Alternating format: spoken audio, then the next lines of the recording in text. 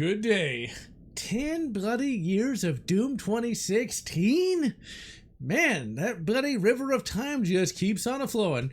Well, if that makes you feel old, it's been 6 years since I first live streamed to completion Doom 2016, and I've decided to go ahead and compile it all in one convenient video. Now, back in 2020, I was a part of the Real Bad Dudes group, and we did live streams together a lot, and well, this was one of the last before the group disbanded in 2020. And in this live stream, I am joined by Raynick, who now owns and operates a successful leather business.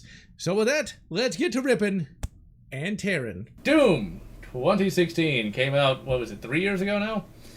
And in just a month, there will be a sequel. And now we're going to go through Doom 2016 to see if it's even worth a sequel.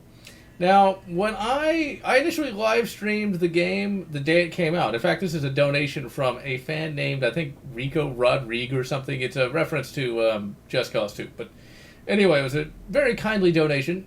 And it didn't work very well on the system I had at the time. Please tell me the audio is going on. It better be. Streaming Doom 4 is about to... You know, I've never actually played any of the multiplayer of Doom 2016. I played it once for the review. But when I first got the game, I was running a very weak system at the time. But I was damn lucky to have that at the time. Now, you know, I'm running Ryzen and all the rest. So, yeah. It should be fun. Also, I still have my original save. Last played on 6/30/2016. My God, that was a long time ago. At 2:19 a.m. What the hell was I doing then? Alright, so we are actually just going to do this on Hurt Me Plenty so I can pay attention to the chat. I've actually beaten it Ultra Violence just by myself. I have not tried Nightmare or Ultra Nightmare just because I actually have a life outside of the video-based games. So, Doom 2016, my opinion has vacillated between really liking it and thinking it's a bit overrated. I find it to be good, but I think that it does get a little bit bogged down in the constant arenas. So, but then again, see, what's funny is, you know, my opinion vacillates mainly because I've played it so many times at this point. Because I think I've played this game probably about at least 5 times. Okay, maybe I do like it. Also, I love this intro scene. I loved it since I first played it. He just literally rips his way out of there, smacks him in the face, crushes his fucking skull. It's beautiful. It really is beautiful. And I absolutely love the fact that you get this little blaster. I quite like the blaster just because it is a nice reference to Quake 4 that is sadly criminally underrated. I mean, that is totally the blaster from Quake 4. So, yeah. And Doom Arenas, that was a fan film that never really got finished. For those who don't know what Doom Arenas is, it's a little CG fan film done by a fan whose name I don't remember at the moment. I did a review of that way back in the day. They did, like, the part of, like, a sequel, but sadly they didn't have enough money to continue it, which is kind of annoying. Because it was quite a good little fanfic. Or fan film. The Praetor suit. You know, there were a lot of complaints when this game came out about the Praetor suit looking too much like the Mjolnir Mark V armor. But to be honest, it looks different enough. And ultimately, I quite like it. However, it is a bit incongruous, though. Just because it's like, it's a technological thing and a really organic looking kind of demonic kind of thing. Error code 20. Gotta love it. Base casualty. It's like, so, I don't know if they're gonna bring back Samuel Hayden or not. I think there's some fan theories that they aren't, or that he's gonna be the new icon of sin. I don't know. I kind of like the character. It's, interesting how they worked with this. There's only really 2 characters in the game, Doom Guy and him. It works well enough, but I would have liked a couple more characters, and I still like the idea of a talking Doom Guy.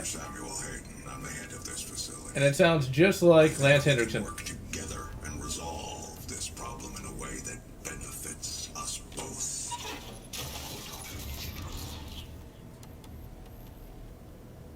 Shatnerverse novels? Shatnerverse novels are kind of crappy. The very first one is good. but the rest kind of ruined, you know, Captain Kirk's character.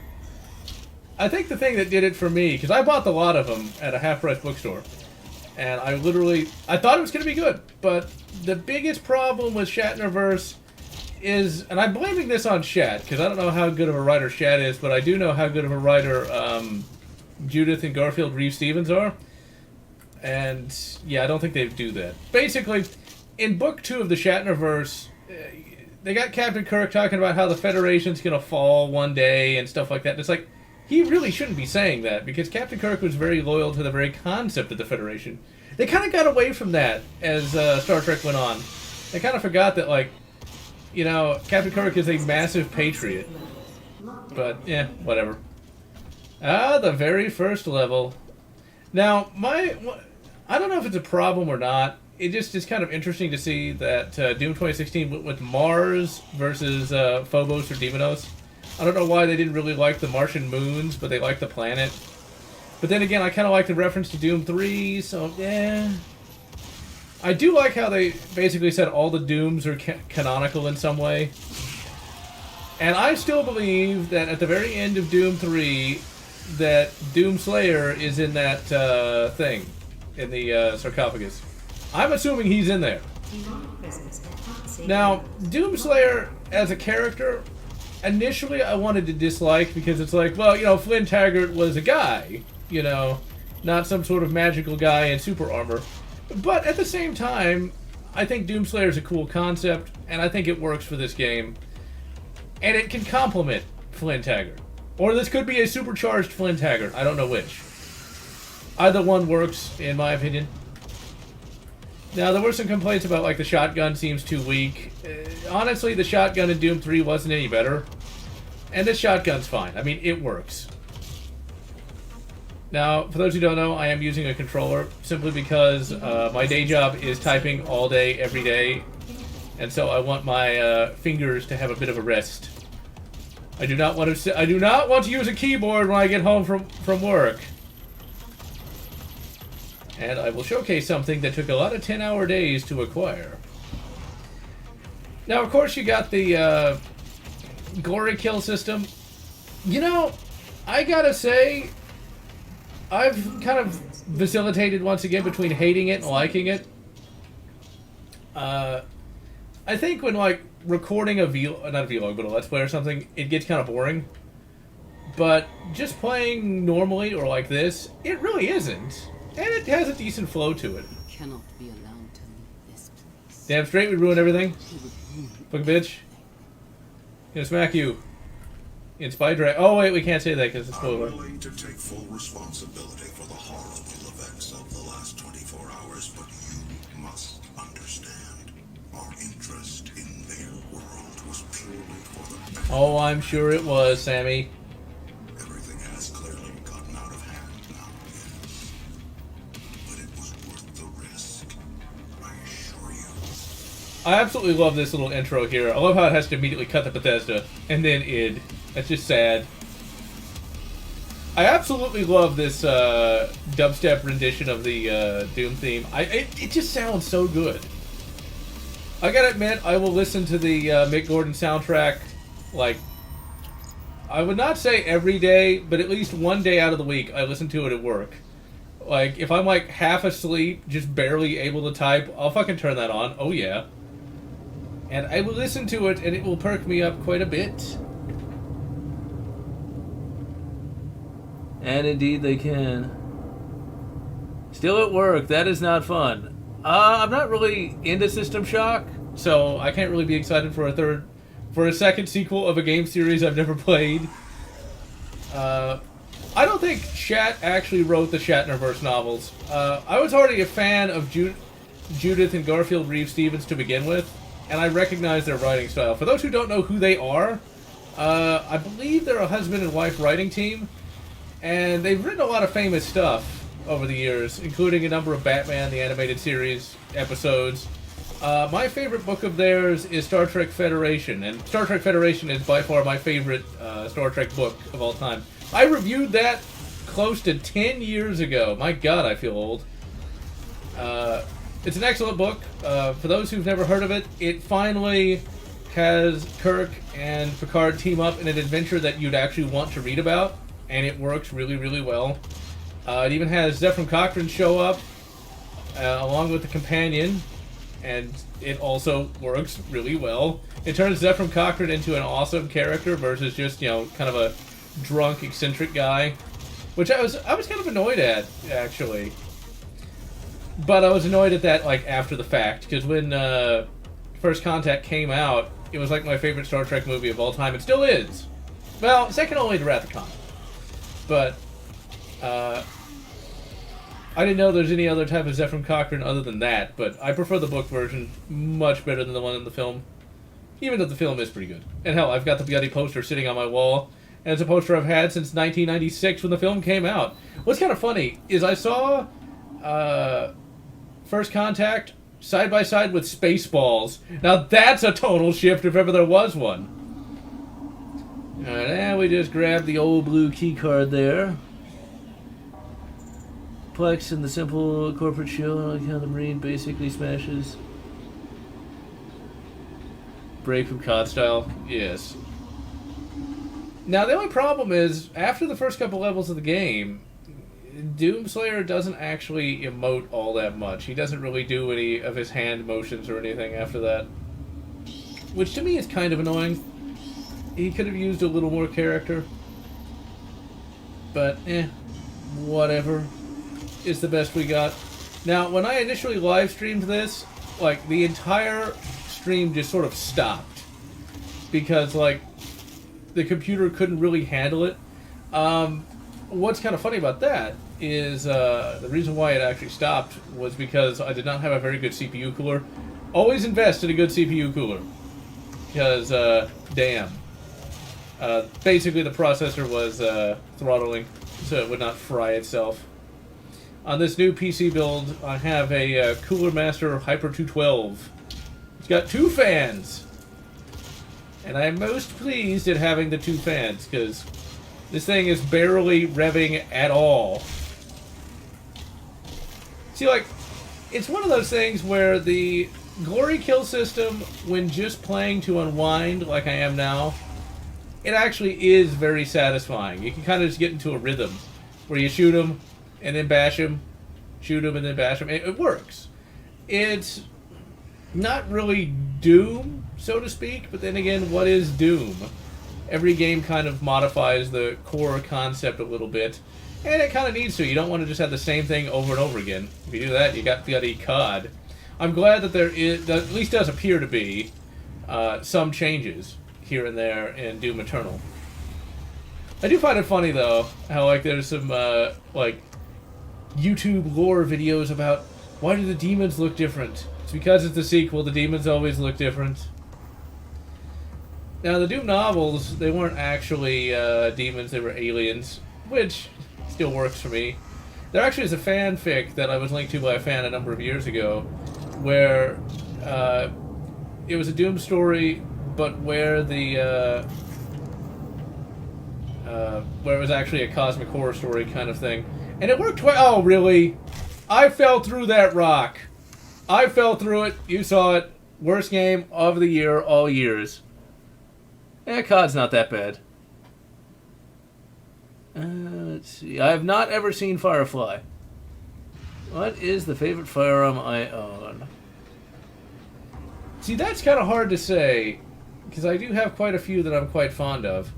Depending on how tomorrow goes, I might have a new favorite, but for now, my favorite is the Star BM. It's a 9mm 1911, and it is absolutely beautiful, both in terms of handling characteristics, accuracy, and just overall usefulness. Let's see. Do I want charge shot or explosive shot? I never use this shit anyway, so we'll just use whatever one I just chose. Well, you gotta beat the guy. He's just a robot trying to do the best he can. For shame, Doomslayer. For shame. But yeah, the Star BM, I picked that up a couple of years ago, back when they first came into the country. Absolutely excellent 1911-ish pistol. It's not a full-on 1911. It has a few minor improvements here and there. But I consider it more of a 1911 than not, because it still uses the Browning linked action versus the Browning linkless action that you see in most modern handguns today. Now, of course, it has the external extractor, no grip safety, but then again, the external extractor is used in some 1911s today, and I never particularly liked the grip safety on the 1911, to be perfectly honest. As heretical as that may seem, and it being a 9mm is not a bad thing, simply because 9mm is substantially cheaper than 45 ACP, I'll tell you that. But that damn thing is amazingly accurate. I mean, like, I can shoot a couple of revolvers, actually, a little more accurately than that. But of all the autos I own, that's the one I can shoot more accurately than any of the others.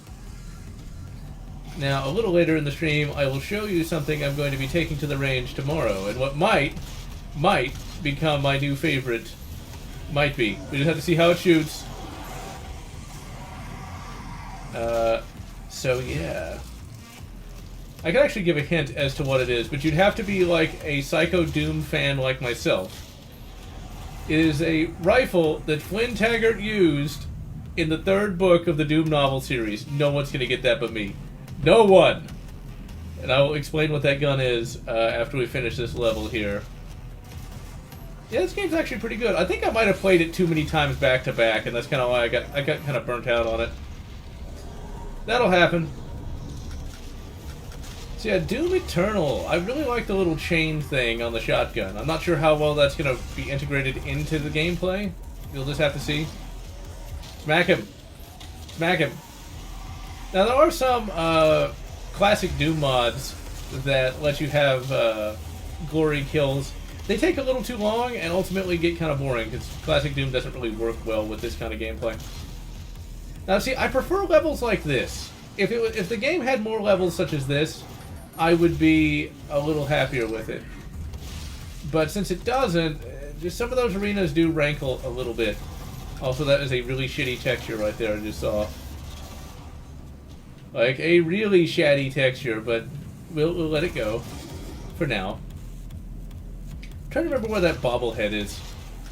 I don't really know where it is, because I haven't played this in, like, a year.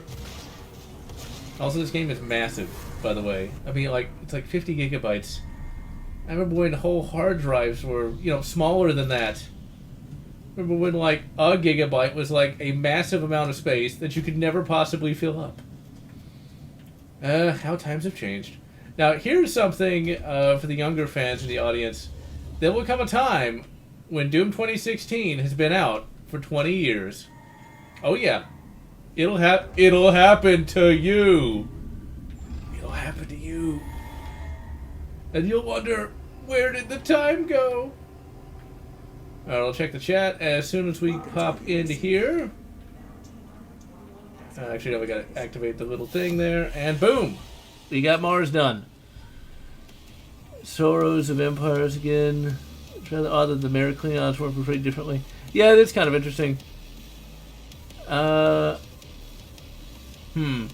would actually say that the AR-15 is a better thing for a STHF, and I have used an AR-15 on occasion, and they are quite excellent to say the least. Although I feel the recoil is a little snappier than I'd like. Another Doom guy talking. I like the idea of more talking. I like more story. You know, I want to know what his thoughts are. Red Dead 2 coming to PC. I'm kind of looking forward to that. Because I really enjoyed Red Dead 1. I hope the PC port is actually halfway decent. And hello, Corey. Yeah, but like it was better when the T-800 actually could talk. Because a non-talking character can work well in an introductory sort of way, like in the first installment. But afterwards, it just gets kind of boring. Alright, ladies and gentlemen, as I said, once I finish that level, I'm going to give everyone a sneak peek of the next firearm video that's going to come out sometime next week, I think, depending on time. Oh, ladies and gentlemen, this is something I waited for many, many years. I give you, get in the frame here, the Caliber 30 M1. Yes, I picked this up off of the CMP just recently. For those who don't know, civilian marksmanship program. Basically, if you meet their requirements, you can buy an M1 Garand from them. I don't feel bad about saying the price because the price is actually publicly available. This is a service grade. You can get one of these for $750. To put this in comparison, that sounds like a lot. At a local gun shop, they had a rack grade 1950s era M1 Garand, $1,800. Ridiculous. This is a World War II era M1 Garand. Springfield Armory, pretty much all the parts are Springfield Armory, except the op rod is a national match. It's not any better than a regular op rod, but it says national match. The barrel is a 49 Springfield Armory. The barrel's actually in pretty good shape. It's got a muzzle of +2 and a throat erosion of 4. Now, just about everyone's just going to hear that as random numbers. That's good. That's very good. So, yeah, I'm looking forward to getting some good footage of this tomorrow. Going to do a first shots video. And I got to tell you, when people say this rifle is heavy, it's heavy. Just holding it like that. I would hate to have to go on a 20-mile forced march with one of those bloody things. Hand actions, Master Chief Collection. Yeah, the MVP-15 isn't too bad. And yeah, the M1 is the M1 is expensive, but I just worked a crap ton of 10-hour days, and yeah, I was able to get it. There's a lot of things you can do with the M1 Garand, and I'm not really sure why you would. Like, you can get the barrel replaced with a 308. I mean, that's where, like, you gotta look at the economy of doing something like that. Like, you can literally modify the M1 Garand into an M14, and I'm not sure why you'd do that. Simply because... Oh, yeah, that's also a new stock, by the way. A new walnut stock, no less. But I don't know why you would do that. I mean, if you look at the price, if you get, let's say, a service-grade M1 Garand, you're at $750. A new barrel is going to be, I think, somewhere around $150 to $200. Mag conversion, add another $300 to that. What you basically get is the same... By mutilating an M1 Garand, you basically have paid the same amount of money you'd pay for an M1A or an M14. It's like, what's the point? And yeah, I've heard the M14/M1A isn't any good. I don't know if it is or not. I'd never really had any desire to buy one. I've heard like the stocks have problems and things of that nature.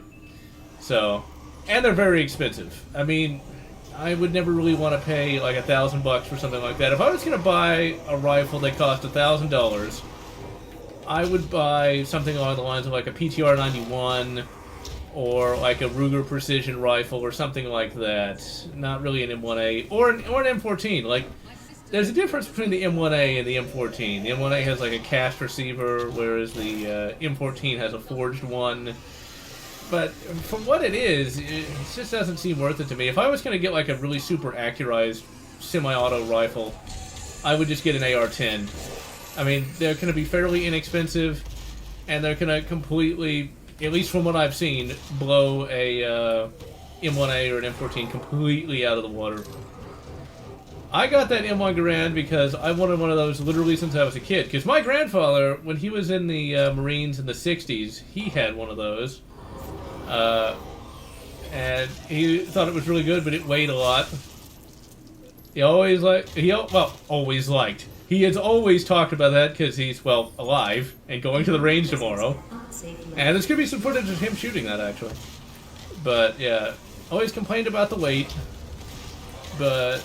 Or continues to complain about the weight, and I can see why. Actually, I've already read a book on the M1 Garand. And according to that book, troops in World War II didn't find it to be particularly accurate. My thought on that is they probably were using a lot of semi-auto fire, by which I mean just sort of spraying and praying, and that's why they said it wasn't accurate. There, of course, were complaints about the weight and things of that nature. Now, according to the one book I read, I forget exactly who wrote it, evidently there was supposed to be some validity to some of the troops thinking that the clip noise was something that the enemy was able to pick up on. My theory on that is that when the clip is actually ejected, it is very loud. to the person holding the rifle. If you're getting shot at by other people with 30-06 rifles, you're probably not going to hear it, but the shooter can hear it. So my theory is somebody shot off the last round, that popped out, and then the enemy charged. And they're like, well, that had to be why they charged. They had to hear it. At least that's where I'm thinking that myth came from. Ooh, let's see if we can hurl ourselves into the abyss. And let's see. They're post-Vietnam less and less interesting. And yes, most post-Vietnam guns are pretty boring. Because, yeah, once you've seen one AR, you've seen them all. But the AR is pretty good. I actually have a 3-gun competition that I went to up on the channel. And the AR worked quite well for that. So, yeah. That rifle is sadly so demonized by certain elements of the media. But you know how that goes. Let's see, I need to cut somebody up that actually deserves it. Like the Imp.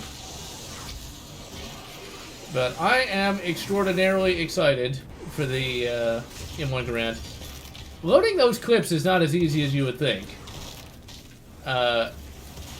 One of the things you have to remember when you're loading an M1 Garand clip is your finger is the follower. So, like, you gotta keep pushing down the next cartridge to load it. I did not know that at first. And getting that last round in there is so difficult. And then, of course, you gotta watch out for the M1 thumb, but I already know to watch out for that, so hopefully tomorrow I can avoid that. Hopefully. So, yeah. That Garand is going to be sweet. Gonna shoot it at the 100, see if I can't hit anything. That rear sight is very easy to see.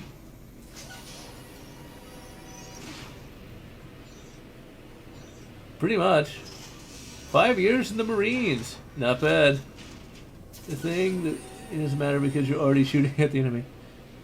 That's a little... one barrel at a time. Well, there's only so much you can do when it comes to upgrading a double barrel.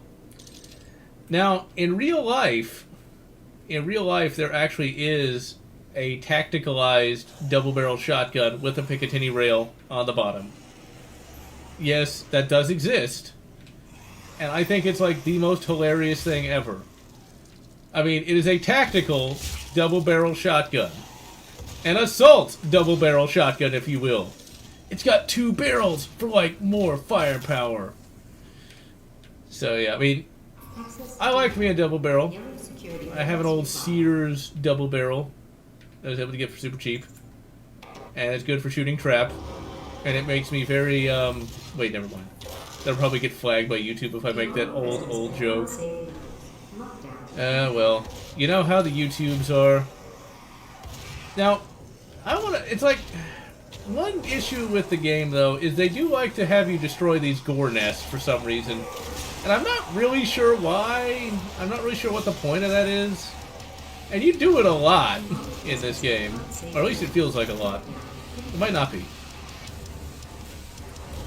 But yeah, that's, for me, when it comes to firearms, I prefer classic ones versus really modern ones. I mean, I have both, but for me, I do like me some wood and steel. Like, a lot. So... I mean, I actually had a friend of mine put it pretty hilariously, because I have a friend who really likes wood and steel as well. And we're talking about some rifle. I don't even remember which rifle it is at the moment. I think it might have been like a G3. I think. They're saying it had so much plastic on it that it looked like some kid's airsoft gun. It's like, whoa, that's some savagery right there. Don't tell that to a G3 fan. I'll tell you that, they'll have a heart attack.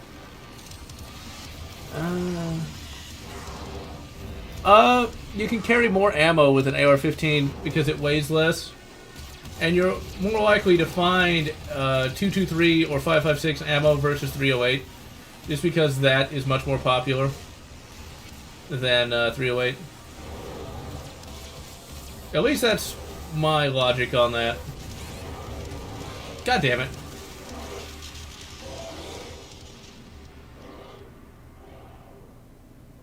Second barrel. And yes, I do prefer the more historical ones. I mean, like, the AR-15's great, but once you've seen one AR, you've seen them all.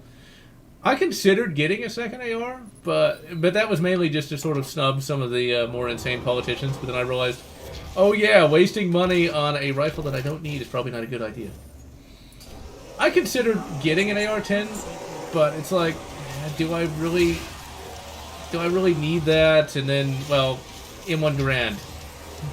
If I was gonna get like a battle rifle sort of thing, I'd rather get that, just because that's something I think is, well, this is a technical term, cooler than, you know, an AR but bigger. That's not, you can't really compare the AR-10 to the AR-15 that much, but effectively it's like the AR-15 but bigger. Actually, what's kind of funny is, like, if I'm not mistaken, the AR-15 is a scaled down AR-10. If I'm not mistaken. And I very well could be. I consider that PTR-91, but yeah, it's like getting that, like, the initial price is $1,000, and then you got to get a good scope, and then you got to get all the rest, and it's like, meh. That M1 Garand rear sight is really nice. Even I, with my horrible eyesight, can see it. What you'll see in the footage tomorrow is you'll see me wearing some shooting glasses. They're my, what I like to call Bubba Special shooting glasses. Since I shoot with the wrong eye, I totally meant to bounce that grenade in the most cool manner possible.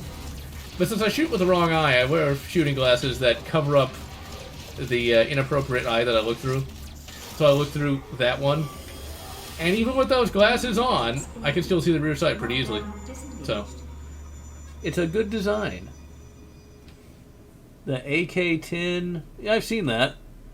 The FNFAL is way more expensive than I would have ever considered getting, just because of what it is.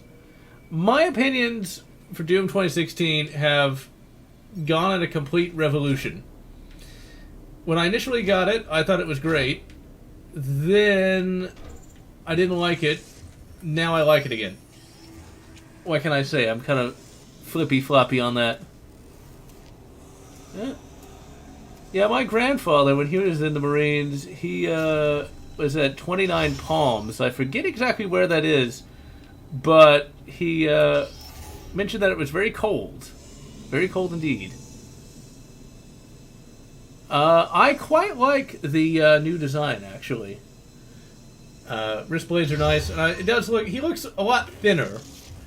This Doomslayer in this is a very chunky boy, to say the least. Very chunky indeed. And so I kind of like the more streamlined look of the new Doomslayer armor. And it looks a bit more like the classic Doomslayer kit. Also, we got the guy doing the growly growl. See, like, the demons in this seem a little bit Borg-like, because he's got some little mechanical bits in him, for whatever reason. Yeah, I have heard about the Republic Commandos showing up in Battlefront 2. It's about bloody time. I've never played Battlefront 2, the EA version, nor do I intend to. But it's kind of funny that there have been modded in Republic Commandos in the original Battlefront 2 for years at this point. Actually, you can even play as an Imperial Commando in some of the mods. So, yeah, Loot Front 2 is something I've never really considered that much. Oh, in California. Yeah, my grandfather told me all about his experiences in the Marine Corps.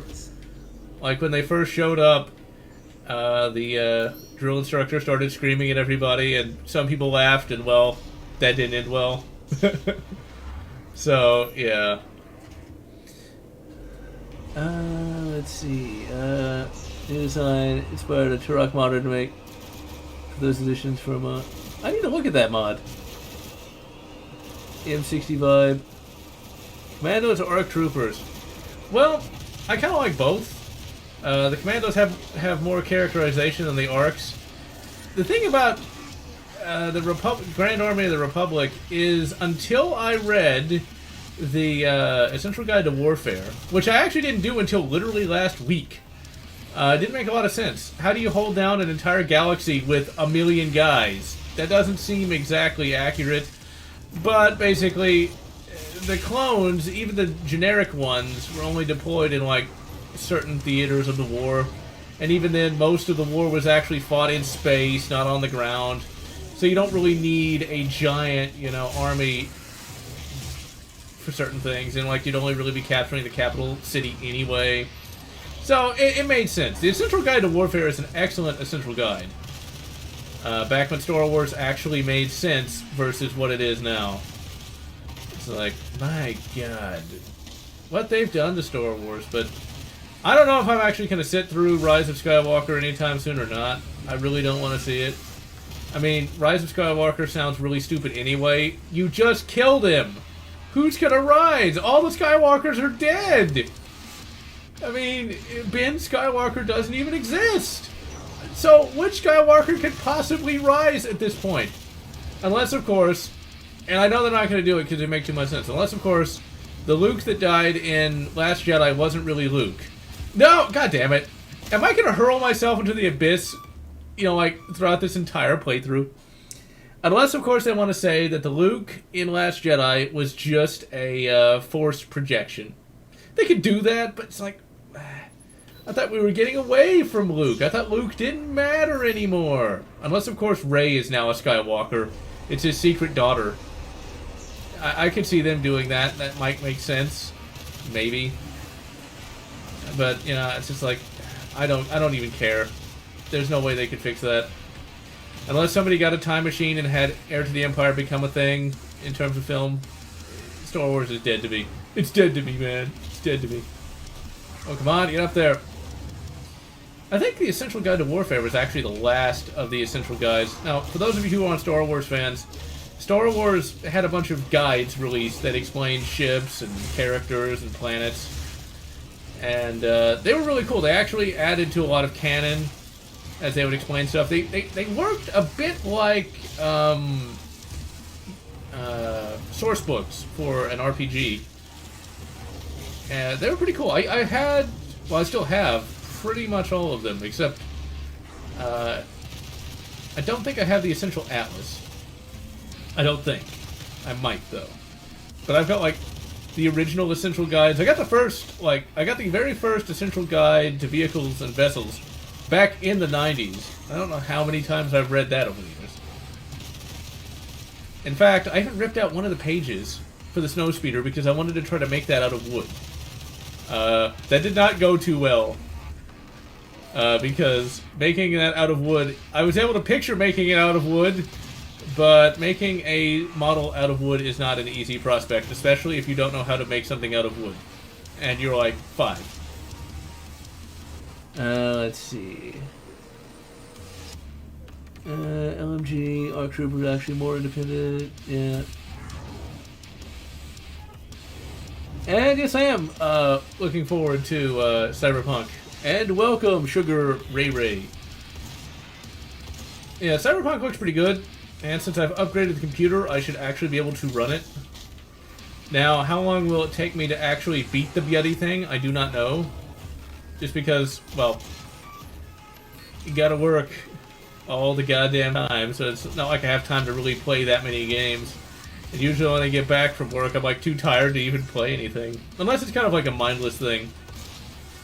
So, yeah. I do eventually intend to beat it once it finally comes out, but it'll probably take like a month. That's the problem, though. If you want a nice new computer and all the rest, you gotta fucking pay for it. If you want to get an M1 Garand, you gotta work a lot of 10-hour days, that's for sure. But it's always kind of interesting to see just the various YouTube... I can't think of the word now. Gossip, there we go. YouTube gossip on all these different games. It's like, you can't just get Cyberpunk 2077. There's like all kinds of articles being made on it. It's like, is it sexist or something like that? It's like, back in the day, no one cared. And no one really cares now. I've never actually shot an M1 carbine before. I considered getting an M1 carbine, but they're very expensive. Like, the originals were like $1,000. And my thought is this: if I'm going to drop $1,000 on on a carbine, I'd want to get something a little newer, because the hell? Oh, did I not pick up like the arm? Or do I need to, like, activate him? Okay, there we go. But, you know, like, the M1 carbine, if you want to get it original, you got to pay $1,000. And do I really want to pay $1,000 for a pistol caliber carbine? Hell, even a reproduction's about $700, so... Doom Eternal making the enemies. Come to the Vega terminal, and I'll give you what you need. Sith Trooper. I've not seen the Sith Trooper. But, let's see, I've not actually paid that close attention to the enemy design for Doom Eternal, but if they're making it look like the more classic enemies, I don't really have a problem with that. I'd always hoped to see the original enemies in, like, modernish graphics to begin with. I mean, it's a little less original, but, there's nothing to really complain about. Because, like, the new Imp doesn't look too bad, but he just looks a little too skinny for my taste. He's a little too lithe. It's like the original Imp was described as being, like, 6 feet tall and completely muscular, whereas that thing is, like, 5 feet tall, and I just hurled myself into the abyss again, ladies and gentlemen. I get... It's actually a SIG. A SIG Sauer. Mancubus looks like the Doom 2 version, 1721. Huh. I've not looked at the zombie. And yeah, Palmetto State Armory. They got some good prices on ARs. I think they've been sold out ever since the great AR salesman of 2019 opened his big mouth. So, yeah. And as far as I know, Palmetto State Armory ARs actually have FN-made barrels. Now, for those who don't know, FN stands for Fabrique Nationale, which is actually a Belgian company, well known for their prowess in making firearms. But Sig Sauer does a damn good job, and it is an excellent rifle, to say the least. I was actually... What's actually pretty good about that AR is I was actually able to get some good hits at 100 yards with the iron sights, which made me quite happy indeed. And I think I just went in a big circle. But I can get some ammo at the very least. Actually, no, I don't think I did. I forget exactly where I was supposed to go. Yeah, that A2 sight is not bad at all. Sand Trooper play. Oh, that sucks. Not the Sand Trooper. I actually have two Sand Troopers, but they're 3 1/4 inch figures. I have the original one from the 90s. I actually like the posing on that one. And one I got from a Walmart pack. Walmart actually sold a pack of the Sand Trooper, the Phase 2 Clone Commander, and the Phase 1 Clone Trooper Commander / pilot. I needed a second pilot, and so I used him as a second Phase 1 pilot. I didn't really need the Sand Trooper, but I don't mind having it. Sadly, I don't really have anything on display anymore, just because I don't really have the room for it. Although, I still have a Lego TIE Fighter on display. Come on, smack him! Smack him! Smack him! This will sound heretical, but I kind of like using the controller over the mouse and keyboard these days. I feel like the controls for games like this are just a little more smooth with a controller versus mouse and keyboard. Used to be, I felt the exact opposite. And give me yo chip.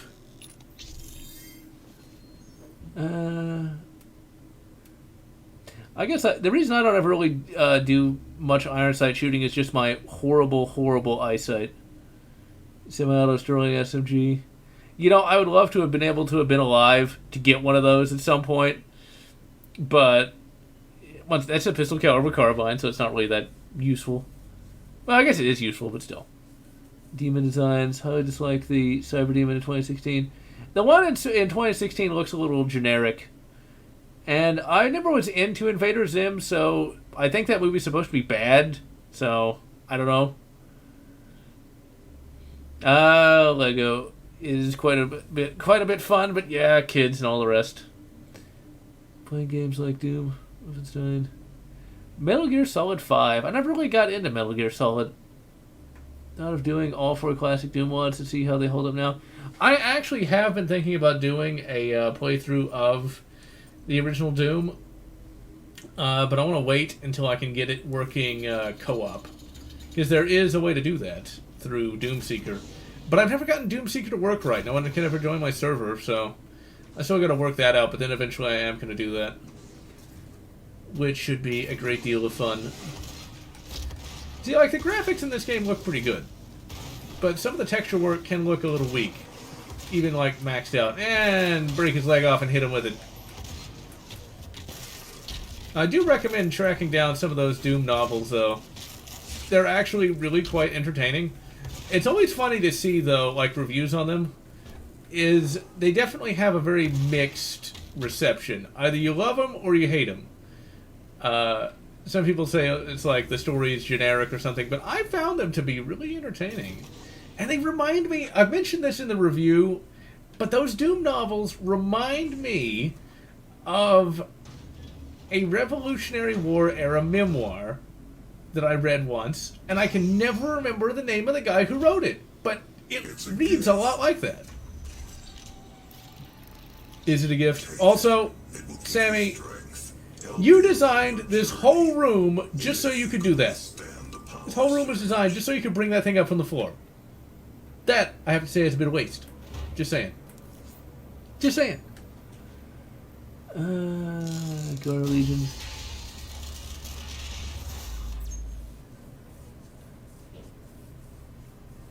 Yeah, I used to be a console gamer back when I didn't really have a PC. But these days, pretty much the only thing I have is the PC. Although, connected to the PC is a 360 and a Wii, so there's that. Let's see. Gore Legions. You know, I don't really know. I don't think I'd really like to be a member of any of them, to be perfectly honest. Because I'd rather not have my head get shot off by an assassin droid. Divine armor. Let's go for ammo. I would imagine the Doom novels are still easily available because of the popularity of Doom 2016. I'd recommend checking out eBay or half-price books. They did get reprinted for Doom 3 with new covers. And I believe there's ebook versions of them. But from what I remember, the ebook versions aren't well formatted, but you can still be able to read them. Check Amazon if they have an ebook version of that. There's a lot of ebook versions coming out of like some classic novels. I recently picked up Wild Side as an ebook. Wild Side was one of my favorite novels as a teenager because the entire cast were teenagers, and basically they found a portal to a virgin Earth and started like mining gold and crap like that. It was really, really entertaining, and it mixed two things that I love, or three things really: exploration, aviation, and guns, because they all carried Mossberg 12 gauges. It was awesome, and they flew around in planes, which was also awesome.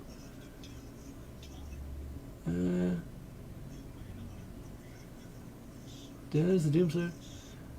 Yeah, Flint Taggart does talk in the original novels. A lot, actually. Play PS4. Yeah, PS4 should work. Actually, you know what's kind of funny? I did a review of it, but I don't think it's up on the channel anymore, where I used Minecraft to like illustrate stuff that happened in the book. And, yeah. It's kind of like, is Minecraft in the way? You know, I didn't think about that until just now. But yeah, they do go there, and they do start mining, and they start selling it in our Earth.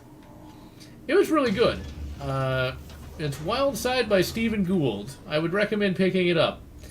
It's actually something my grandfather discovered at a Dollar General, of all places, for like $1. Let's see, we got 48 minutes. Yeah, we'll do one more level.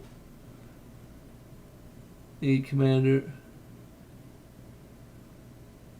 Honestly, if I was going to meet anyone from the Star Wars universe, I would like to meet Han Solo. That's about it. Yeah, maybe Luke. Because Han Solo is a cool... Actually, no, I take that back. I would want to meet Han Solo, Kyle Katarn, Corran Horn, Luke, Anakin Solo, but he dies kind of early. Spoiler alert. Well, it's like a 20-year-old spoiler, but still. But But then again, like, I'd like to meet him, like, in, like, a convention kind of setting. But the big problem is, would I have anything really in common with any of those characters? Not really. So I'd be like, what up, dude? And then walk away. I reviewed Hexen 2 on CGR many, many years ago. It's a pretty good game, but expect to be lost, like, all the time and to have a walkthrough open because, damn. If you thought Hexen was confusing, Hexen 2 more so. Now, this level here was used in a lot of the promotional material, and it is pretty nice. Let's use the old micro missiles. And it is pretty nice. It's a very graphically intensive level that is very, very impressive. Now, we're not yet to the level where you can start bashing things, but really, Doomslayer doesn't have as much character as one would like. I mean, I would like to have seen a little more. I know he's not going to talk in Doom Eternal, but I still would like to know more of what he's thinking. You know, it works well enough here. We get it. He's angry, but I like more character to my protagonist. Nom nom nom. See, I'm trying to remember how to find that. I'm used to playing this after I get the jump boots. Also, who designed this room? Why is there random lava just around? It makes no sense. Starfighter. Stream so I can watch it. Sure, I can do that. I've maxed out all the settings on Doom 2016. It's like all are maxed out. My new computer can run it maxed out pretty well, actually. It's 60 FPS pretty much throughout. I did try it in 2K, but that tanked the frame rate down to 30, so yeah. This new PC's powerful, but it's not that powerful, unfortunately. Give me your hand, I guess. Let's see. Pick up the plasma. I did not pick up the plasma gun. I actually forgot it was even in the previous level until you mentioned it. I'm just kind of like blasting through it for the purpose of the live stream. So that's why I'm not really getting any of the secrets. Let's see. Oh, I think you gotta jump back up here, maybe? Because I'm kind of like on autopilot. Let's see. No. Now here's a joke no one will get. I.O. Logistics Manufacturer. Well, then you know it's gotta be crap. I highly doubt they're still in business, but if they are, I.O. was a firearms manufacturer that made AKs that were made out of like cast parts that would constantly come apart. Now, what's kind of funny though is evidently it was really the quality control that was bad. Is because some of the things I read about them said that like if you got a good one, it was really good, but most of them were bad, which kind of sucks. I ultimately never got an AK just because the prices got higher than I was willing to spend, and when you can get a good AR much cheaper than you can get a decent AK, it's like to me it's a no-brainer when it comes to that. It's like to get a good AK, you got to spend like $1,000. Whereas to get a good AR, it's like substantially less than that. Now, like you can get a really, really good AR for $1,000 these days. That's more due to economy of scale and things of that nature. But the AK is cool, but just not really worth the price of admission. At least to me, that is. Let me grab the old shotty out here. Now, what's really nice is shotties are thankfully very cheap. However, unless you have access to like public land or something like that, shooting them is not an easy prospect just because a lot of ranges won't let you shoot birdshot or anything like that.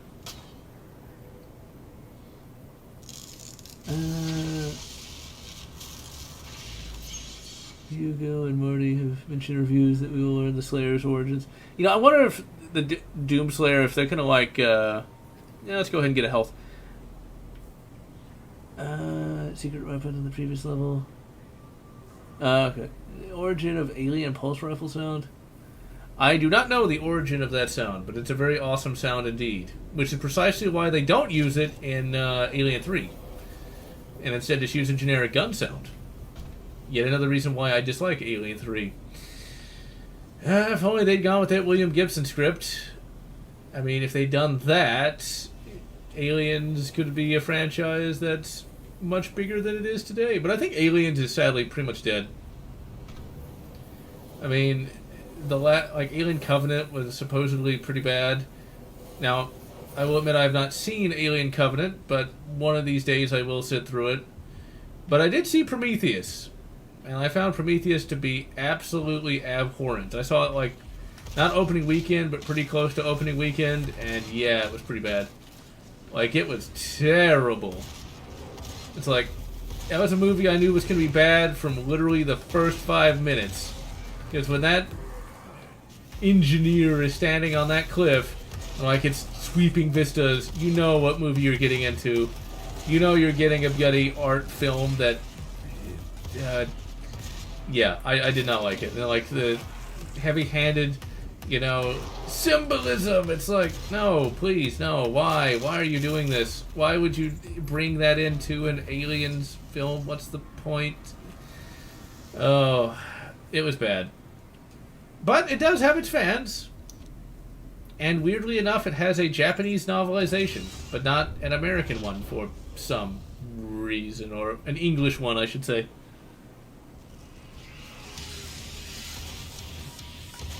Heard of Quake Champions, Doom Edition. Have a pulse rifle. Cookies without cream. And yeah, pretentious is the word for that, because, oh dear. It's like, they created us. No, they didn't. Why would you do that? And then why would you make them look human? I mean, making the engineers look human has got to be the stupidest thing imaginable. Because, okay, why would they look human? Why? Why would you do that? You are a film, ladies and gentlemen. When you have a film budget, you do not need everything to look human because you can afford costumes. I mean, one of the reasons why Star Trek, you know, everything looks human is because, well, money, you know. But when you have a film budget, just make them look like giant elephants. Just do it. But whatever. Whatever. Now, I have heard that, like, Alien Covenant has some SJW content in it, too, but I'd have to see it.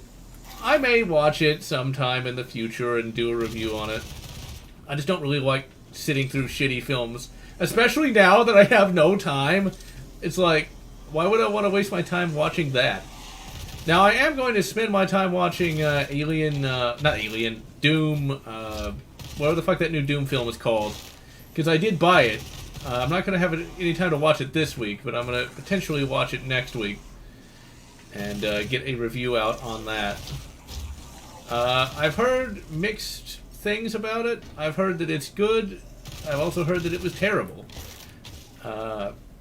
One person that I talked to that has seen it said it's a lot like Aliens, and if that's the case, if it's a straight ripoff of Aliens, I'm going to like it no matter what, because, well, I like Aliens, and if it's Aliens but Doom, that's not bad. It's unoriginal, but not bad.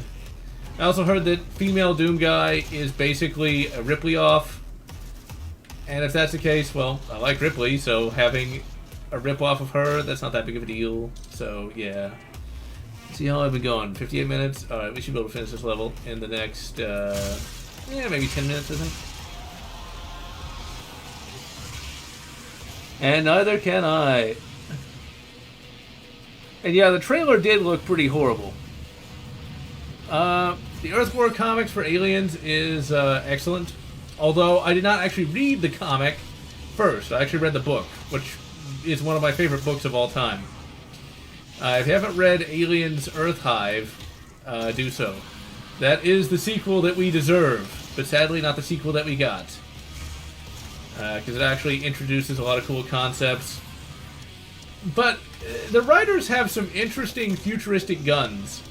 Like, they came out with a Smith & Wesson that is recoilless and completely silent as well. Which is kind of cool, but I'm not really sure how that would work. They have, like, a really cool, what is that thing called? Like a really cool caseless pistol that's like 4mm.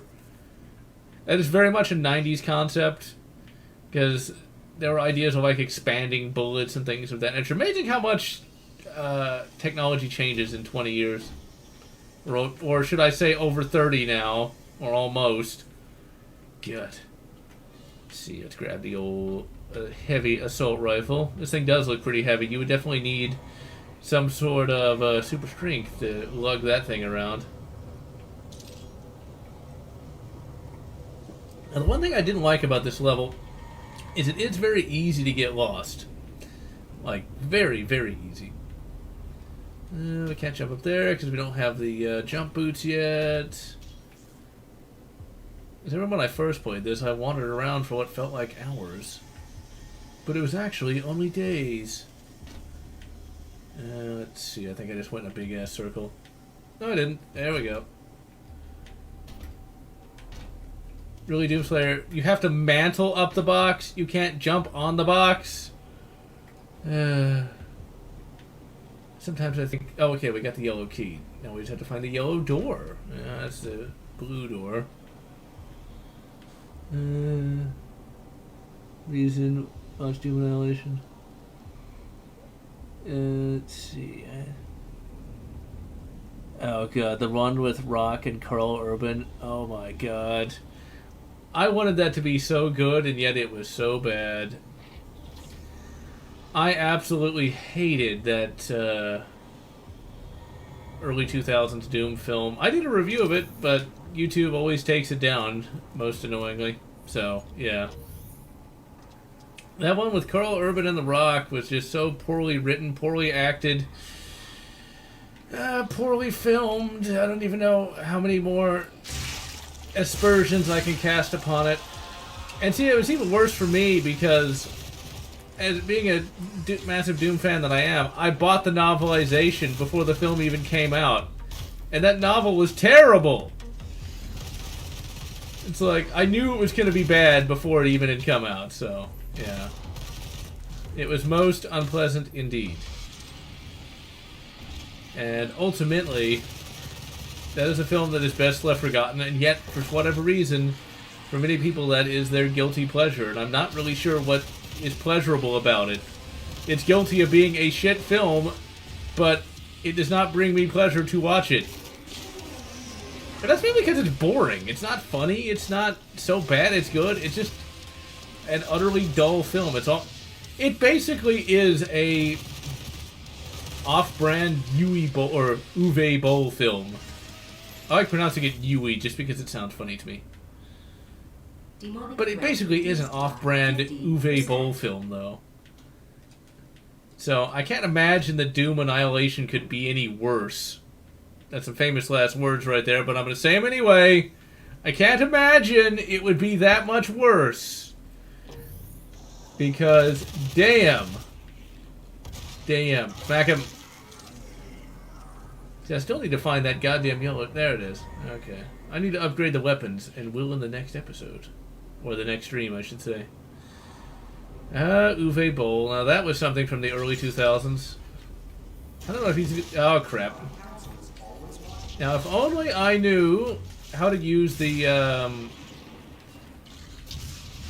chainsaw, but I don't remember how to deploy that with the controller.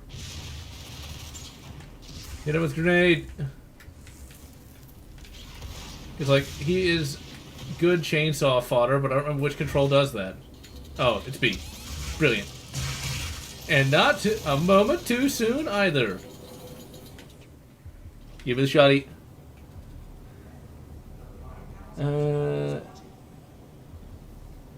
Honestly, the first Alien movie had a fantastic build-up suspense, but the rest of the film is... I don't really feel like that was the case. I mean, they were a crew of space truckers. They didn't really know exactly what they were doing, you know? And the Xenomorph was a pretty canny foe. Now, that being said, next year I do intend to review Alien Isolation. I picked up the novelization, and that was a big mistake. The novelization is utter crap. Never read. 10 out of 10. Would not ever read. The novelization for Alien Isolation basically turned Amanda Ripley into a complete whiny cretin. I mean, it's really quite sad. I've played some of Alien Isolation, and Amanda Ripley is not a whiny little, yeah, you know. But that's what they... Basically, they turned her into... She whines all the time and has a massive number of daddy issues. And it's just... It's painful to... It was painful to read. There have only been a few other novels that have infuriated me as much as that. And the writer wasn't even that bad. Although the writer does have SJW tendencies from what I've heard, so there's that. But, I mean, why would you turn a character like that into, you know, a whiny little idiot with daddy issues? Why? And it doesn't even make any sense either. Canonically, or what was canon, Ellen Ripley and her husband actually had a really good relationship. But, surprise! We can't have that because, the Whammons. I guess. It's kind of sad in that regard. Kind of sad indeed. That's the biggest problem with like Aliens now. I mean, it's like there's not that many good novels for it. Now there are some AVP novels that have been released in the last decade. Am I out of? I am completely out of fuel. And space gas ain't cheap. Come on, blow 'em up. Hey, I saw you glitch there, asshole. But yeah, those new AVP novels aren't very good.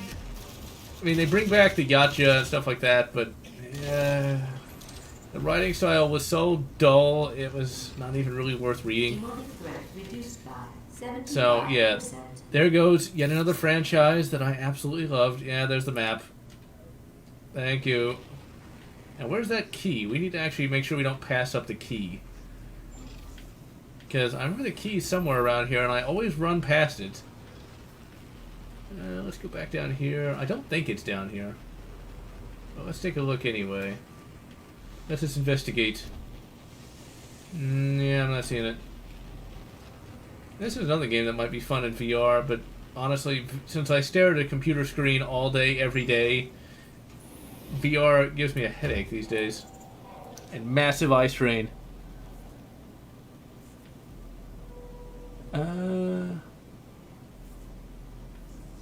Favorite weapon in this game? I would actually say I prefer the plasma rifle. And on Mars fights demons. You would think that would be easy, but not. But, you know, it's like, why make Ellen Ripley's dad a deadbeat dad drunk? I mean, why? He wasn't in the Alien and Aliens novelization. Why do that now? It doesn't make any sense. Unless, of course, you have a agenda of some description, and that agenda is whammon, I guess? It's a weird thing when it comes to that, but that was like that was one of the most disappointing video game novelizations I've ever read. But then most video game novelizations these days are pretty bad in many instances. Like, Halo got bad when they made Dr. Halsey a villain for some reason. When in all reality, she pretty much is a big hero for humanity, because without her creating the Spartans, literally all of humanity would be extinct. It makes no sense. Why would you do this? It's crap. And see, that's where, for me, I don't get the hate for fanfics. Because fanfics actually are good if you find the right ones, that is. Because there are some fanfics that actually crap. Do I have any chainsaw gas? Yes! Eat space gas! Well, that was close, but like there are some fanfics that will actually be better than canon. Case in point, Halo Finishing the Fight, which is on fanfic.net. Basically, it's a fan continuation of Halo, but it's completely different from what we would get from 343. Takes place immediately after Halo 3. It has Sergeant Johnson and Miranda Keyes survive, and they end up crashing on the Forgotten Realms world, Faerun, which I thought was pretty cool.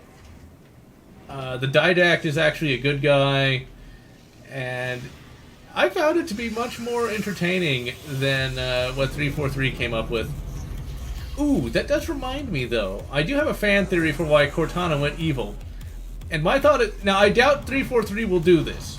I highly doubt it. But they would be smart to say that Cortana is actually an evil clone. Because in some of the Halo novels, Cortana cloned herself.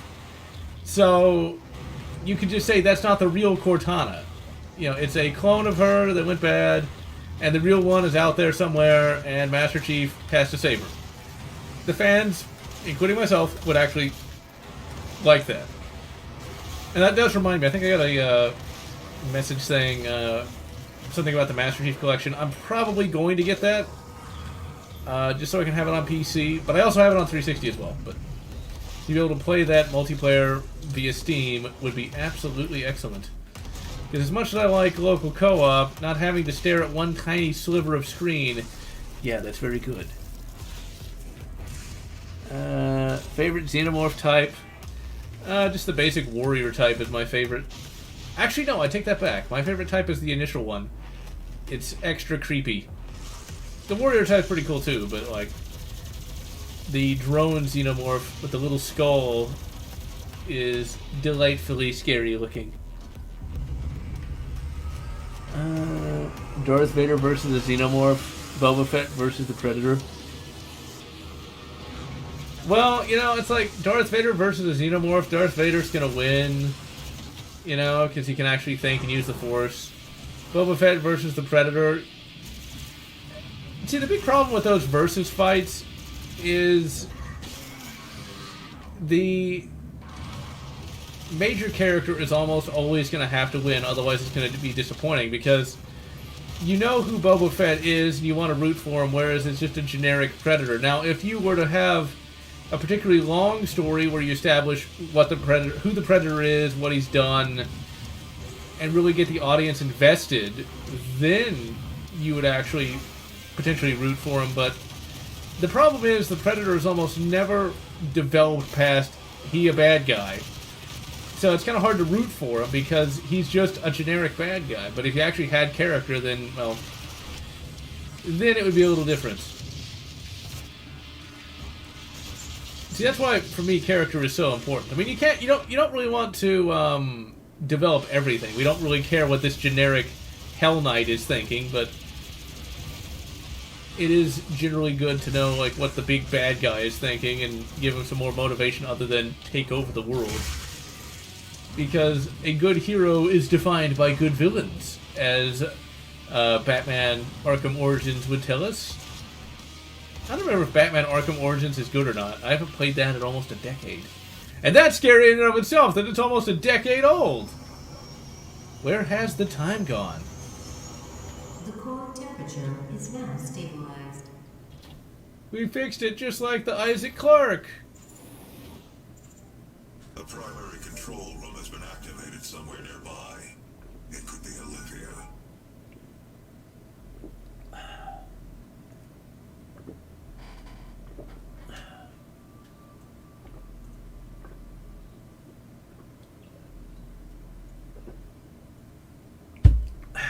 Alright. Now, when it comes to Predator characters, there's like one. And that's the one from AVP Prey. And like, that character is still popular to this day. And it's kind of funny that most of the lore for AVP comes from a grand total of one book. I mean, there's a little more in like Hunter's Planet, but then Hunter's Planet wasn't very good. Alpha 4, 0, 2. You gotta love those passwords. Also, she ugly. I mean, if you're gonna sell your soul to the devil, you might get a little bit of a, you know, makeover there. Because, holy crap. She's like, trying to tear open the portal between our world and theirs. You gotta love the Tony Stark holograms. Now, Doomslayer's just standing here. He's just watching this. It's like, Doomslayer, shouldn't we try to stop her? You know, should we do something? You could not have saved them anyway. Yeah, says you. If we had, like, a time machine, we could. Oh, an hour work? Sweet. Facehugger is probably the scariest. Seen from aliens, the facehugger's room. Yeah, that is pretty creepy. Although for me, the facehugger's especially creepy just because in all the AVP games, that is an insta-kill, and they like to jump out of nowhere. That is a very effective jump scare. Alright, so wait for that door to open? Yeah, that's what I thought. The system won't allow anyone but Olivia to override it. You have to shut down the Argent Tower manually. Manually. Alright, so Doom 2016. It is a game that people love to this day. And I can see the appeal. It's good. But I just don't know if it stands up to repeated playthroughs, though. I think I already played this part, but I think I didn't save.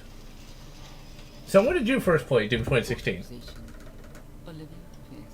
I played it actually about 6 months after launch, mainly because I was a little bit busy playing another game and helping run a D&D session. I found it alright, though my big problem with it is, it's still a problem right now, is over 93% of my kills are done with melee. That is one thing I also noticed. And also, I just feel like the game has too many arenas, and arenas just aren't really that fun. The story's pretty good for what it is, but I mentioned this when I did a Let's Play many years ago on this.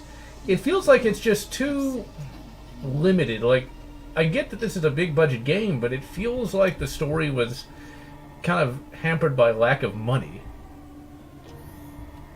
I would say less lack of money, more lack of time. They needed a big win, and they needed it now. Yes, I can see that too.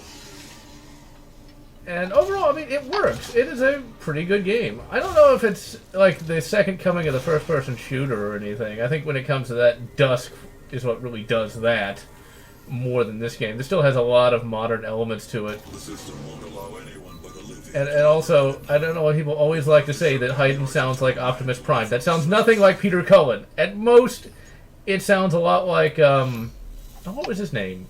I always forget his name. The guy who played Bishop in Aliens. Ah. That guy. Well, at least we didn't get Starscream.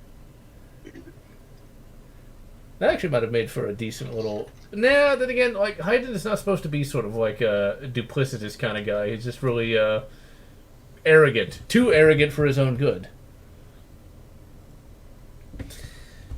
I think the levels in this are a lot better than, like, something in Wolfenstein, the New Colossus. But it's still just... There needs to be a little more, as we say, cowbell for this. But it's beautiful. Go on. Arenas in Doom are a common thing in the original Doom, but most of Doom left you with the level open simply so you can make, if necessary, use cover, make a tactical fallback if things went, well, memories up. Yeah. But see, the thing is, though, the arenas in the original Doom didn't have the issue of you're stuck in them until you kill an arbitrary amount of enemies.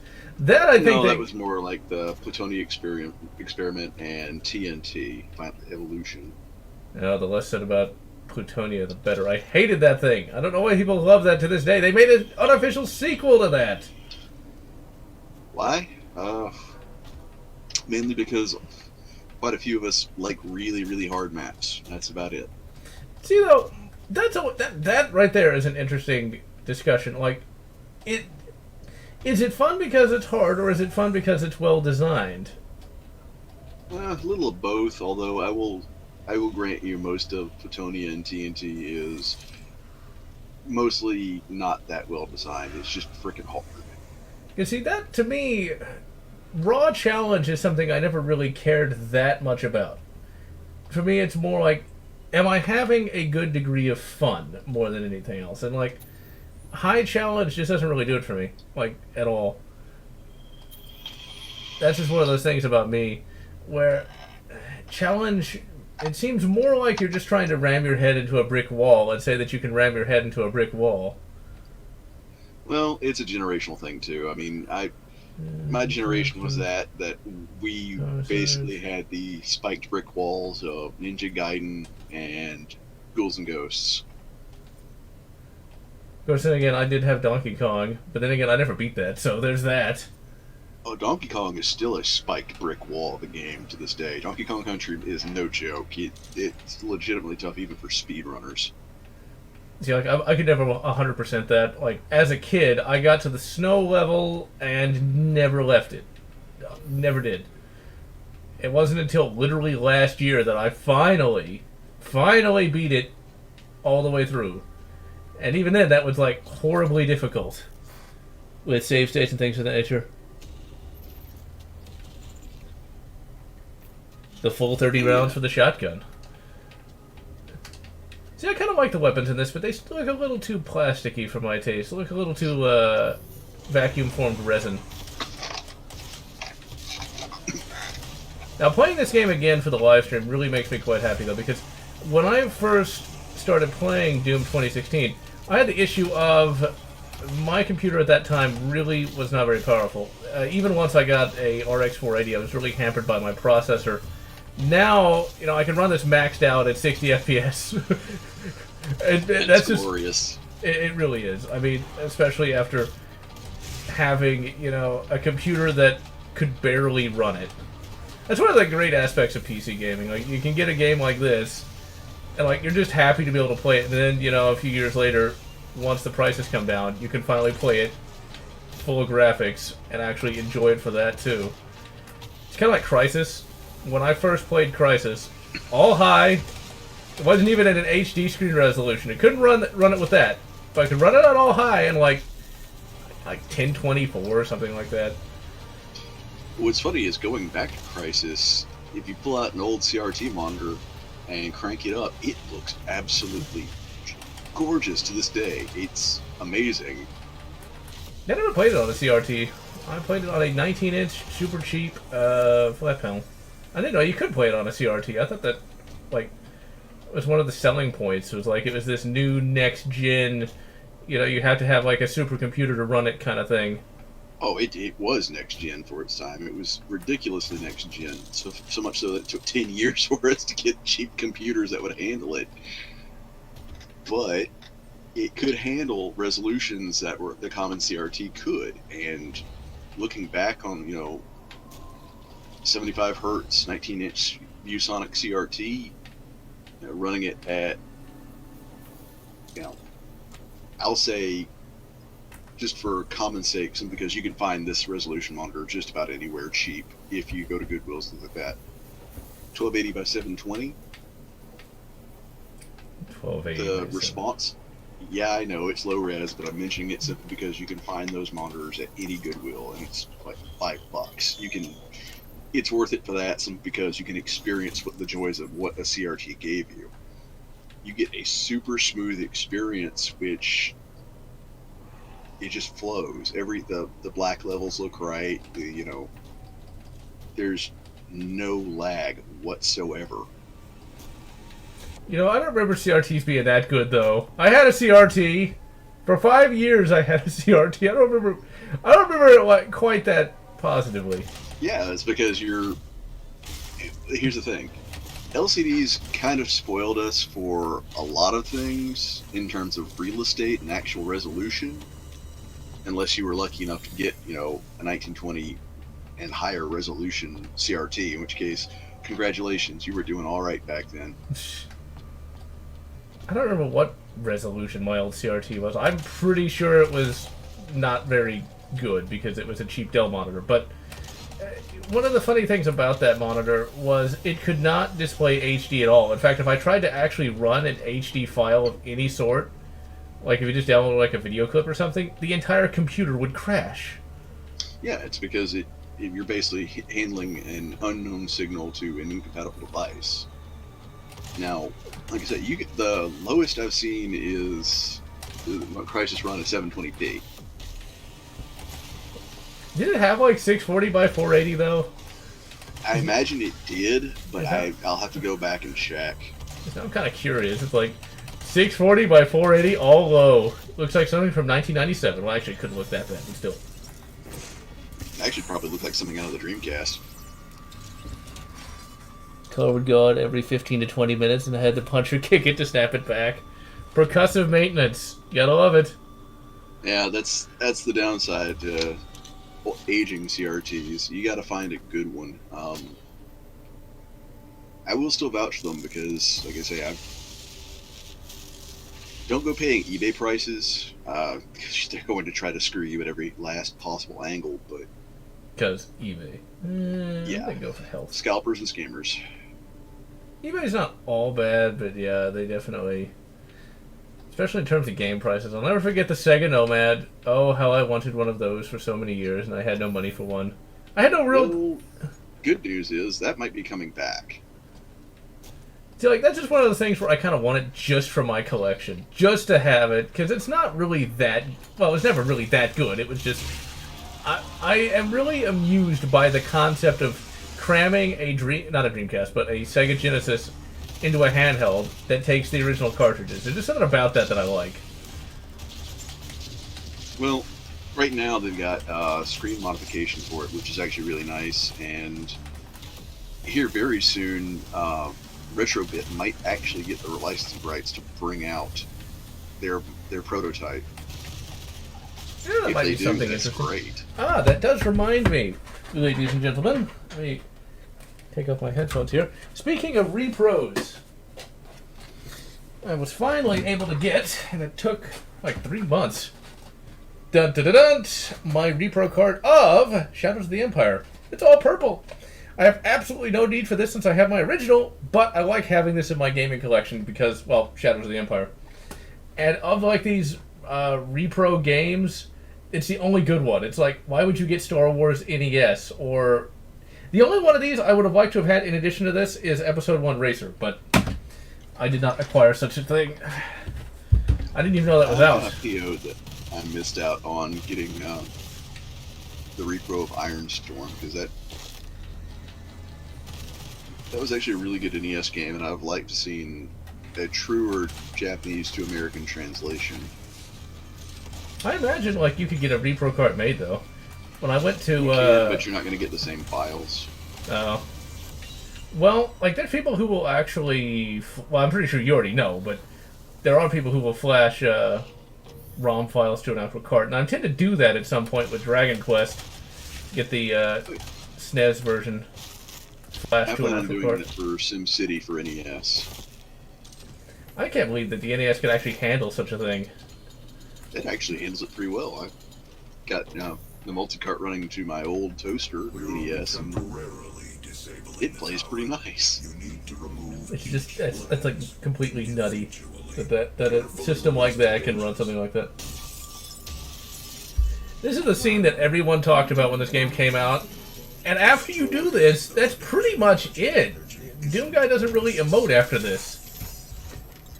That's why I swear a lot of these reviewers, and I'm guilty of it too. I'm not going to be hypocritical and not mention that I'm not guilty of doing that sometimes. Where you'll play like or where they will play like a quarter of a game and say, like, "Oh my God, look at this," but they don't actually talk about the later parts of a game. And so You've got a lot of reviewers who just basically play by the numbers and listen to everybody else just to parrot what they say for clicks. You know, like I try not to do that anymore, but I have done that. I will admit. I'm not perfect. I'll be crucified. Wait, no, that'd be blasphemous. Blasphemer. I am not playing it with a mod. I don't know whether movement speed is any faster. I would definitely recommend playing Shadows of the Empire. It is absolutely excellent. What's really kind of funny, though, before I got this new job and had absolutely no time, I played through every single one of those Star Wars games again, and those are long-ass games. But then again, those games are pretty great, and replaying them is not particularly difficult. Yeah, you got your money's worth back then with those. And Shadows of the Empire aged way, way better than you'd think. I mean, it's an N64 game designed to sell N64s, and it did it really, really well.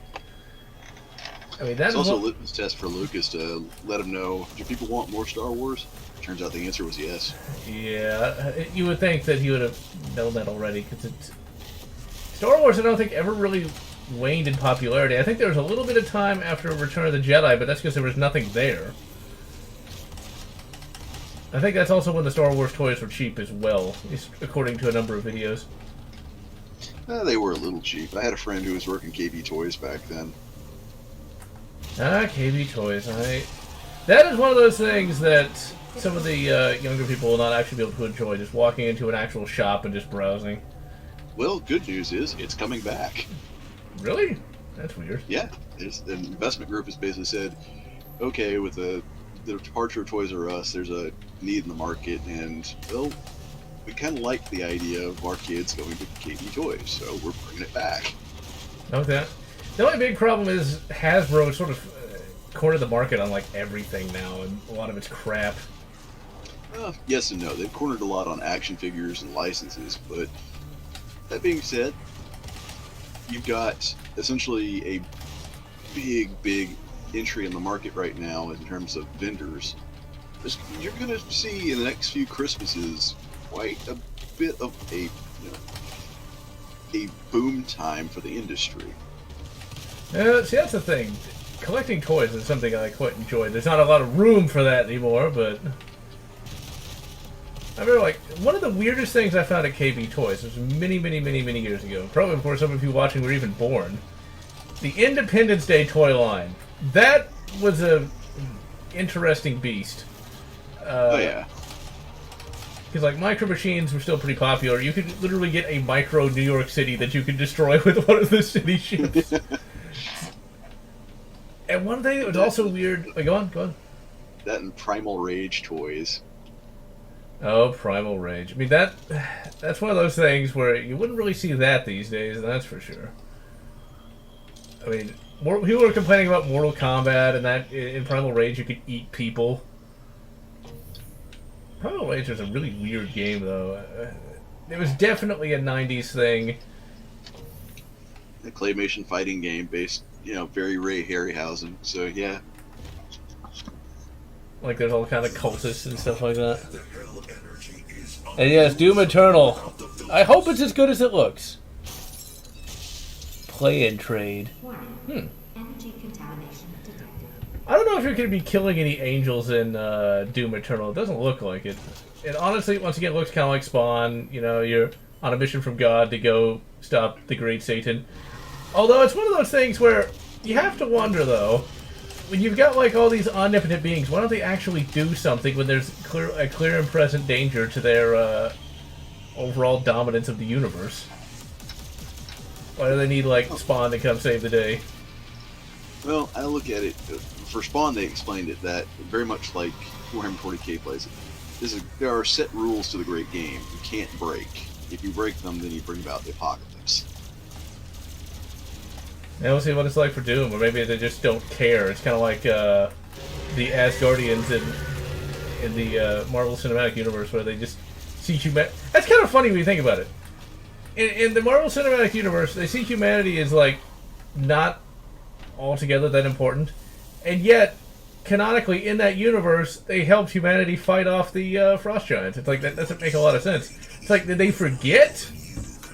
Or what's worse is they might be like, well, since humanity has damaged the environment, they're not worthy. It's like, that's one of those... Well, it depends. Old Marvel was, humanity's important, but we have to let them, fight for themselves. They have to live up to their birthright. Yeah, New Marvel, I can't tell you that. It's probably just going to be used for political spiel. I'm pretty sure it is, or at least there's sort of an implication. Because you got Odin saying that humans are basically like goats. So it's like, wait a minute, why did you help humanity then, if you think that way? Unless, of course, they're complaining about how we lost our roots with nature or some crap like that, which is totally a Hollywood piece of crap thing, because it's like... Which is hilarious, because as a hunter and conservationist, yeah, I've yet to see any Hollywood types really do anything for the environment other than moan and complain. Unrelated to that, I want to really praise my new computer. Whenever with my old computer I shot like a barrel, the game would lag for like a couple of seconds. Yeah, it had to calculate the physics. That was kind of tough for a computer. That affects 6300 wasn't that bad of a processor, but it definitely had a lot of shortcomings. It's easy to see why that almost killed AMD. On my statement about celebrity, I will take it back for one person, maybe two. Gordon Ramsay. He gets it. He's a conservationist and a hunter. I'll give him that. Really? I never would have guessed. I would have just figured he'd been against all that, but... Oh no, he's actually a very skilled hunter. Huh. Well, that makes his show even scarier. You undercook a steak, he might be coming for you next. Moff Tarkin, favorite Star Wars villain. He was a pretty good villain. Emperor... I have no idea who Emperor Satoan? I don't even know. Satine. Oh. Nick Satan. It's Satine. Never even heard of him. And hello, Foxel. Oh yeah, that reminds me, sort of Kenshiro versus a Xenomorph. That is something I'd like to just see artwork of that. It would be cool, but I hope he gets good distance before, the final explosion. Otherwise, that could hurt a little. Yeah, just a little. I assume his kung fu magic would work on a Xenomorph. It's like, I would love to find the original English dub of that show. I can't find it anywhere. Because I remember watching some episodes on YouTube, and they were even cheesier than the Japanese. Oh yeah, it was... You remember, it's the 1980s, and... Well, okay, let me rephrase that. There's technically two dubs. There's the commercial dub, which is 1990s, which was pretty cheesy. That's probably the one you saw on YouTube. And then there was the Orion dub. The Orion dub never officially got released. Good lord, you can clearly see why if you find it. Oh, that was bad. Is it like one of those that Hong Kong dub of some of those Transformer shows that never actually made it to the West? Was it something like that? Ugh. Or worse? Worse. Let's just say dubbing... Streamline Pictures didn't dub so much as they clubbed things to death. Oh dear. If stopping our energy production is what you want, then you need only to destroy this last... Okay, Hayden. Once again, you have access to space. Build solar power satellites. They work. We will be back at square one. I mean, that's got to be a lot better than hell juice. Just saying. Look, we're running off hell-powered energy, Argent energy. You figure, we invest in solar sails and things like that. It's almost... I wonder if there was a Dead Space writer working on this, because Dead Space was bad about that too with the markers. It's like, it's unlimited energy! You're in space. It's like, you've used up all the cores of planets. How many planets did you core? Kenshiro versus Goku. There's nothing else to be done. Let's see that become. Yeah, I'm sorry, Goku loses on that one. Simply because, Goku's got all the projectiles and all that, but he's still got a roughly human biology. Of course, would Kenshiro attack Goku, though, since they're both good characters? No, it would probably turn into an eating or drinking contest. I can see the eating contest. Now the dub of... What series? Oh. You guys go to heaven and do stuff or something. I guess he might go to heaven and, there might be... I don't know. There might be some demons attacking heaven. I just don't see Doom Guy attacking any of the heaven characters. It doesn't seem like something he'd do. Well, we know he's, from the trailers, that he's going out of his way to protect humans. Accidentally scaring the shit out of them, but protect them. And also, right here, if I looked at the bridge with my older computer, it would lag down to about 30 frames per second. If I looked at the bridge. Yeah. Oh, it's That's beautiful. some complex geometry. So, this is another one of those... Go on. Go, it's all you. I was gonna say, this is another one of those levels where this is obviously an arena, and you're just stuck here for a little while. It's like, let's just move on to the bridge already, goddammit. Back up. Go on.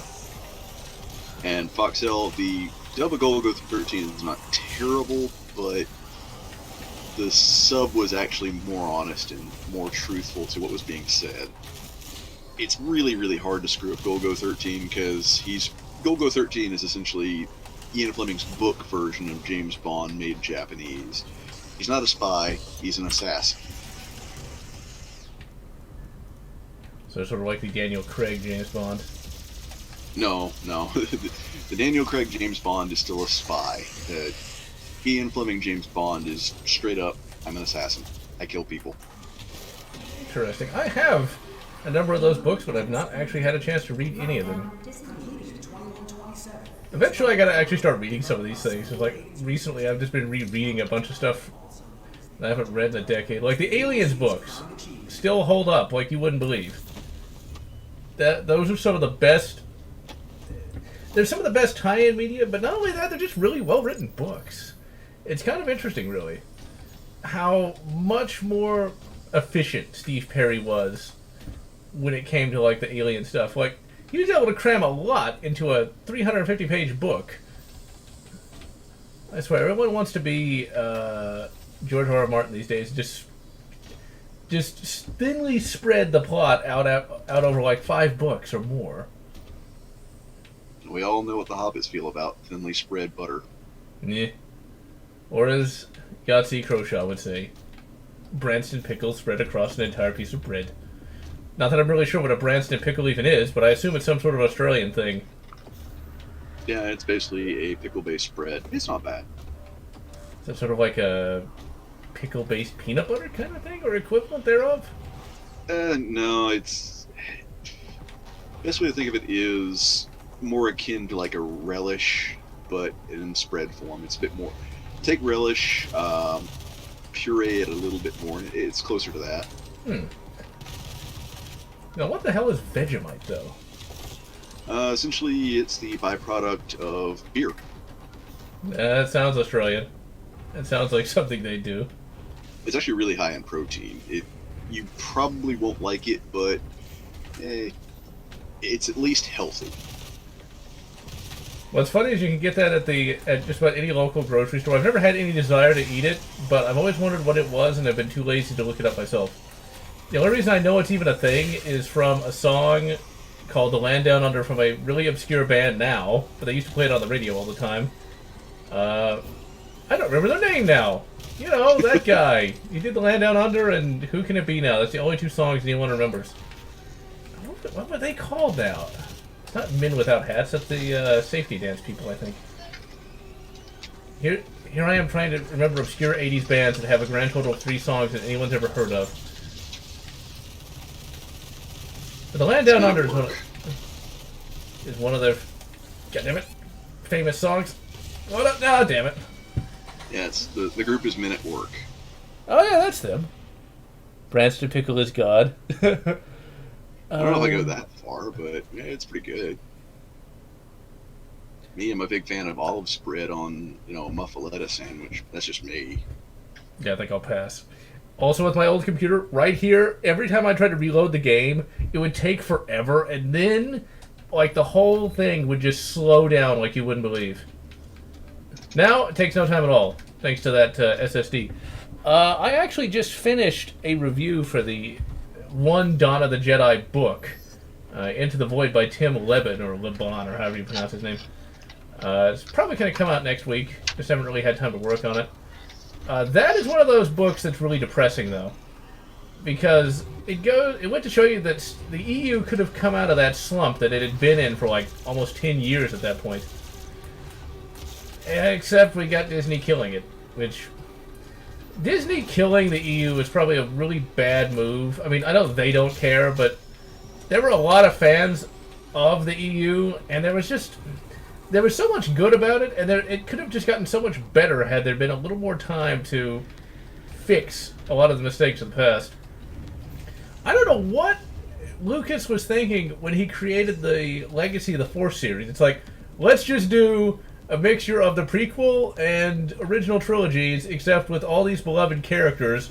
Let's turn a character who was once a Jedi hippie into what is effectively Space Hitler, or Spittler for short.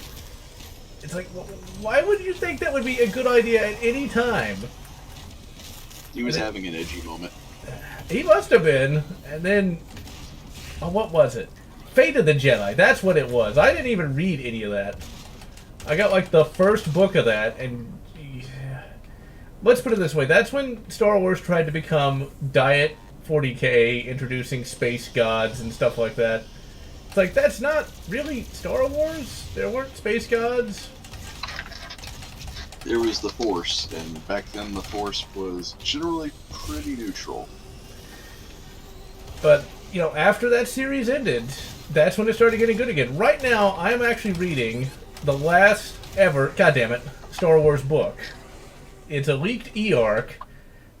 It's a classic Han Solo adventure with what is effectively a spy hot chick. It is so good, I almost don't want to fit it. I'm deliberately reading it really, really slowly because it is that good. And once I've finished reading it, there's no more. It's all gone. I mean, the EU could have made a big comeback with stuff like that. And one of the last published Star Wars book was Darth Maul Lockdown. I've not read that yet, but it sounds really, really good. It's Darth Maul in prison.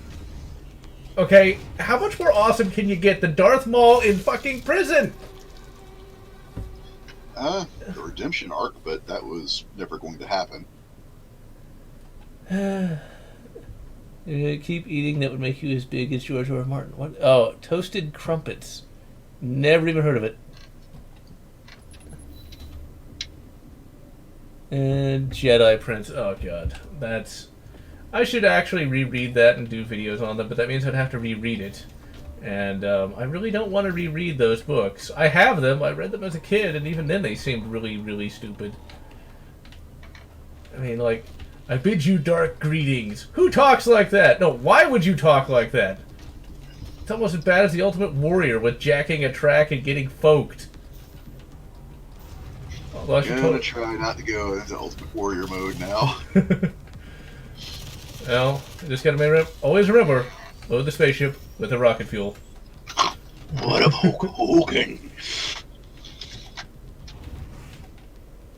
It's the Wills. That was one of those other. That was a weird Lucas thing with like some sort of microscopic. Like, sometimes Lucas could have some really bad ideas, and that was one of them. And the original treatment of Star Wars wasn't that great either. I've read it, and I've also read the comic based on it. Not that great. Although, it had potential if written by somebody that wasn't Lucas. See, when it comes to Lucas, I'm of two minds. Either he's great or he's bad. He's bad when there's no one to tell... He, as you're about to say, he needs somebody to tell him no. He's a good ideas man, but sometimes he's gotta just be brought back down to earth, so to speak, because it's like, and then one of the big problems with the original treatment of Star Wars is the fact that there's a scene in there where there's like the Prince of Alderaan. It's two kids that are the Prince and Princess of some planet whose name I don't remember, and instead of like getting them through Imperial customs, they freeze them in carbonite. The heroes do, so they don't make too much noise. That's irresponsible babysitting 101. Harsh? Like the Princess Leia equivalent gets punched in the face by the Luke equivalent. It's like, why? Why, Lucas? Why would you do this? And thankfully, he wasn't allowed to do that, because that would have been bad. But it's little things like that where the fact that Star Wars is as good as it is because it was really a group project, and once he got just a little bit more control, but even then, as bad as Lucas got, he never got nearly as bad as Disney. There's always that to remember.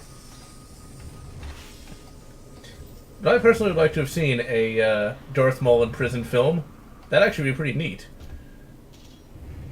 Because Darth Maul can be a pretty cool character, given proper writing. Okay, right there. That scene you just saw, old computer, it would pause as it was zooming in for like a couple of seconds. She'll try to use it to open a portal manually into hell. That is a lot of books, Alex Starr. How Yeah, you got your work cut out for you, and I have not seen American somebody- Graffiti. Am I going? American Graffiti is great. You get the chance, watch it. It's worth it.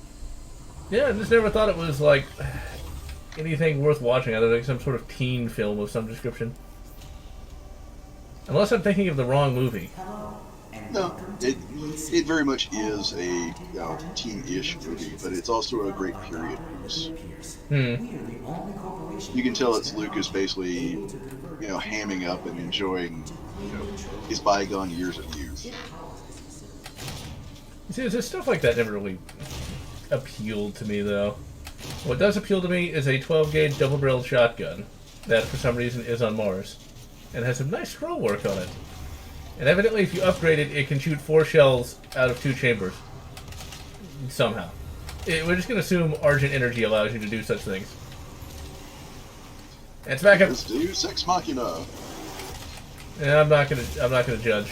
I'm pretty sure 40K does pretty much the same thing when it comes to some of these magical No, weapons. they just go with a larger gauge shotgun shell. That makes me think of something like a Space Marine with a shotgun. Would that shotgun basically be the equivalent of one of those shotgun shells out of one of those grenade launchers? Actually, yes, because believe it or not, Space Marine Scouts, which are essentially either initiates or full-blood Space Marines, depending on Legion, or should I say, depending on the chapter these days, actually do use shotguns. One thing I do remember is they did have a shotgun in that 140K FPS that was actually halfway decent. You could get it off of one of the Imperial Armsmans. That game is another one I should actually do a stream on, because Fire Warrior isn't... Fire Warrior was weird. It's not horrible, though. That's the interesting thing. It could have been really shitty, but it's perfectly playable for what it is. I don't think it should have been about Fire Warriors. I mean, why not, Imperial Guardsmen? Something that people would actually want to play. Well, remember, the tower's still somewhat new. Yeah. They did give us Case as a character, who was actually, as Tau go, not a bad character. Yeah, he was basically Tau Doom guy, more or less. He liked to do the old ripping and tearing, even though that's not really what his culture would be. He also kind of, I don't know if he worshipped... No, he doesn't do the rip and tear. He does the shooting most part. The rip and tear option was something they added to the video game. Really didn't suit him. Also, at one point he goes nuts and starts shouting blood for the blood god. I don't think he'd have enough psychic resonance to actually do such a thing, though. But it's still so... It's not a matter of psychic resonance in that case. It's a matter of warping influence. And why Korn picked him, of all people? Because he thought it was funny? I don't know. Tau generally aren't exactly physically as fit as humans. Yeah, it's like, how strong would a Tau be? About as strong as a 16-year-old male, at best. Crap. Give me my fucking rocket launcher!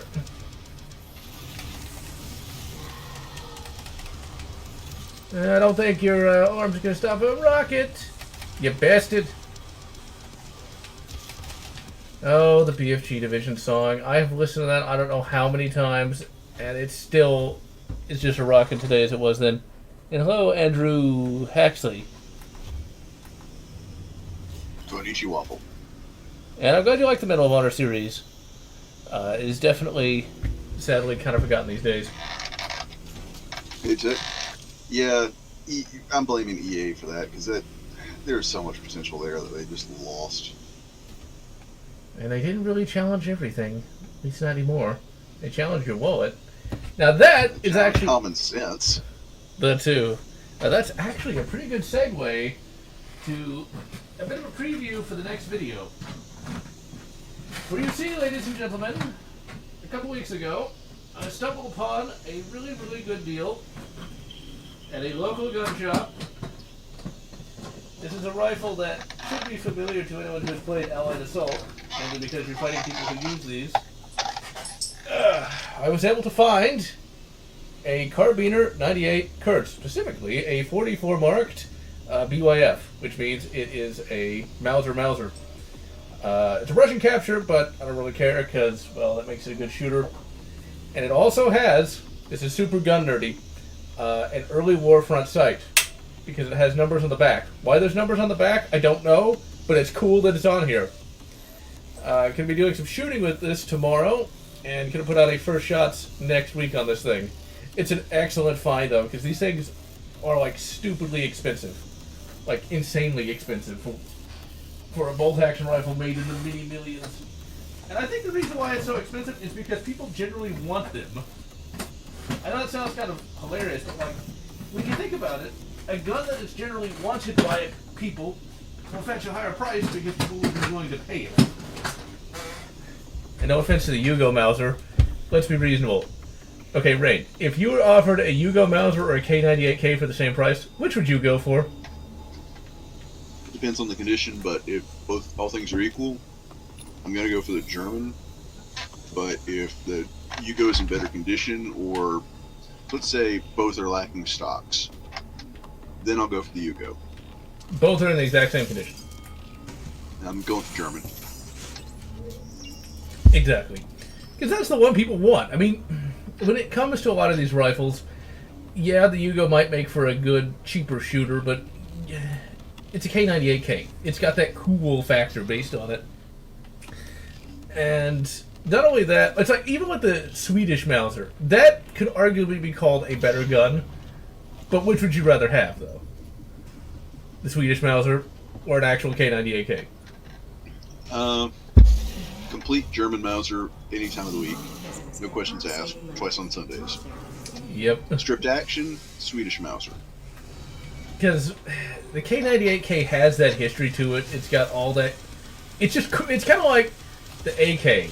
Is the AK better than the AR? Not really. It's more of equivalent. But like, the AK is arguably the cooler of the two. The AR is boring.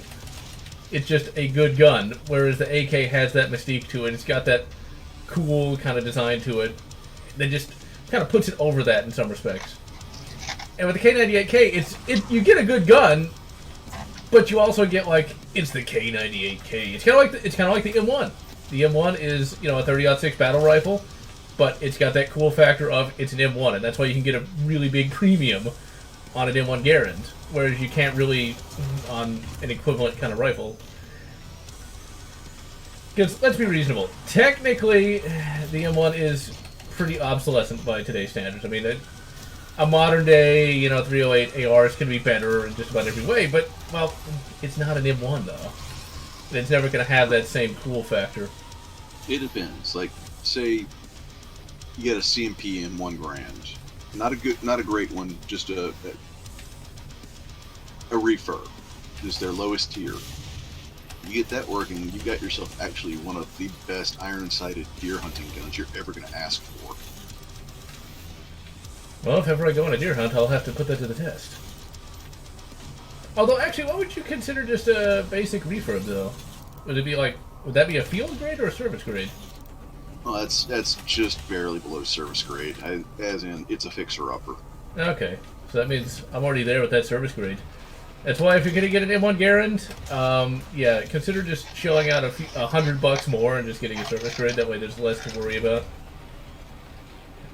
Because it's already expensive, so you might as well go hard or go home in that extent. Let's see, Medal of Honor. Kurtz is the regular rifle. The Gewehr 98 was really long. I think it was about as long as a M9130. Might have been slightly shorter. It's over 4.5 feet. It's big. So, yeah. The Kurtz is more of a short rifle than anything else. I think it's got like a 28-inch barrel. No, it can't be 28. I think it's more like 22, something like that. It's pretty handy, though. Especially when compared to the Mosin, or even the number 4. It's like, that number 4 is... The reason for it being so long is the standard Gewehr 98 is mainly because, remember, this is a different era. This is before we had fast-burning powders. I did see a video on that, and that makes a lot of sense. So for all the complaints about the Mosin barrel being 48.5 feet long, you know, since it's a powder thing, it's like, well, no wonder they did that. I think I've seen some arguments where it's like, it's so that the bayonet sticks out further so people can do the stabby stabs, which I assume that might have had something to do with it, but the powder thing makes way more sense. It makes a nice pole arm when you attach the bayonet, but that's not the original purpose. It's basically to get the round up to speed. Because remember, we're coming off a generation that's just past black powder. We had just figured out, okay, we have the metallic cartridge, we have the primer. We just got off of, the first advents of smokeless powder. We're just now getting there. So it takes quite a bit of barrel and to get a slow propellant to get a full burn and not produce this monstrous flash which would give away your position and get that bullet up to speed. We also have the doctrinal idea of, a rifleman, especially here in the U.S., the whole good to 1,000 yards was really the USMC doctrine. So, and we were not the only ones to adopt that. Germany was really, really big about their idea of marksmanship.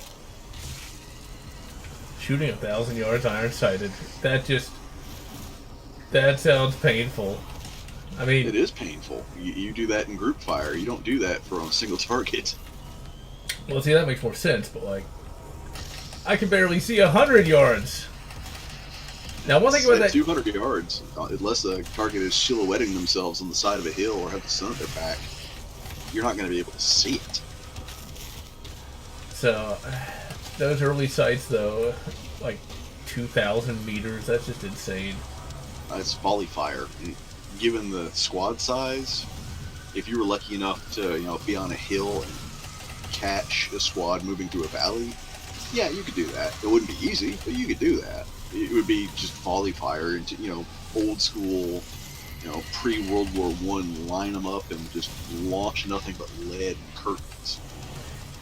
With the way World War I went, I don't think there was ever even a battle where they were able to do something like that. It really wasn't.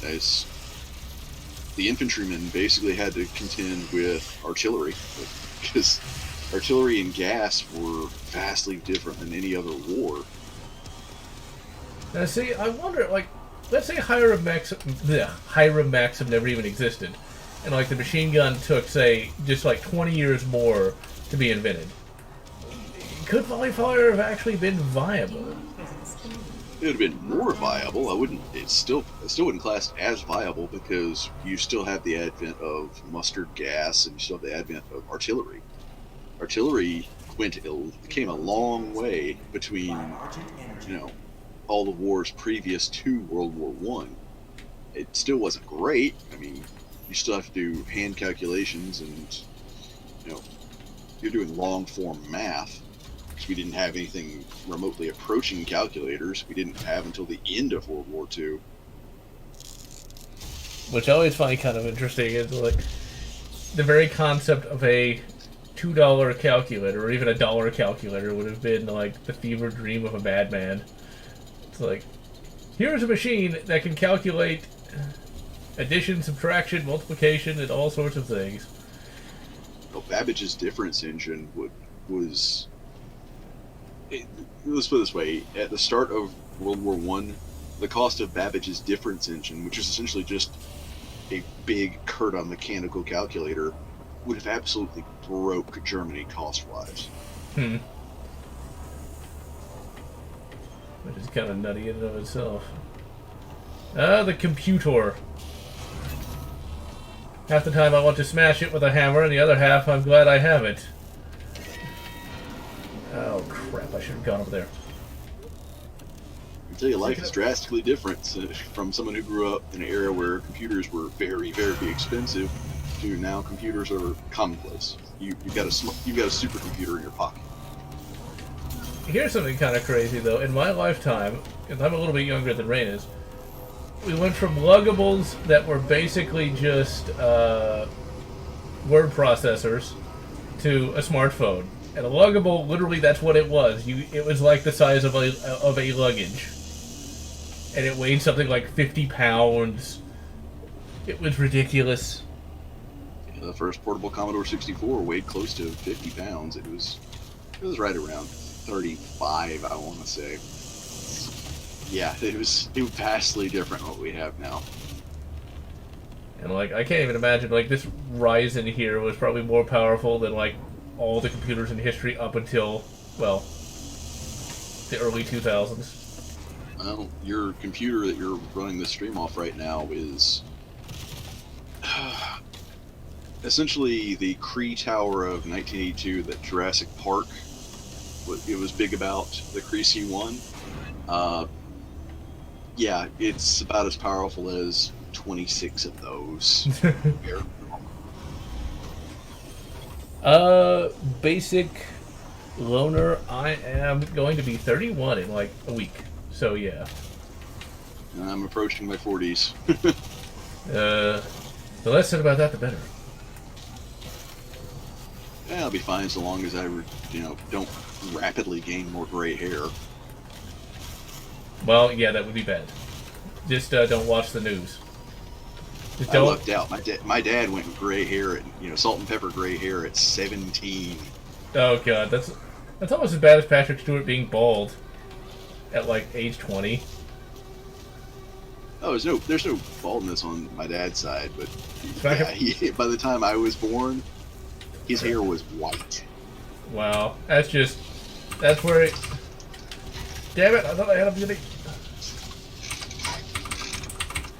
I don't remember what the chainsaw control is on the controller. Okay, that's not it.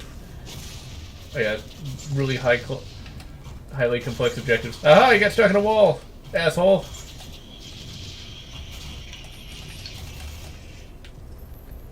Let's see. Holy crap! 34. Oh, second A Sanctuary. Absolutely excellent. I sincerely hope something does come of that, though.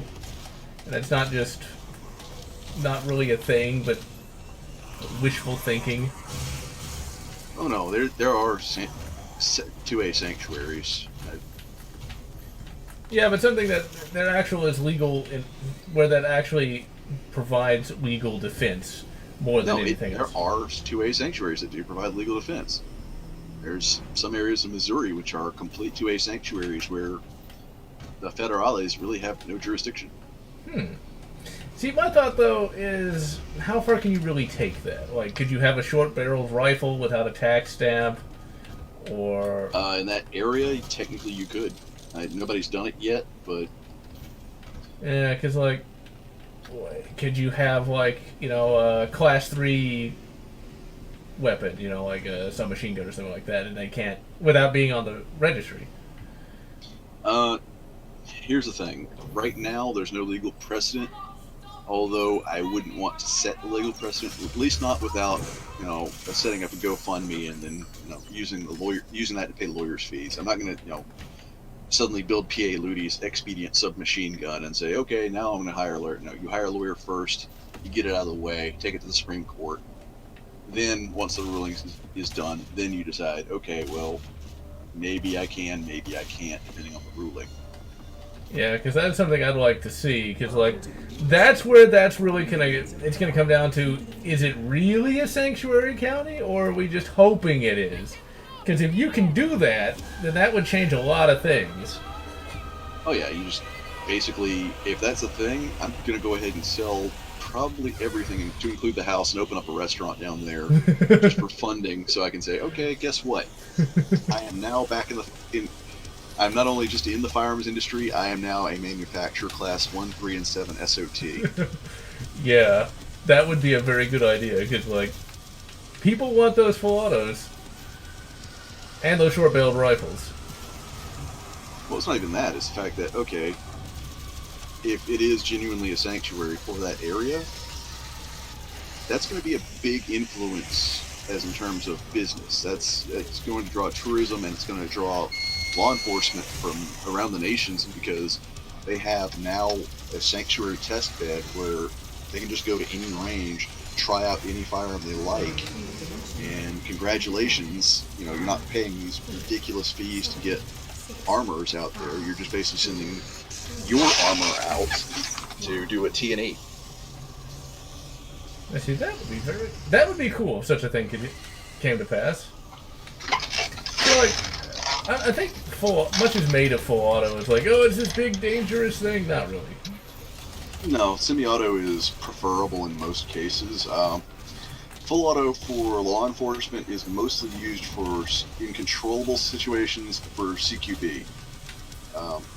We jokingly say that the 3-round burst is really kind of preferable for CQB because it's what we call jokingly the roadie switch. Oh? Basically, you can pull a Rhodesian drill in one trigger pull if you train to it. To the chest, one to the head. Let's see, so I realized that my county became a city in Nutty, Virginia. And hello, Britton Burks. I think that Virginia thing is going to turn into... I don't think it's going to go as far as their insane governor wants it to go, just because I don't think a lot of that stuff's going to pass the Virginia Senate. I mean, it'll pass for their side, and then it'll be overturned in the Senate. That's something where it either goes to court or it goes to the Senate. If it goes to the Senate, congratulations. That senator that champions it has got 4 more years. Bare minimum. Now, if it goes to the courts, this is where I would want to be a lawyer. Because if you can take that to the courts, you can win. And once you do, you've made a name for yourself. You're the next Johnny Cochran. You're a superstar lawyer at that point. So that is going to be interesting, just because... Well, they already had to change some of the things, though, because their confiscation idea, that died before it even got to the House, because they knew that was just a non-starter. There was just no way you were going to be able to do that. It's like, they wanted to do it, but then when you've got like 20,000 people marching on the Capitol, yeah. No, we had more than 20,000. It was closer to almost 40. So when you got 40,000 people showing up, oops. Well, I'm pretty excited for Doom Eternal. I'm hoping it's as good as all the various trailers and things make it out to be. I'm hoping it's as good as the soundtrack that I've already listened to like way too many times. I have a feeling it will be because they're using new rendering, so it will run even smoother. I'm hoping that story's good too, because it looks like it might be. I would like it if Doom Guy could actually talk, though. I mean, I get it, he's supposed to be Mr. Mysterious, but at the same time, it doesn't allow him to be an actual character. And I like the idea of Doom Guy as the character versus just he rips, he tears, and that's it. Because that'll get old after a while. And done properly, he can become even more memorable. And I am so gonna die, because I'm like, right... Get my rocket. My one rocket. Brilliant. That's all I needed. They want to argue, but... Yep. I know that meme. I absolutely love that meme, actually. I downloaded that video, no less. As for non-crap Fallout, Outer Worlds. I'd actually like to see... Oh no, as in, where would you put a non-crap Fallout game? Oh, okay. For me, Mars. It's no longer Fallout at that point. It's now, the Outer Worlds. Well, no. Think about it. It's like they've left Earth because it's too destroyed, but you still have kind of the same, like culture and background and stuff like that. Or, okay, barring that, just set it like in the southern U.S., Texas, or if that's just too triggering for people, how about... Actually, you know what you could do? I got it. You could actually mix both Fallout and Skyrim. Fallout Manitoba, there you go. I was going to say Montana, but okay. Although we don't know what the Canadians are doing either, so... there's only one issue with that. Far Cry 5 already did that, I think. I think there's a DLC that was set after a nuclear apocalypse in Montana. Yeah, but it's really bad. Oh, I have not played New Dawn, nor do I think I'm going to get around to it anytime soon. Stick with Far Cry 5. The follow-up is just not good. Yeah. Well, that is Ubisoft for you. Ubisoft, the only problem I really have with Ubisoft, as far as I know, is their constant microtransaction crap. Which is always an aggravation. Yeah, they started a long time ago with Ass Creed. Although I like Ass Creed 1 through 3, and those shadows are going nuts over there. It was okay as game series go. I never really got into it. It wasn't my thing.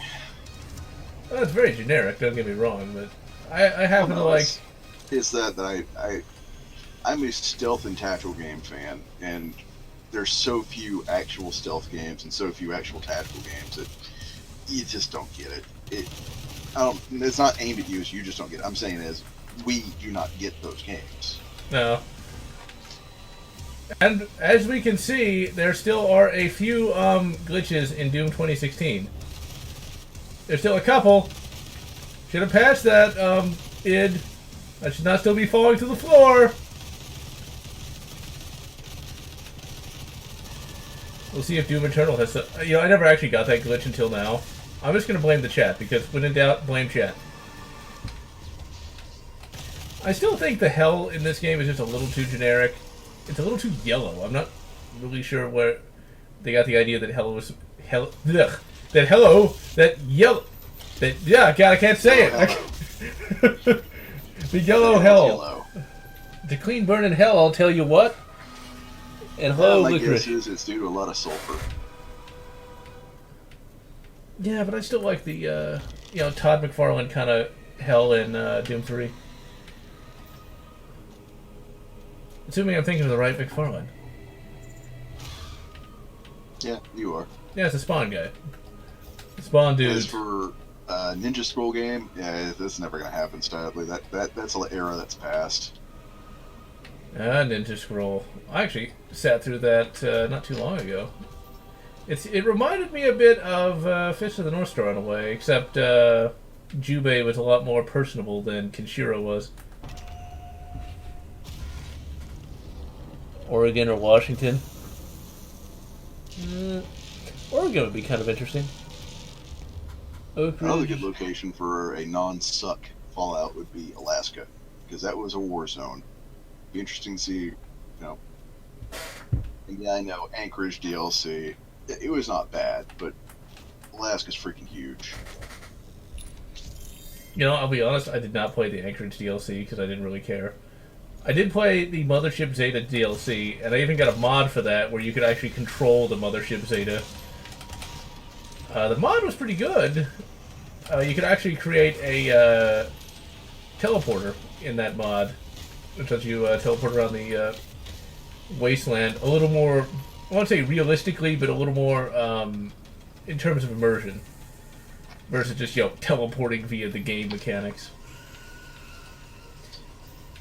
And there's also here's the thing. Fallout's a very weird thing when it comes to canon, because we know the Star Trek's A Mirror Darkly episode is canon, as is Doctor Who in the Fallout universe.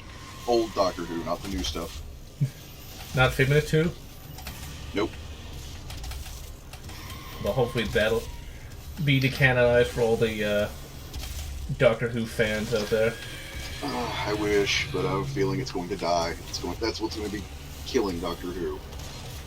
Yeah, but he'll come back. I mean, Doctor Who technically died like in the 80s. For a little while. What's the 90s? Yes and no. It died in the U.S. at that time, unless you were... Well, let me phrase that. Anchorage and, oddly enough, Louisiana PBS was still airing relatively new episodes of Doctor Who back then, but... Why the fuck won't that work? I need my chainsaw. What is the chainsaw in this game? What is the chainsaw control for this? Okay, that's not it. I guess I could look at the controls, but why would I want to do that? Okay, what the hell is the chainsaw? X? Did I really hit every button but X? Evidently. And I found it just in time to die. Yeah, that's the case. Talented developers, which we just... they've left Bethesda and have started working at Obsidian, most likely. Because Outer Worlds, my God, Rain, Outer Worlds is so good. You've got to play that at some point. It's like... Well, here's the thing. The talented devs working in the Gamebryo engine were never at Bethesda.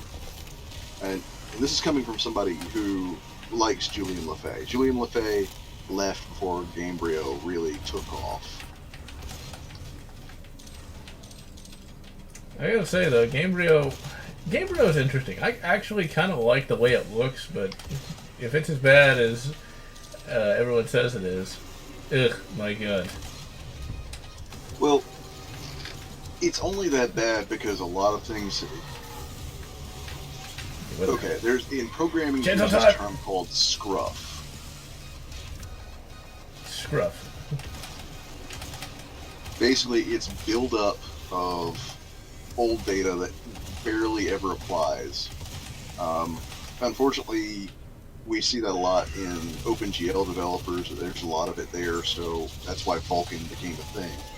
I like Vulkan, don't get me wrong, but using Vulkan to abandon open source 3D code libraries and API calls, not exactly a great thing. OpenGL is still very useful, although it's waning, sadly. As you say that, I'm playing this in Vulkan, but whatever. Vulkan's good, don't get me wrong. I'm not speaking ill of Vulkan. I'm just saying that robbing Peter to pay Paul is not the best course of action. There needs to be not so much an end-of-life plan, but a way to continue OpenGL so older games can be experienced by newer generations. Kind of like how we have with DOSBox. Of course, that being said, though, there'll probably be a OpenGL box at some point. I'm sure that'll be a thing that is made as time goes on. Really, it'd be nice if there was sort of a DOSBox equivalent for the earlier Windows operating systems. Very much so. Like Win95? Because I know there is a way to emulate Windows 3.1, but not, I think, Windows 95. 95, you pretty much have to run in its own instance, but that's part of my problem. It's like we lose too much of our history by just rapidly screaming forward. Don't get me wrong, I like advancing, but being able to go back and enjoy some of the legacy programs and software, kind of nice. What's kind of weird, though, is Windows 10 is surprisingly compatible with a few older things. Like, I can run a really obscure FPS, which I've not actually played yet, but I'm looking forward to playing at some point. Mace Griffin Bounty Hunter from, like, 2004. It runs it, somehow. Well, yeah, it's essentially, it's a DirectX game. DirectX, there's an example of a lot of scruff there, but it works alright. Vulkan was made as an answer to get as bare to the metal as you can get without being all assembly language,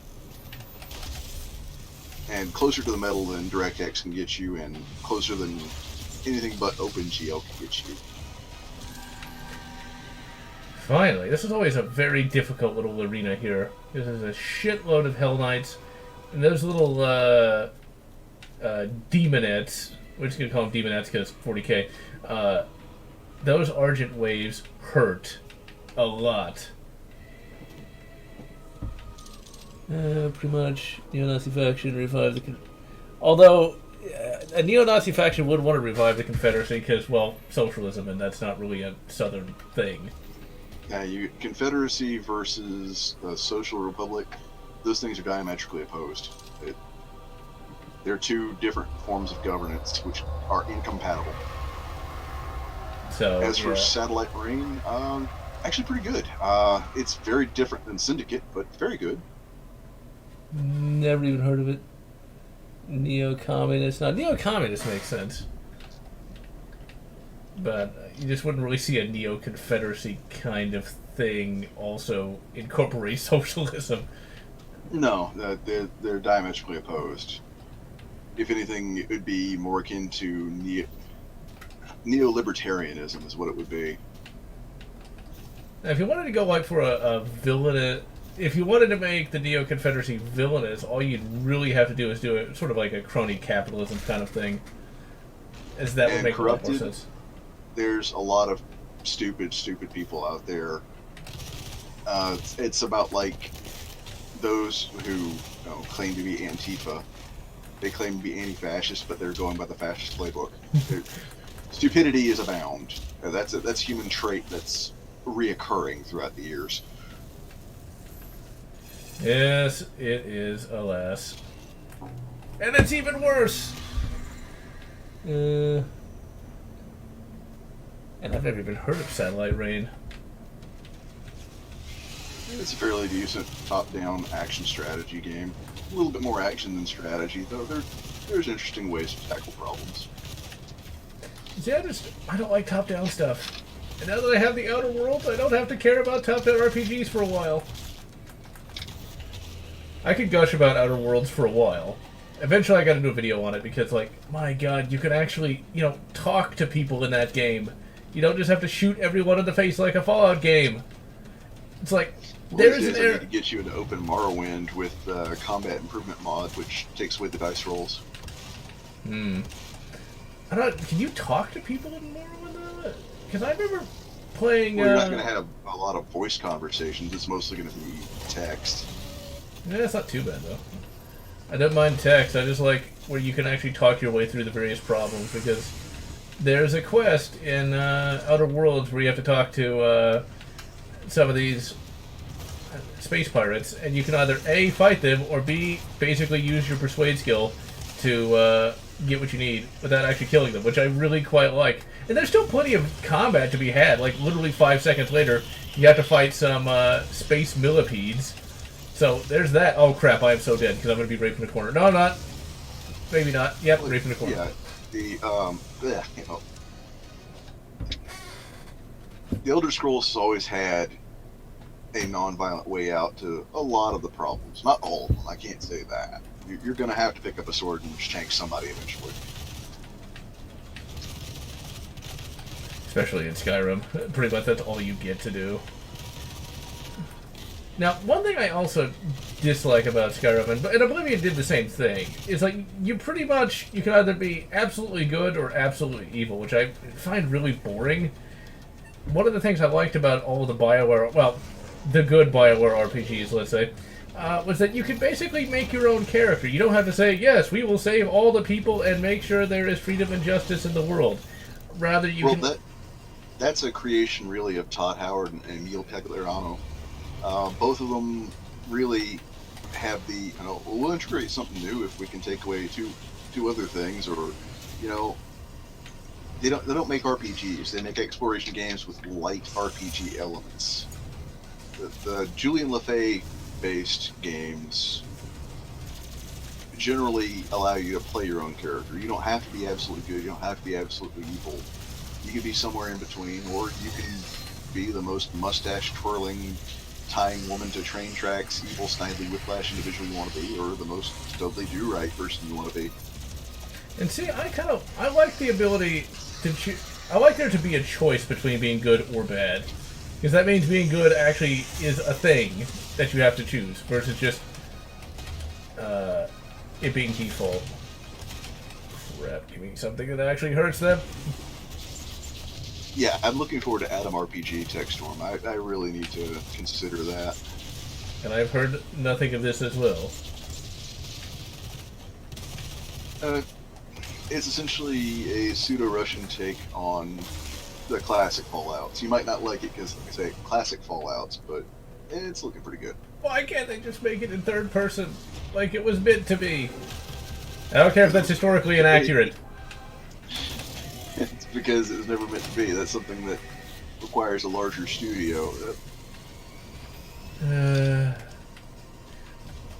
Whenever I make my bloody RPG, yes, it'll probably be top-down, but I'm going to hopefully have either a Diablo-style combat or Final Fantasy-style combat. Something that doesn't require a game engine that makes no sense to anyone. Or at least it doesn't make any sense to me. I never could understand GURPS. Well, none of the RPGs ran off GURPS. None of the gaming RPGs, video game RPGs ran off GURPS. Because the system created for Fallout was its own system. You could actually, I don't know if you can do it anymore, but used to be you could download and print out the role-playing system, which is D10 based. I thought that was GURPS. I could have sworn I read that was GURPS. Well, it was originally based off GURPS, but they lost the license when, Steve Jackson Games saw the result and was like, oh my god, this is too violent. This is going to tank our sales. I find that hilarious. Somebody showed them the Bloody Mess perk, and I was like, yeah, I could kind of see that. Quick launcher, and I don't really care about Heat Blast. There we go. And fast rec. Yeah, just don't take the Bloody Mess perk, then it's fairly tame. Although I always did, in Fallout 3 at the very least. They just explode. It's like you shoot them in the leg with, like... Although I wonder how more accurate that is to real life than not, because, like, bullet wounds are... In Fallout 3 it's not, and Fallout 2 even less so. Still, though, bullet wounds hurt. Bullet wounds definitely hurt, but if you're going to take someone's leg off, you need at least 12 gauge. That are multiple shots of 9mm or 5.56. I wonder what an 8mm round would do, though. Well, technically it's 7.92 by whatever the fuck, but... 8mm Bowser? Yeah, that's... Well-placed shot in the femur and bye-bye femur. It will separate joints. So, Brutal Wolfenstein is more accurate than not.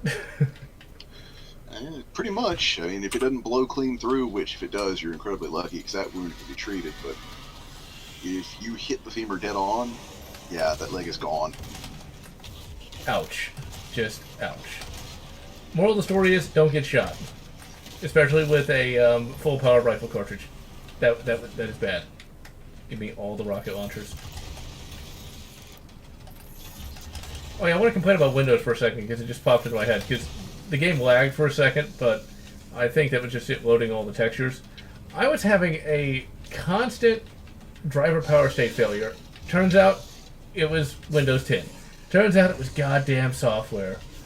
Which is like, Windows 10 introduces so many ways for it to fail. It's not even funny, because it does so many different things that ultimately is completely unnecessary. It's like, your phone. Why do I need my... Why does Windows need to do that? Oh, dude, that hasn't been relevant since video phone in 1993. I know, and yet that wastes some CPU cycles because Windows 10, apparently. It's there, I see it every time I look at the task manager. And yes, I will compulsively look at my task manager. What self-respecting PC gamer doesn't? But there's stuff like that, like all the Xbox crap.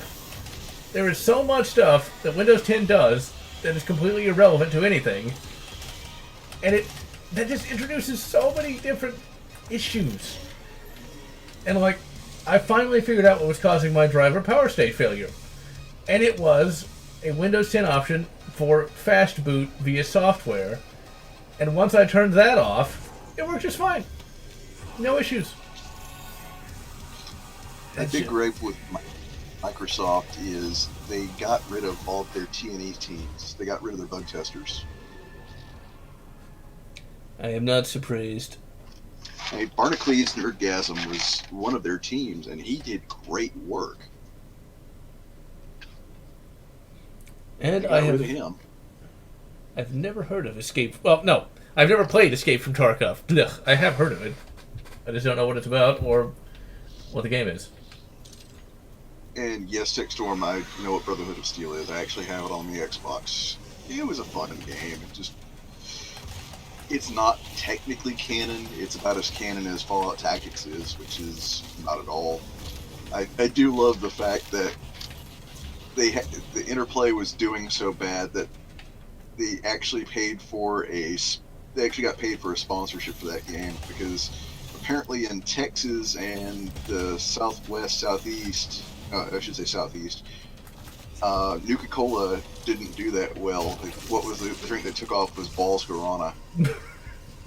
Oh yeah, I remember I used to drink that all the time. Actually, I joke. This is coming from somebody who was sponsored by Balls Guarana in the late 90s, early 2000s in paintball, so I can't joke too hard. Still though, it's like, yeah, we don't want to drink Nuka-Cola, but we want to drink something that is mostly just sugar and water. And No, it's mostly caffeine. Voltgrana has very little sugar. It's mostly caffeine.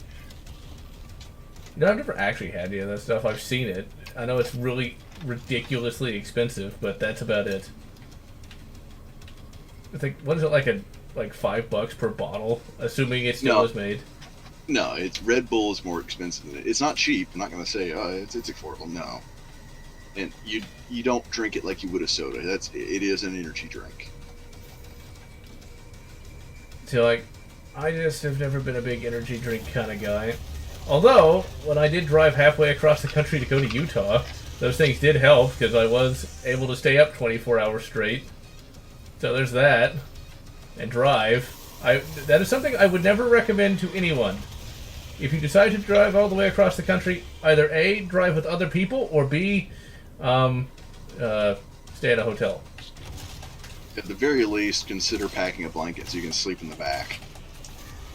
See, like, for me, my thought was, like, I don't want to get a hotel. That'll cost money, and I don't want to spend any money. So I'll just keep driving and driving and driving and driving. That's not fun, especially when you're driving through the desert and there are no lights at all, and you're trying to stay awake. You can stay awake during the daylight pretty easily, but once it gets dark, that's when the pain starts. Yeah, that's when road hypnosis starts kicking in. I'll put it this way. I was very lucky to make it there and back. Fuck. And back. Shark. I never even heard of it. Commander Keen Easter egg. I never actually found that. I played Stalker 1 once back when it came out, and then never again. Just never really got back into it. I'm a big Stalker fan. I've got all the games, and I've been goofing around Lost Alpha. Yeah, Although Call of Chernobyl has been my favorite thus far. That's a really good fan-made interpretation. Yeah, see, that was not something that I really liked. It's too simmy for me. See, I like a game that's very complex, but ultimately when it reaches sim level, I just lose interest. Insufficient fuel. Been eating too much Taco Bell. I'll be absolutely honest. I'm a simmer. You're talking to somebody who enjoys sim racing and Euro Truck Simulator. And spent a lot of time in Microsoft flights, and Prepare 3D and all sorts of things like that. Yeah, I'm a sucker for that if it's done right. Well, I mean, it definitely allows you to have very good gaming shops, but for me, it's just... It gets to the point where, am I really having fun, or does this feel like a chore? That being said, I can replay a boss multiple times in Dark Souls and, well, get pissed off but keep trying, so there's that, but that's about my only gaming shop that I have. See, I'm kind of bummed about my VR headset dying because I was actually really enjoying catching up on podcasts and doing long-haul trucking in Euro Truck Simulator. It's like, I can't stand... Well, I don't dislike driving, but I don't think I'd want to do it when I got home, though. Well, it's different than driving a car. It's kind of hard to explain. No! Because it's somewhere between driving and wrestling. Oh? Big vehicle, and essentially you have to know your gears. It's a lot different than driving automatic or even driving a manual 6-speed. You've got 12 gears plus your Jake brake. You got to feel it out. Yeah, that still sounds just kind of boring. What can I say? My overall attention span, while not low, it's just, yeah. Give me that, and just driving in general. Like, trucks, okay, it makes some sense, but I know I would get bored fast with such a thing. As we know, my patience level is not high at times. Give me that. Well, there's racing sims as well, which are pretty good. I would like to see another dedicated Le Mans 24 hours racing sim, but, that's a little bit crazy for anyone because I can't expect most people to literally drive for 24 hours in a race. Yeah, that would probably be bad. Because I've driven 24 hours. It's not fun. Now, with that in mind, though, I just got a thought as I was playing this. A VR B-17 Flying Fortress Simulator. Now, that might be something that could get somewhat popular. That actually make for a very good, like, con game, so to speak. Like, something you'd, like, open up at a con. Each person takes a crew member's position and has to get to a target and then back. Obviously, the time would have to be compressed, because you wouldn't want to be playing for 8 hours.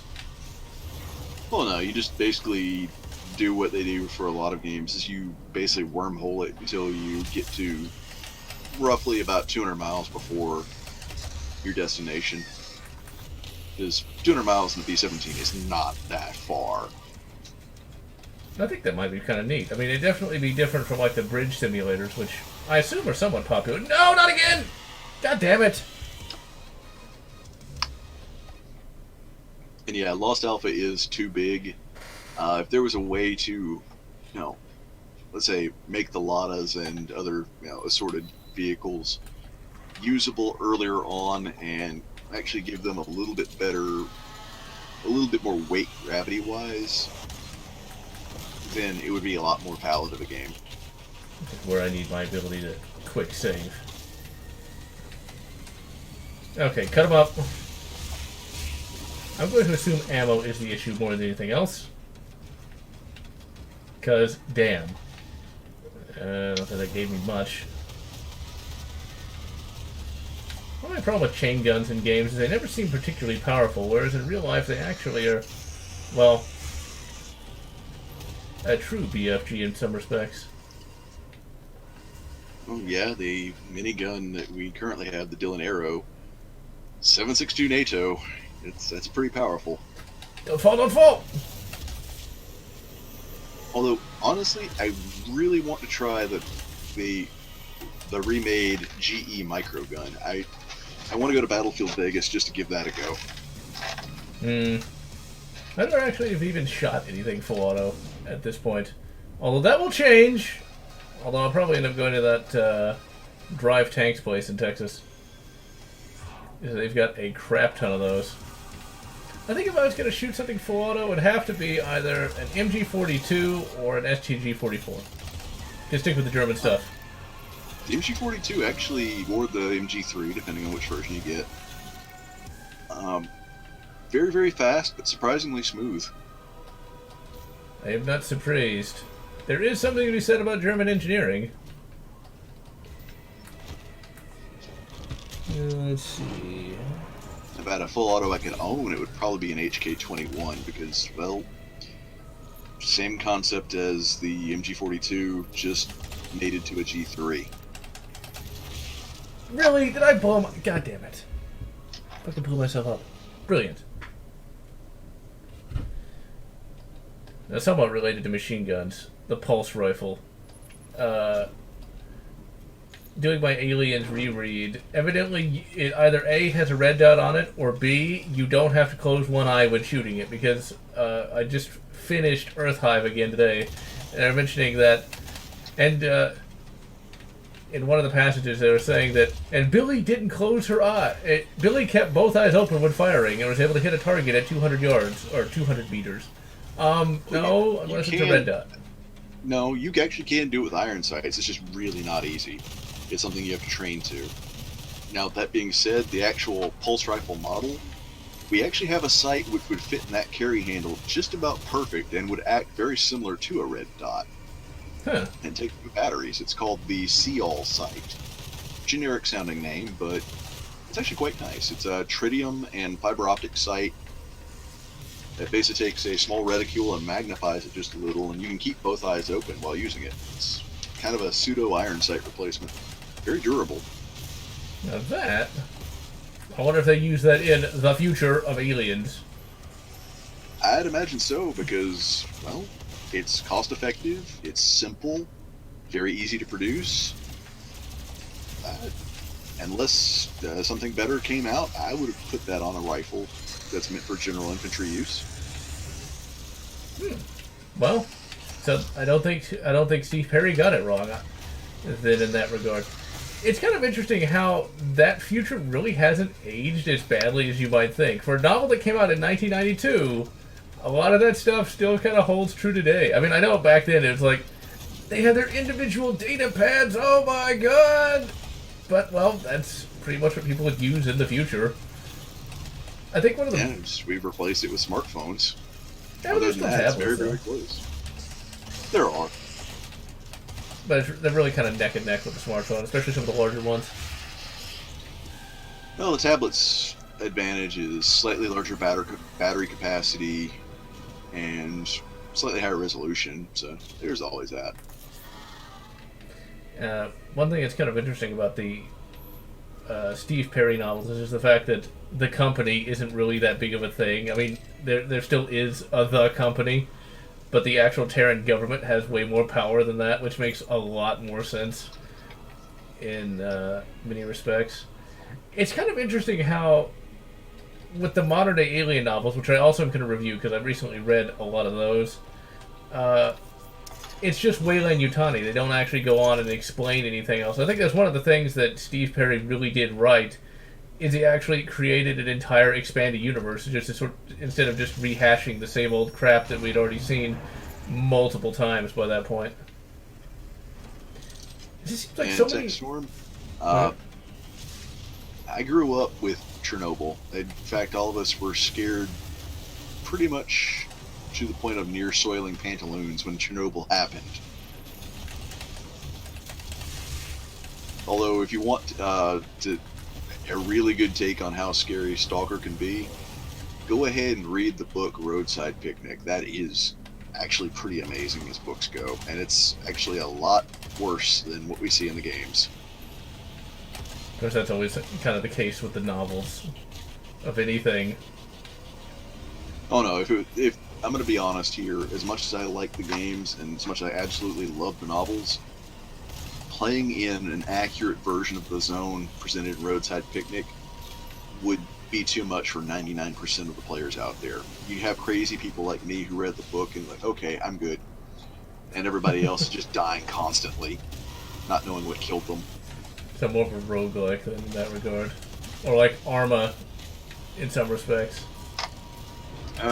Yes and no. I mean, there's some anomalies in the book. I'm not going to spoil, but there's one anomaly that can just barely be seen that can crush a hind D into something about the size of a beer can. And did they ever really explain like why Chernobyl melting down created an entire zone of weird random Well, it's crap? different.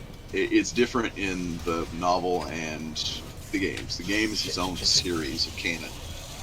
I guess kind of like Witcher in some respects. Yeah, I could kind of tell you, but I really don't want to spoil the book because it's kind of important. Well, you could always get an e-copy of that and read it at some point. That's the problem. There's so many books to read. One thing I also want to do a read of is books written by writers who would later go on to like write Star Wars books and get famous. Kind of like Timothy Zahn's early work, or R.A. like Salvatore. I did read Drizzt, and it wasn't that great. I gotta say, I didn't really like Drizzt that much. R.A.'s done okay work, but I'll agree with you. I mean, honestly, Drizzt is bargain basement Elric with pointy knife ears. Well, he's just too much of a Gary Stu, though. It's like, and he was good at magic, and he had two swords named Chillrind and whatever the fuck the other one was called. It's like... Icing Death. No wonder I forgot it. That's just... Chillrind at least sounds kind of cool. Icing Death sounds like something a 12-year-old came up with. Well, like I say, he's the... Well, I don't want to say Mr. Pibb. He's the Mr. Tasty of, Elric wannabes, and yes, he is a Mary Sue. It's why you don't ever, as a DM, you don't ever want to run him as a character in the background, because the players will always try to kill him. Well, that I just find kind of hilarious. I know he shows up in Baldur's Gate in varying places.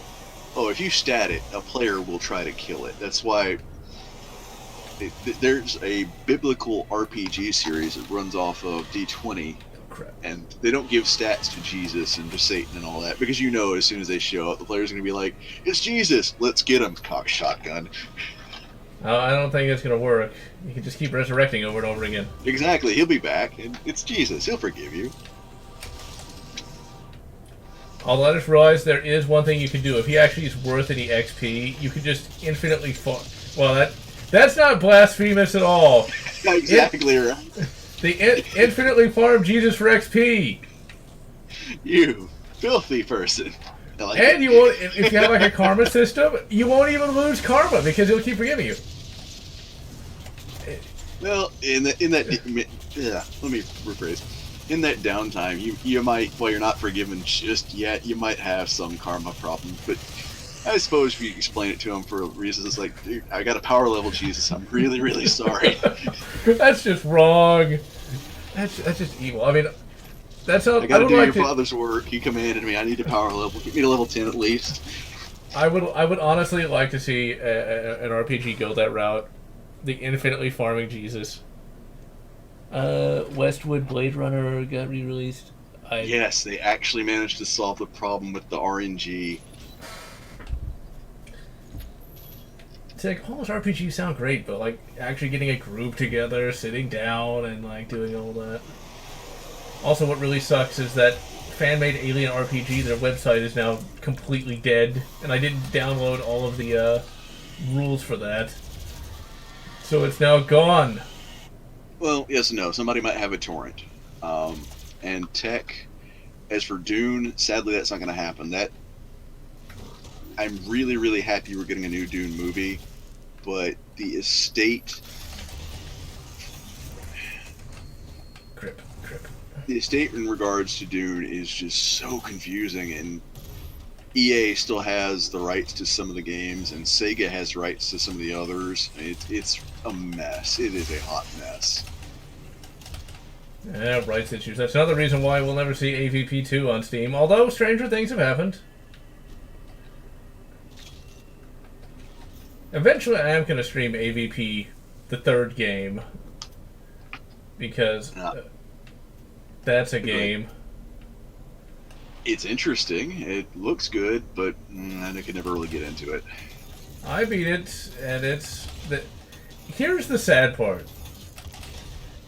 When I played it, it was the worst thing ever because it was not nearly as good as the original AVP or AVP 2.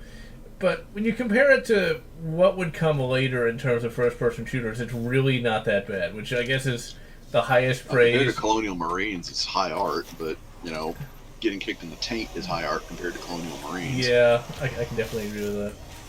And I got, the Super Collector's Edition of Colonial Marines. That was for my birthday that year, was the super amazing Collector's Edition of Colonial Marines, and I was hoping all the reviews were wrong. They weren't, and, well... here I thought AVP 3 was bad, when in fact, it's still bad, but it's not that bad. They based it too much on those shitty Paul W.S. Anderson films. Or film. Yeah.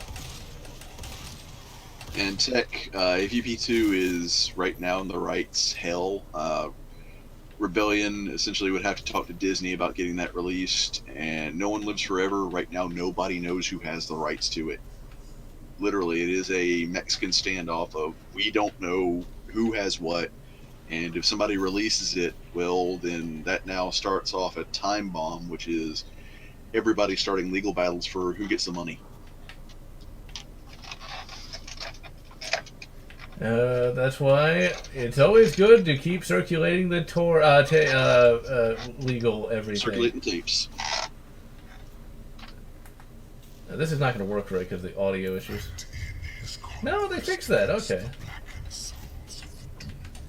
Earlier iterations of Doom here did not actually have... If you set the audio to a certain bit rate, it would play really fast, but I guess they finally fixed that. It's like, I'm glad I am busy beating people up in a first-person shooter. It's like the Slayer's Testament mod gets it right, where you can kind of occasionally kick people around, but This is just it's much more convenient just to beat them up and save the ammo. And I wouldn't mind it being for bosses. That's apparently what Doom Eternal is going to do, where you just kick the crap out of them to as sort of a finishing move. And I can live with that. But just for every single enemy, it just gets tedious. And tech, no, not really. For licensing rights, it is a coincidence, but for terms of what was available at the time, it was a Lithtech engine. Lithtech was actually still pretty darn good for its age. Yeah, if you look at Fear, that game still looks amazing, despite it being, what, almost, not 20 years old, but it's getting up there. Yeah, it's well over 12. That's just wrong. It's just evil. Doomslayer versus Kenshiro. Oh, he's got that armor on. Satan versus Kenshiro, there we go. Or the Cyber Demon. Cyber Demon versus Kenshiro, that's gonna be a tough fight. Satan, I'd pretty much realize that he'd look at it as like, I'm not stupid. I know that you know Kung Fu Jesus. You know Toki. I'm not messing.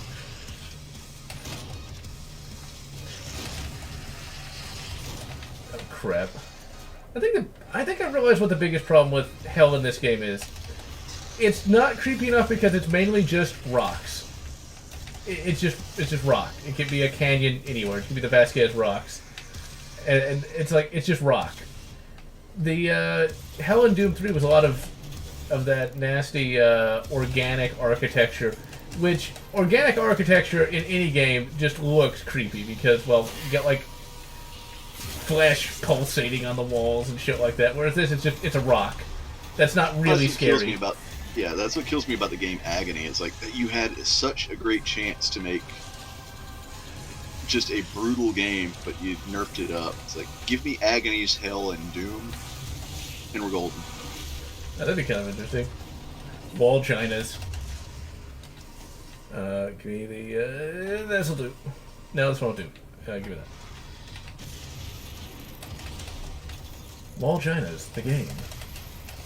Wasn't that Agony game a walking simulator? Pretty much. It's not worth the purchase. God damn it.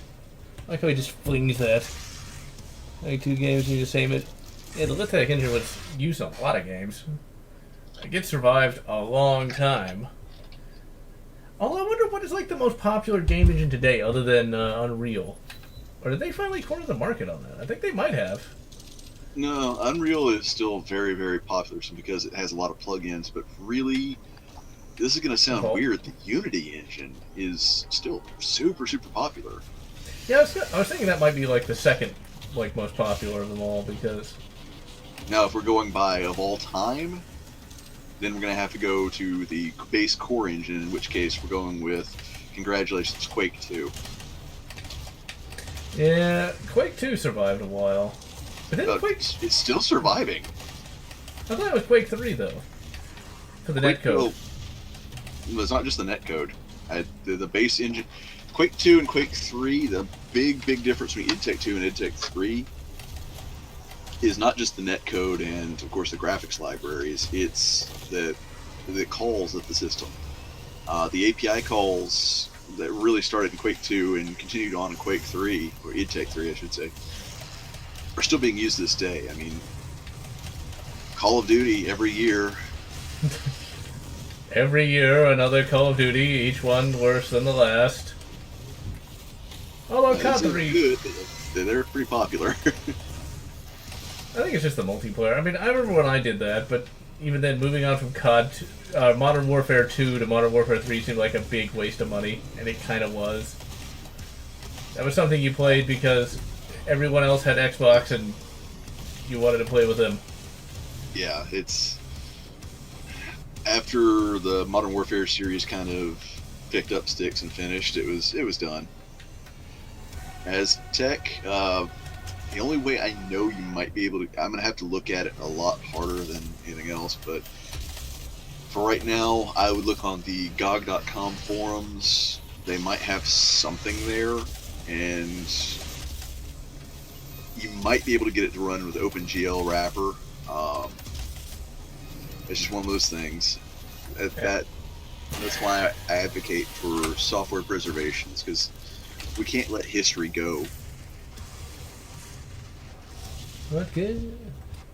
Having problem recognizing disk ISOs, yeah, you might just need to you might need to download a different version of it or go on eBay to find the original discs. No, that's not going to be cheap though. Actually, it's not that expensive. It was a pretty common game. And stab him! I think I just went into a rock. Alright, I think we're getting close to the end of this level. Because my hand is getting tired. Yep, there we go. Get your ass back to Mars. So we're going to assume poor Flynn Taggart has been stuck in a box for 20 years. Eventually I'll do a stream on Fear. Fear is a franchise that could have gone in some different places. They just stuck with Alma way too long in the events of like one day for the entire series. And because like, do you remember the box art for Fear 1? Which one, the collector's edition or the standard edition? I think it was a standard edition, where they were kind of like trying to come up with this franchise where like each game you'd go fight some sort of paranormal thing. Yeah, that's really the route they should have taken, but the problem is that that game suffered from rights hell too, because you had the first game, which was very solid.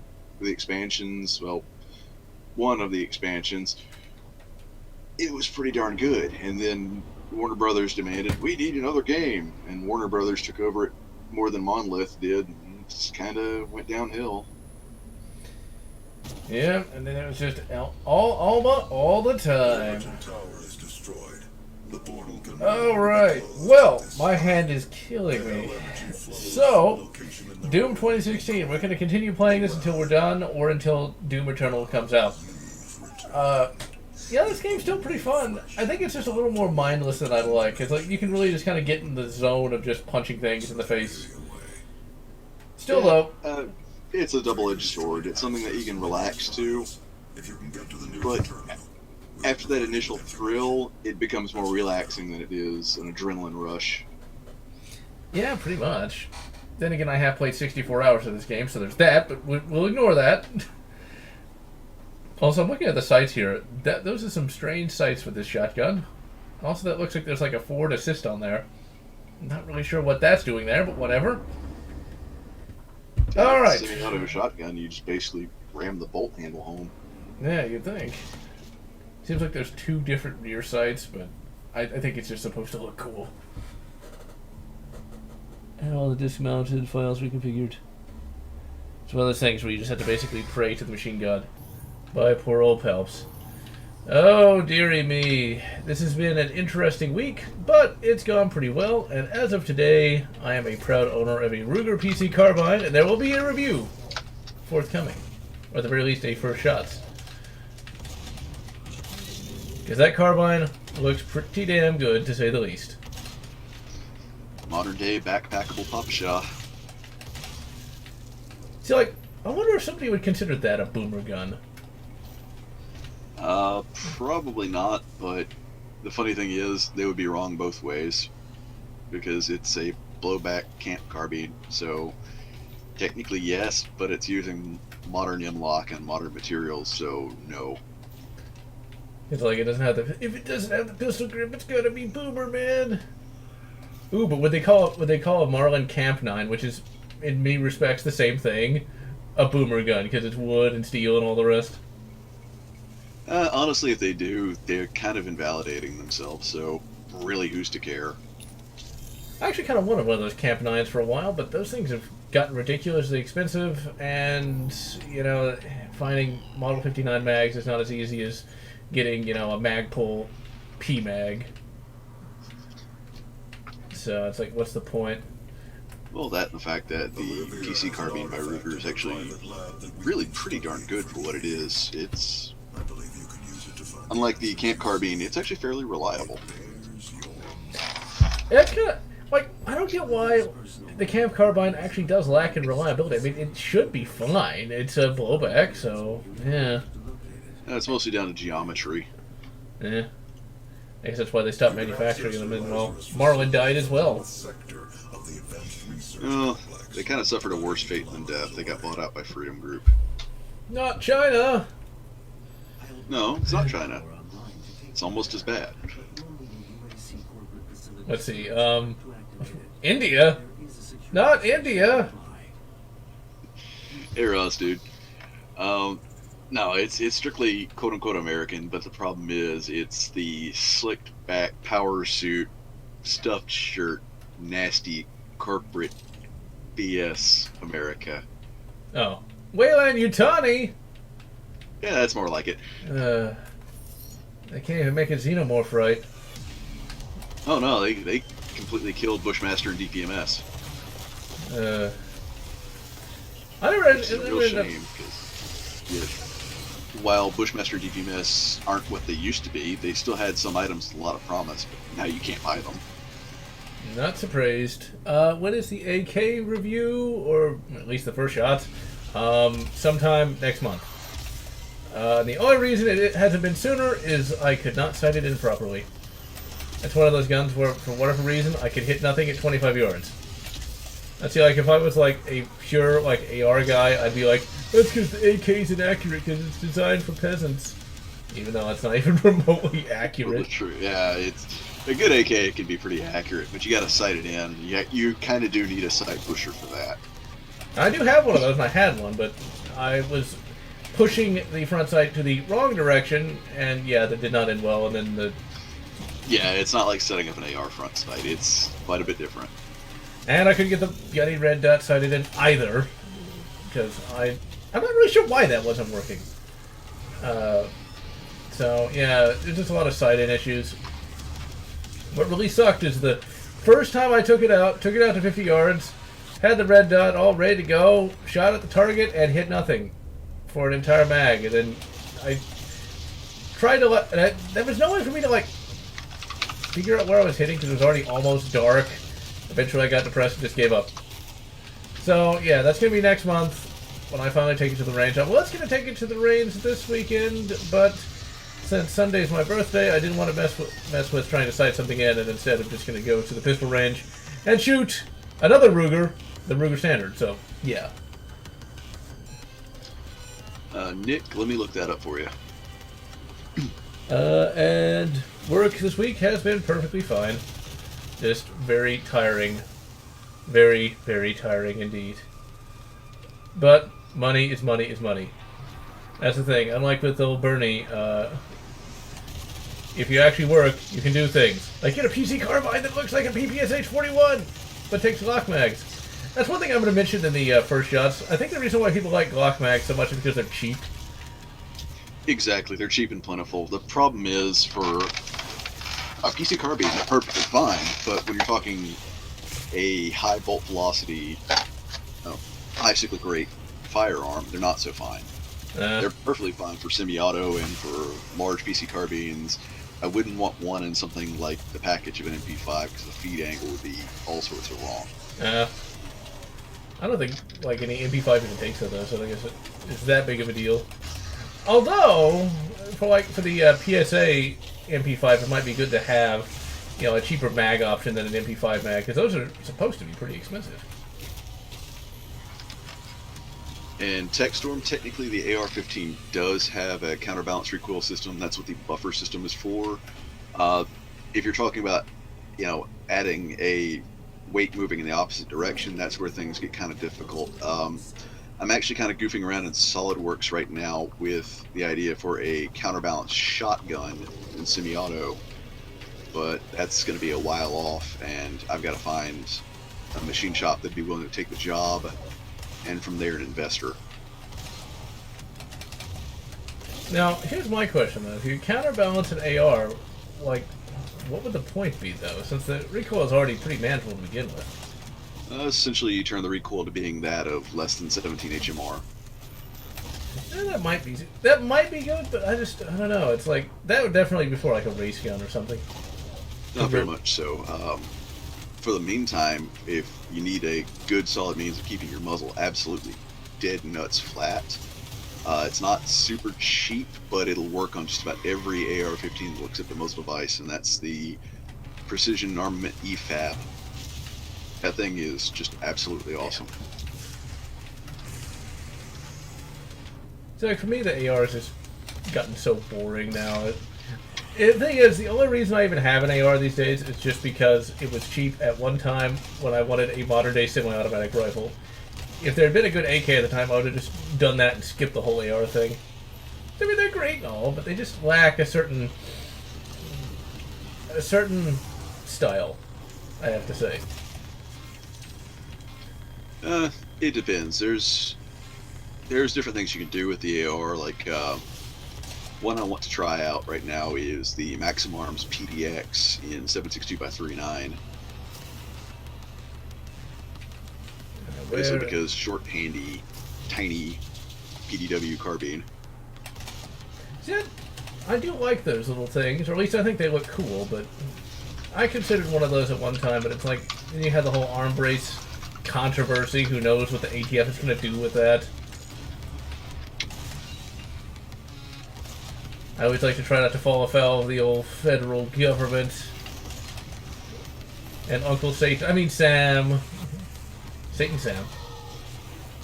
But anyway, Uncle Sam aside, and punch him! Actually, given the current political demonstrations we're seeing, it's Uncle Son of Sam. That works too. And Nick, to answer your question, Well, punch him. you can switch out your PSU in the Inspiron, but right now one of the best solutions in terms of price, if you can find it, is saying it's a socket AM3 AMD Phenom 2 X4 840. I had a Phenom at one point. It worked pretty well. A lot better in some respects than that FX 6300 that I used for a number of years. And now I have the sweet, glorious embrace of the Ryzen. You could go with the FX 6300 as a 6-core, and it's pretty good. It has some math calculation issues, though, as far as I can tell. Like, some games that worked really good with the, at least the Phenom I had didn't work quite as well with the 6300. So, yeah, you do have some floating point differences, because it's really pushing it in that part. That's why I really recommend the Phenom 2. I imagine that'd be really cheap by now. It's only a 4-core, but yeah, it should be pretty cheap to find and set up.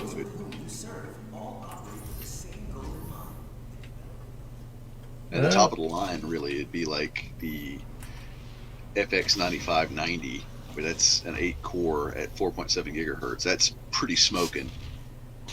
Yeah, it is a pretty good coolant system with that.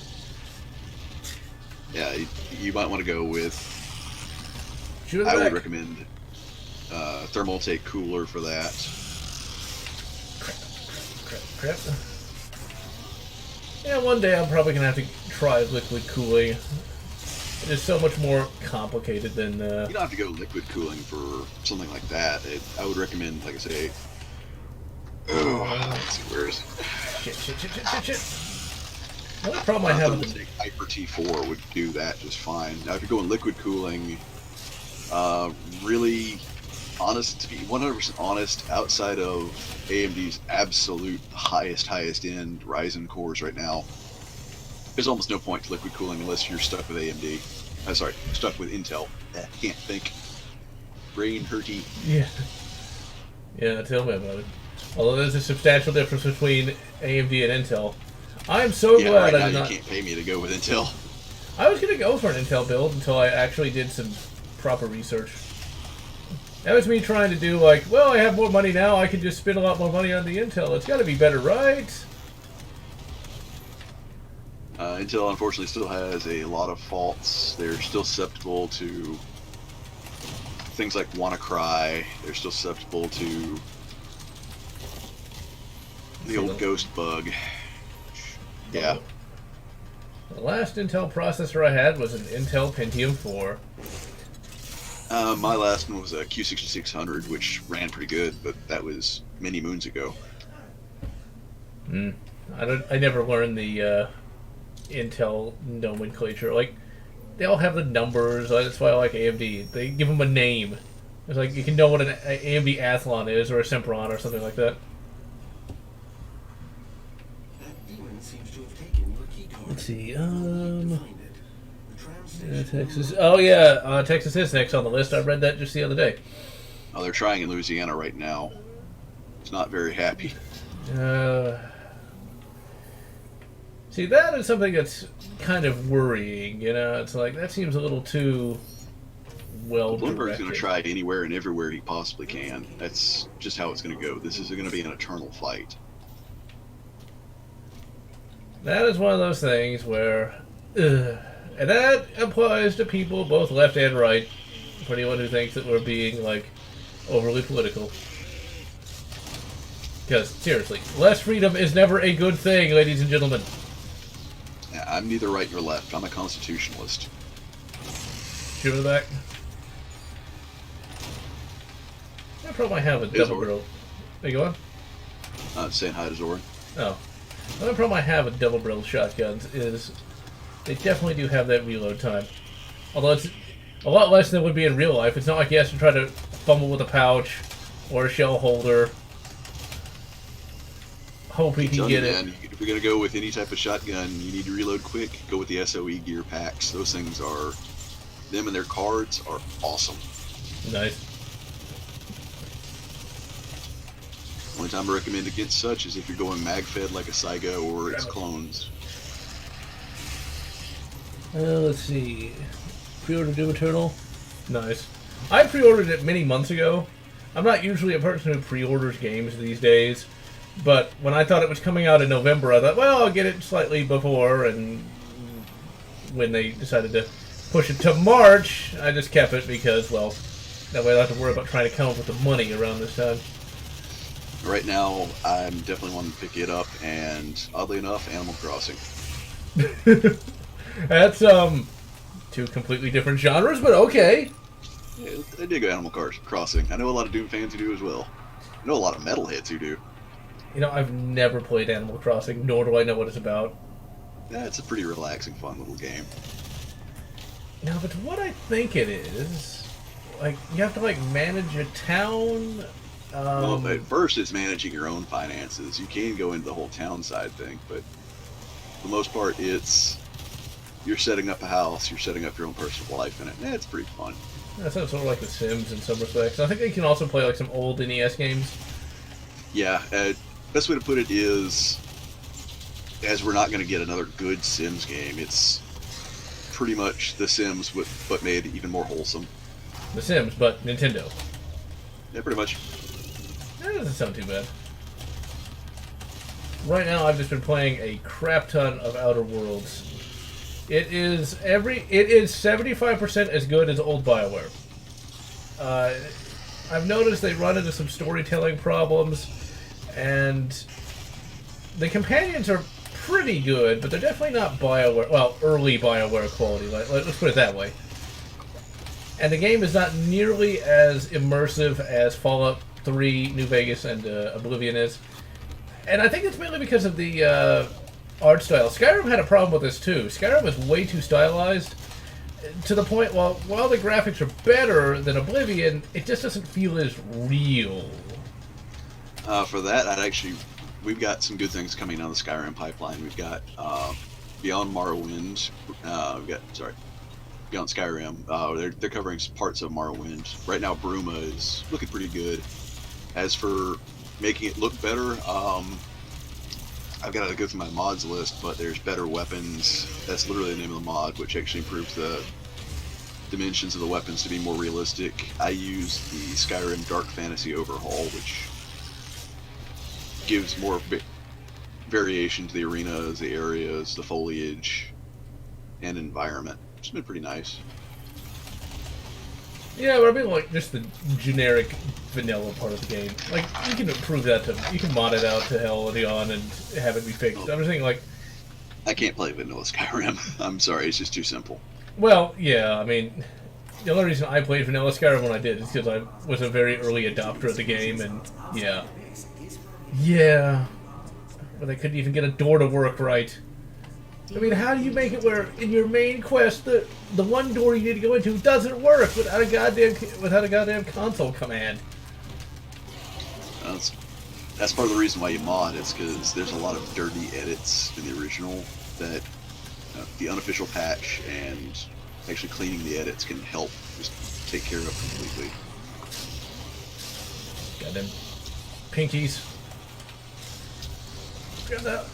The Mega Health is a Quake 3 thing. I mean, this is definitely a celebration of all things id versus just being solely Doom. Yeah, very much so. Although the multiplayer is still a high-level bollocks. Well, yeah. I played it a grand total of like once and never again. I will say Snap Map is nice, but I'm really looking forward to Doom Eternal's mod support. But see, that's going to be kind of interesting, because that means that, like, 20 years later, they could use the new hyper-amazing, super-realistic graphics. I assume. Did I really just fall into that? Yep, I did. If it goes open source, yes. Or if the mod support gives us enough to where we can make an open source take on it, yes. Let's see, have New Leaf. Never even heard of that. Yeah. Livestream Doom 64. Doom 64 is not bad, but it's very hard to get into. Especially these days. Well, I should say the original N64 version, because it's just a little too dark for my taste. Now go on with what you're saying? The New Leaf is actually a pretty good version of Animal Crossing. Right now I've actually been replaying the GameCube version, which is really the N64 version, on emulation, and it looks great. It's not as advanced as the later ones, but it looks and plays great. I think I might even have that in my ROMs folder. I mean, perfectly legitimate, I should say. I don't know what a ROM is. I don't even know what a computer is. This is actually just a modded Switch. There, we'll go with that. Although, you know, like, I can just picture, like, some sort of, like, TV drama where you could actually say that, yeah, this is a modded Switch, it has more RAM, and that's how I can run the PC version of Doom. The magical computer. The 80s was what's bad. Funny is that there's actually been a StarCraft Ghost leak, and I do have the copies of it, but I'm actually going to have to literally upgrade one of my Xboxes to do it. Wait, I really? gotta find a broken Xbox, yank the RAM, and reapply it. So now I have a 128K essentially a dev kit version of the Xbox. Now see, that is insane. StarCraft Ghost took until 2020 to finally be released. I hope it's actually good. It wasn't released, it was leaked. Well, you know what I mean. Yeah. Released week, same Blizzard thing. is not happy about this. I'm not surprised. They'd probably want to release it with, like, all that sweet, sweet adware. No, they didn't want to release it all because it's showing out kinda how far they've fallen. It's not a great game from what I've seen and what I'm actually capable of playing. Let me rephrase this. There are certain levels you can play just fine with the 64K of RAM in the Xbox. It's the more unoptimized levels you can't play. You need 128K. No. Now see, I hope one day there will be a leak of the Stargate game as a first-person shooter. I've seen some trailers of it. And apparently the Xbox version ended up being finished, but it was canceled. I would love to play that. Because it looks like it's kind of a generic first-person shooter, but, well, it's Stargate. That's a franchise that... I don't really mind that Stargate is dead, because there's only so much they could really do with that. They did a lot of good with it. Yeah, but, like, once they hit their 10th season, it's like the Ori... I never was really a big fan of the Ori to begin with. Because it was so obvious that it was just, well, kind of more of the same. Yeah, you didn't have the... Now the gods are actual gods now! You know, it's like, they're not Jaffa, but they still use staff weapons. It's like... I get they did that to save money on the props, but it's still... One of the things they should have done, and I don't think they could have had the budget to do it, is they should have gone public with the Stargate program and explored that. I think they were going to do that in a movie, but that movie ended up getting canceled because No one liked Stargate Continuum, especially me, because it was just a generic episode. But anyway, I'm not bitter about that. Oh yeah, did you watch all, I think it was 11 seasons of Stargate? Yeah, it got pretty long-winded at the end. I think the only reason I liked Stargate at the end was because it had Claudia Black in it, and as a kid, I thought Claudia Black was like the hottest chick, second only to Ripley. Well, the reason I watched through so much of it is I had a long-running D&D group, and we'd usually gather around and we'd watch that right before we start our sessions. Nice. We'd make a big ordeal of it. It'd be, okay, we'll all crash at my place or at Tom's place or John's. We'd all bring something we made, you know, something we cooked, watch Stargate, you know, we'd have a bit of a potluck or barbecue depending, and we'd play D&D. Well, the shows were never that horrible, but they just weren't quite as good as they once were. I think after season 7 it really got... They were really stretching that premise. Because like that 7th season finale was just... For a TV show budget, holy shit. It actually had an actual fleet battle. And it was a fleet battle that was earned. Like, for the first part of that show, they didn't even have a ship. Like, they had nothing. They had shuttles. Yeah, they kind of really went overboard there. And Silver Wings, yes, if you can play Doom 64 on a good CRT, do so. Hopefully it's not quite as dark as on a flat panel monitor. No, you actually get proper black definition, so it's not quite as dark, but it's hard to explain because we've grown so used to flat panels. The definitions between light and dark can be more subtle on a CRT. Downside is it won't look great for streaming unless you got it perfectly tuned, but for personal use, you can find, you know, a good, reliable second-hand PC CRT monitor. The GZ Doom version of Doom 64 on that will look astonishing. One day, when I have more room, I will have to definitely give that a try, because I'm curious to see.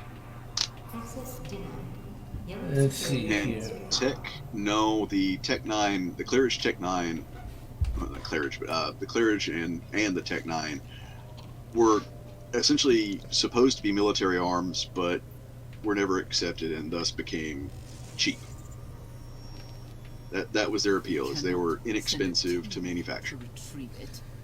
I remember seeing the Tech 9 growing up, but I never thought it was that great, because it was like, yeah, you got this massive magazine, but you don't have a stock, so it's kind of worthless. Well, it was meant as same role as the MP5 PDW. If they had the budget, it'd have been perfectly fine, but it would also have been open bolt, which the BATFE had kind of serious arguments against. Less said about those people, the better. I don't know. I kind of would like to see a PC carbine in full auto. That might be quite a bit of fun. But that's doable. I mean, you need a Class 3 SOT to make it, but yeah, but it's sorry, 1, 3, and 7. I'm thinking more like hard to make. Commercial kind of thing, but I'm sure somebody's probably already made one. I was going to say, if they haven't, get me to a Class 1, 3, and 7 SOT and get me in the machine shop. I can make it in a matter of 2 hours. Yeah, that PC carbine. I mean, that is definitely a way that Ruger knows how to print money now. I mean, it's such a simple little thing, and it does everything you'd want it to do. Let's see. The heavy use of the P90. That's one of the reasons why I really, really, really wanted a PS90 for many years, but still don't have it in the collection. Might have it one day, but not anytime soon. Let's see here. Doom Eternal. 64. What I would like to see is a 90s show given modern day graphics. That's never really been done before, from what I can see. I mean, what's kind of funny about Mandalorian is it feels like kind of like a 90s show in a degree, and sort of like its plot and scope, but it still feels kind of flat, even at that. But I would have loved to have seen Star Trek Picard actually have the same writing values as the actual show. I still have not seen it, but read a lot of synopsises on it, and it just sounds like it's your typical, kind of incoherent crap. Which is sad. I'm not a fan. I'm not a fan at all. And honestly, I really, really wish somebody could properly, fully explain to Demonic presence at unsafe level. both the writers and the stars that this is not what Roddenberry had imagined in the slightest. So what Braga and the other guy had in mind. I don't know, what was the other guy's name? Braga and... It was two people. Anyway, the other part of the TNG post-Roddenberry writing team, they did a pretty good job on actually, creating a sci-fi show people would want to watch. It's just, the biggest problem is Star Trek has access to the technology everyone had always wanted and relies too much on it today, instead of actually having characters, plot, and all the rest. Well, it's not just that. It's the fact that all of the scripts since the very first, Discovery have just been absolutely horrible. The very first episode of Discovery was terrible, though. That's what I'm saying. Ever since the first episode of Discovery, it's all been just nihilistic, absolutely. It's just been a dirge of negativity. Yeah. There's nothing positive. I mean, when it comes to Star Trek Picard, the whole idea of, the synthetics being used as, slaves, that was never a thing you would have actually seen in real Star Trek.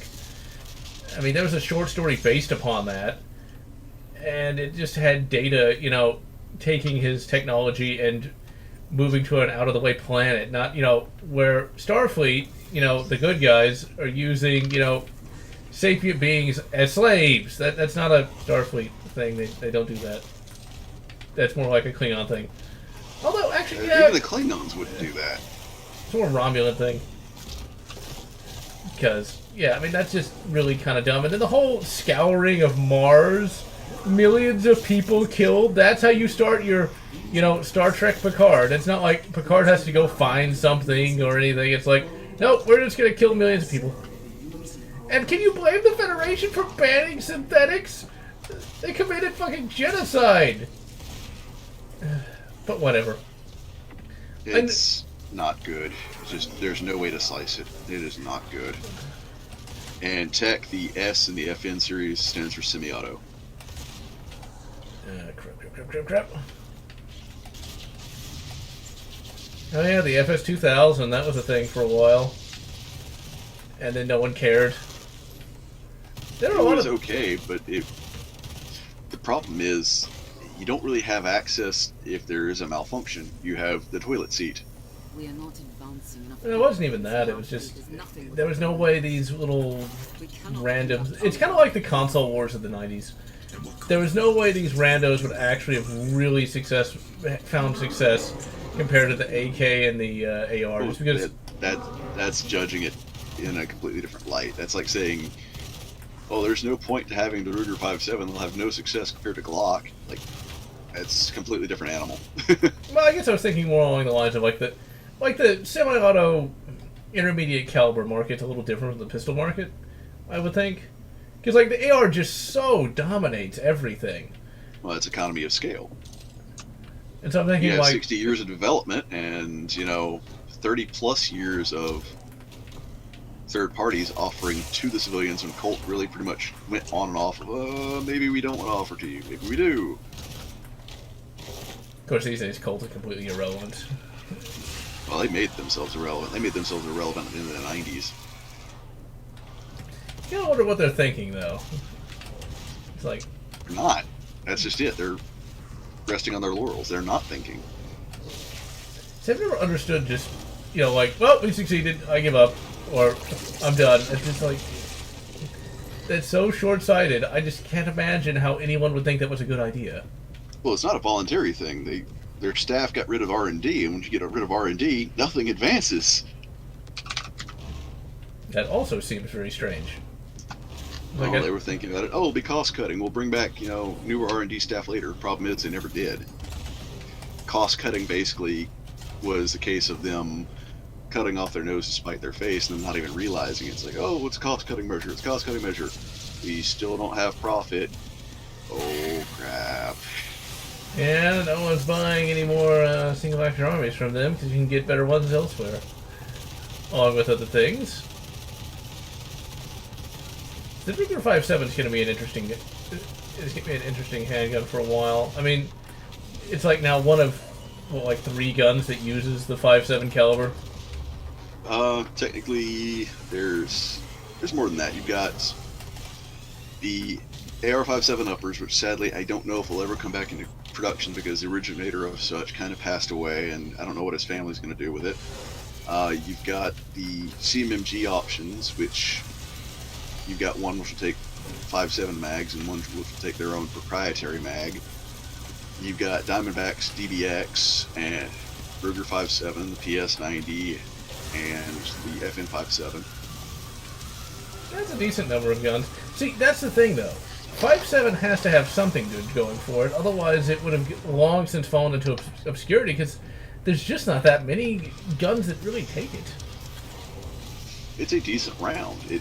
And the big thing is, for those with limited hand strength, it offers you a good, solid means of self-defense. It's low recoil, fairly high impact for what it is, great velocity, and most of the projectiles, especially the limited case projectiles like the extreme ammo, as they call themselves, Extreme.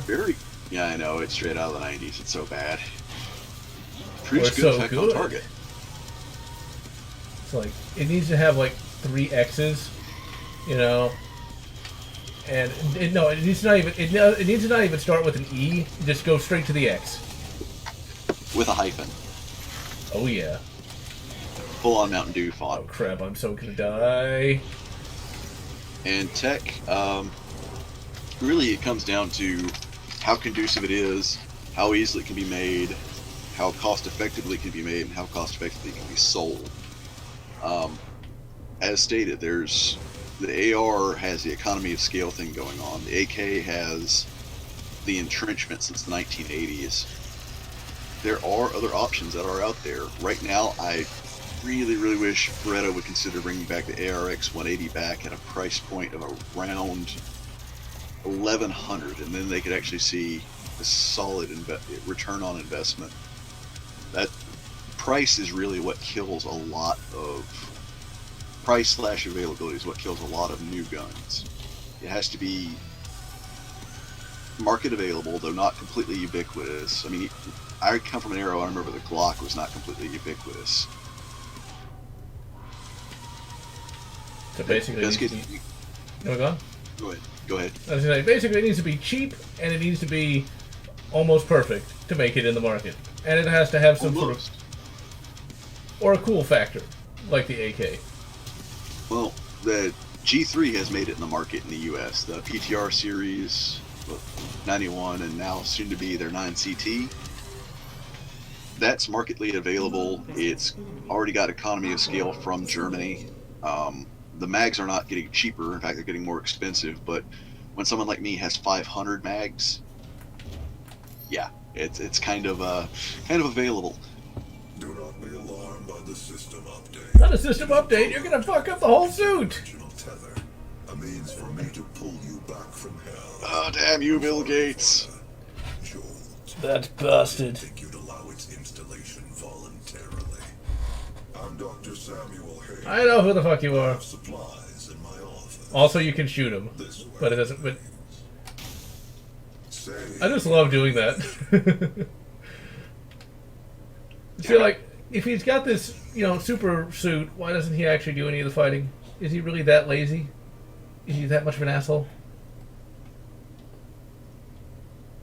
Seeing as how he's literally just some chunks of brain, I guess you can't complain too much, but still. take whatever supplies. Ever noticed he has kind of like a waddle walk?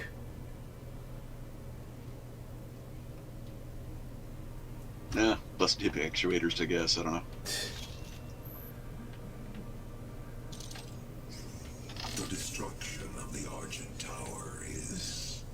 Devastating. And Tech, as terms of cool guns, there's plenty of them out there. You've got the entire PTR series. PSA is coming out with their Jackal. You don't want to hear this, and I don't want to say this, but there is the SIG 550 if you're willing to spend a lot of money. We call it the Helix Stone. A little bit less money, and you can get the Tommy Built Tactical T36, which is, for all intents and purposes, an HK T36, which has been given HK's blessing. We learned how to manipulate hell. And in pistol form, or pistol caliber form, you've got the Ruger PC carbine, specifically the one with the M-Lock handguard. I'm so excited about that, goddammit. I've got a Burger and Atomic TP9, which is also another solid option if you want something that's super tiny and lightweight. It is definitely quite cool. Years Olivia has kept the Helix. You know, I don't think I've seen an FS90 since, Only accessible through I would think, not an FS90, an FS2000, there we go. I don't think I've seen one of those since 2008. affinity for guns. I saw one last year at the range. The guy was sighting in at Machine Gun Alley, so The service elevator is he wanted to try out my RFB. And I tried out his, and it's like, okay, cool. Nice. I think the coolest gun I've ever seen at the range has got to be somebody brought in one of those Israeli Brownings. I forget what. M1919, there we go. Somebody brought one of those in. And the rifle, the only rifle range that I have access to, doesn't even let you shoot rapid fire. That was somebody who was really dedicated to shoot his goddamn, semi-auto belt fed. It's like, it was still cool to see, though. Evidently, those 1919s jam a lot, because I was noticing he had to do a lot of manual cycling with that. They can. Tech, if you're looking for a 22 long rifle, AR-15 alike, the first one I can recommend is actually Tippmann Armory. I was going to say the M&P-22. MP-22 is pretty good, but the Tippmann Armory is all aluminum and gives you as close as possible to feel to a 5.56 AR-15. Well, it works too. I considered getting a lot of guns. Let's just put it that way. It's a good thing I don't have unlimited money. Otherwise, I'd have like 5 vaults of guns that I would actually want to shoot all the time, but couldn't. I'd need like multiple arms or multiple clones of myself. But yeah, I mean, of course, then again, for me, well, I think the idea of like a 22 caliber AR is kind of cool. At the same time, I feel like the AR is just way too oversaturated. Like, there are multiple AR style of everything. I don't think there's an AR shotgun yet, but I'm sure it'll exist at some point. Actually, there is. Oh, God, no. There's several different variants. You've got the 410 uppers, you've got the AR-10 shotguns, which are basically AR-10 conversions, and you've got the guns based off the Actal MKE 1919, which is essentially a Remington 1100 slammed into an AR-style chassis, taking 5 rounds, 15-round box mags. The AR has conquered everything. There's even sort of an AR-ish PC carbine. With, the only problem I have with the AR-ish kind of things is they always have that buffer tube assembly, even when there is no buffer tube, when there is no buffer spring. Well, like the Actal MKE 1919, that comes with an A1 style, AR-15 A1 style stock, but there's conversion kits that we've taken where we cut that stock off, implant basically a folding stock mechanism, and there you go. Well, that works a lot better. Because, like, one problem I have with the Tapco SKS stock is, like, it has the fake buffer tube. I'd like just a nice fixed stock, please. Just something that... Well, the reason they do it is because people want adjustable input full. That's one thing. That's one of the things from in-range that I can totally agree with, though. No one ever really adjusts it, though. No, it depends. If I'm teaching kids or if I'm running somebody who's, going to be training with plate, yeah, they might, but generally it stays 2 clicks out at A1 length. Can't stab him! Well, can't stab him, but I'm gonna literally feed him his own heart, pancreas, something like that. Something it blew Or up. if you're a fan of Invader Zim, his own Squealy Smooch. Ouch. That's not suggestive at all. Outward. I have never heard of it. I assume that's some sort of thing. 22 RARs. And you can't kill Samuel Hayden yet. He's going to be some sort of villain in Doom Eternal. Like, I think you see him, like, completely disassembled or something. Although I wonder, like, maybe you're supposed to, like, put him back together and he's going to do something. Oh, God. You're putting him back together and he's a villain. Congratulations, you're basically replaying Castlevania 2, Dracula's Curse. Also, the computer is freezing every few seconds. I know exactly what that is. Windows updating.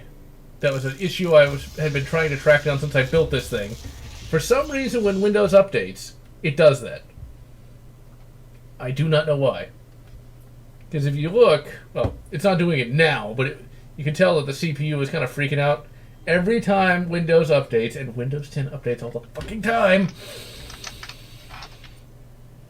it'll just completely hose the whole thing. It is most aggravating indeed. Especially since I couldn't figure out what the fuck was going on. Yep, there it goes again.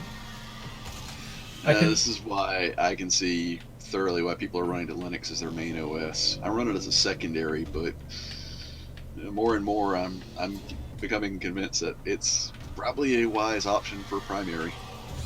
Yeah, I still have not learned Linux, and yeah. Win 10 is just easy enough, but I couldn't figure out what was going on. I thought it was like, maybe the temps are too high. The temps weren't too high. Maybe Windows wasn't configured properly. That wasn't it either. It's just one of those things where it's software. I would get driver power state failure every time I booted this thing up. Windows issue. Windows. I hate Windows. Especially Windows 10. And Windows 7 didn't give me these problems. Could be worse. We could be still on Windows ME. Yeah, don't remind me. It's like God, can you imagine Windows ME with all the piracy and spyware of Windows 10? There needs to be some sort of, like, much easier, much more ubiquitous open source kind of thing, other than Linux. This is why I wish Amiga never died. Doom Eternal, now coming to Amiga. Okay, I think that goddamn update is finished, because I can already see my CPU going back to normal.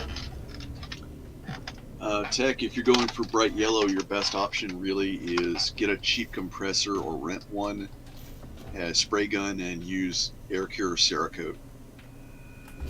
It's not that hard, but that's about the only way you're going to get a bright yellow. Bright yellow? That just sounds painful. Well, it could be like a DeWalt yellow. It also sounds painful. You're not helping. Any gun that's bright yellow sounds, well, at least it's not pink. That's something, at least. Oh, Windows 10. Will you ever not? Funny thing is, that pink camo that you see on certain guns actually is effective with deer. They can't see Really? reds, so it works. Really? I can't just hate it irrationally? You can hate it irrationally, but it's like it works. Let's see if it works. I can't hate it, though, because it actually has a legitimate purpose. Well, so does standard camo.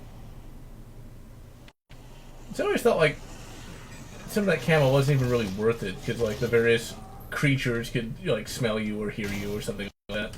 But you still go through the process of using scent eliminators and being very careful where you walk, but camo does apply. I mean, the old gag of the hunter being in red flannel, that actually does work. Yep, that's Windows downloading God knows what again. And of course it would pick this time to do it too. Oh yeah, Murphy's Law of Software. When it's most inconvenient, there will be updates.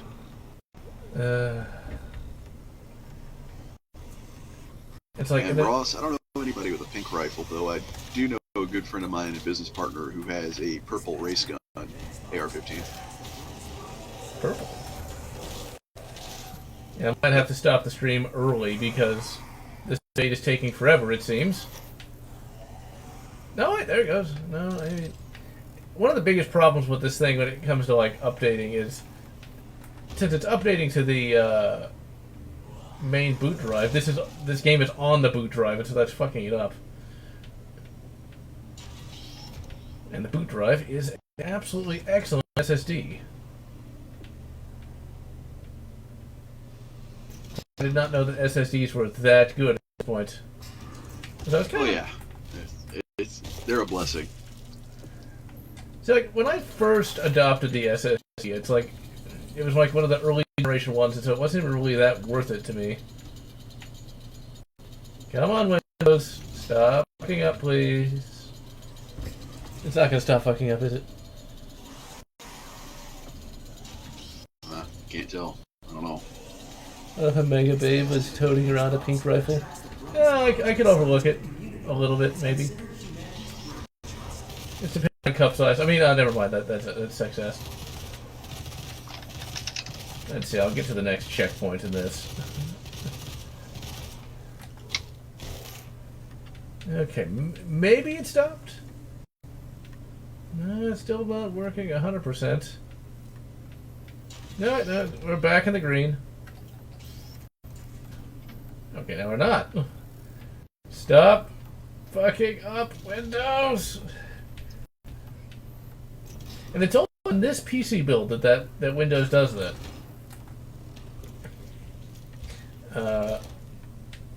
On my original FX6300 build, it never did that. It might have something to do with Ryzen. Might look at some of the BIOS revisions. Maybe that'll fix it. The joys of being a PC gamer. Canada's current assault rifle is the thing that's basically the M16 with the furniture. Yes and no. It's Dymaco that makes that.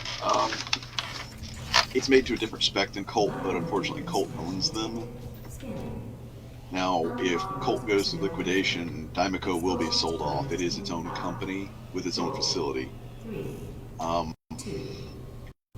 Essentially, what they're running is very, very close to what the SAS is running, which is its own special. The C8 right now is what it is. It's its own specialized cut barrel. It's kind of a heavy barrel, to be 100% honest. It's very close to our US SOCOM profile. See, I always thought they were all kind of identical in some respects. Oh no, there's different barrel profiles for different firing engagements. Standard M4A1 profile cut is really just that way for a grenade launcher cut. It's fairly lightweight as barrel contours go, which is fine for most massed infantry, but for special forces it was a liability because, well, they don't do light fire. They do heavy round counts, in which case, yeah, they were blowing barrels because it got so hot right past, right behind the gas block. Very interesting. Alright, we're going to shoot the BFG, and then we have to call it a day because, as we can see, there's still something wrong with Windows. Not really sure what. It's completely fucking up the CPU. I thought I had fixed the problem, but evidently not. Yeah. I've had more problems with this PC build than any other. I wonder if there is something with BIOS. There's a recent revision that I noticed that evidently improves compatibility with something. And so I'm wondering if that might have something to do with this random issue that literally cropped up today. Don't know. BIOS updates are generally worth it, but I don't see really running anything legacy mode, so yeah. It's the PC, ladies and gentlemen. Let me refresh. Okay, got your desktop background, now it's black again. There we go. Thank you for that. See, I have to use a display capture because OBS will not actually use direct game capture with Vulkan. I imagine it'll be updated at some point to do that, but for now, We're stuck just capturing the display, which is why there's a little bit of a tiny bit of lag. Not much, but some. Still better than it was. OBS won't capture Vulkan and they don't upgrade it. That basically means somebody else is going to fill the market. But like, I haven't followed streaming software. I just have used this for so long. It's like, I think like XSplit was a thing. I used that once. And yeah, so there's the keyword. I think like that's one of the premium things that was never particularly good, from what I vaguely recall. And I never could get the like NVIDIA. It's not shadow play, but NVIDIA can't do that. Can't stream. But it always crashed. I have no idea why. Let's see. Death Star book. Oh yeah, that Death Star book is one of the best EU books of all time, especially with the characters. That's the one thing that I really miss about the old EU. They were able to do characters really, really well. I mean, and that's a short book, too. Death Star, I think, is less than 400 pages. And there is more going on in that little book than you get out of whole trilogies today, for whatever reason. Now, nowadays, Disney doesn't do characters, they do Mary Sue's. You would never see the character of the... I almost said bartender. Actually, there is a bartender character. There's a Hot Twilight bartender. But I always like to think of the archivist character in Death Star. The sort of seen-it-all kind of guy. It's like, you would never see that. There's even like a little bit of character given to one of the Death Star droids. I mean, that is just nuts when it comes to Star Wars. Like, everything you saw on screen had some kind of character to it. Or the Death Star gunner. It's like, holy shit. Well, yeah, the whole thing was to make an actual living, breathing world back then. It wasn't just, oh, here's some XP character we really don't care about, he's just there to fill holes. Yeah, they really did put a lot of effort into that. Like, Tales from Mos Eisley's Cantina, literally every creature in that cantina had a story. Even the Luxor droids guy had a story. I mean, can you imagine that today? And Tech, good on you. You gotta spread the word on that one, because that's a little shonky. Oh yeah, ATF is trying to backdoor a gun registration thing. As you would expect. Yeah. If necessary, we gotta take that all the way up to Supreme Court, because that's actually circumventing the law. Yeah, it's not like this is the first time they've tried that, though. Yeah, but each time we have to keep fighting.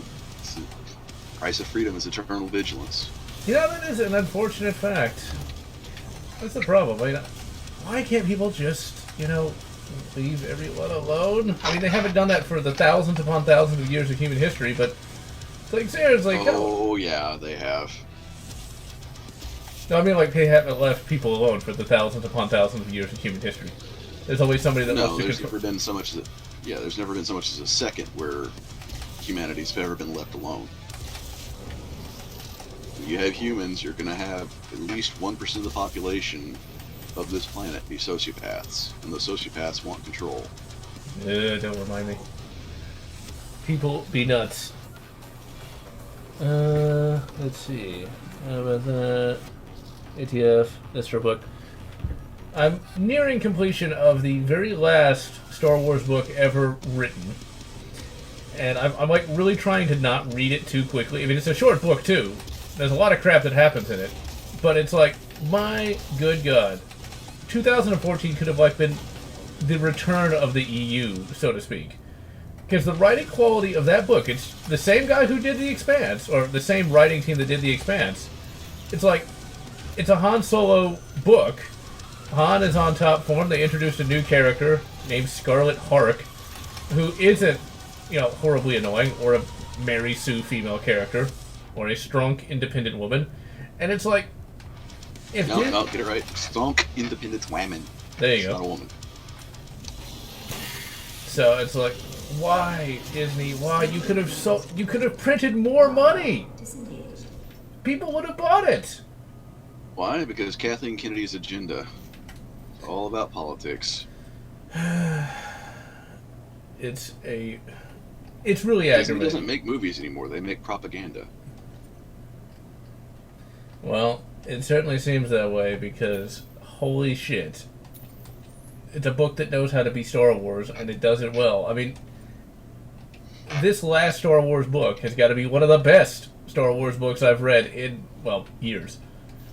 And it was never released. It only exists as an e-arc.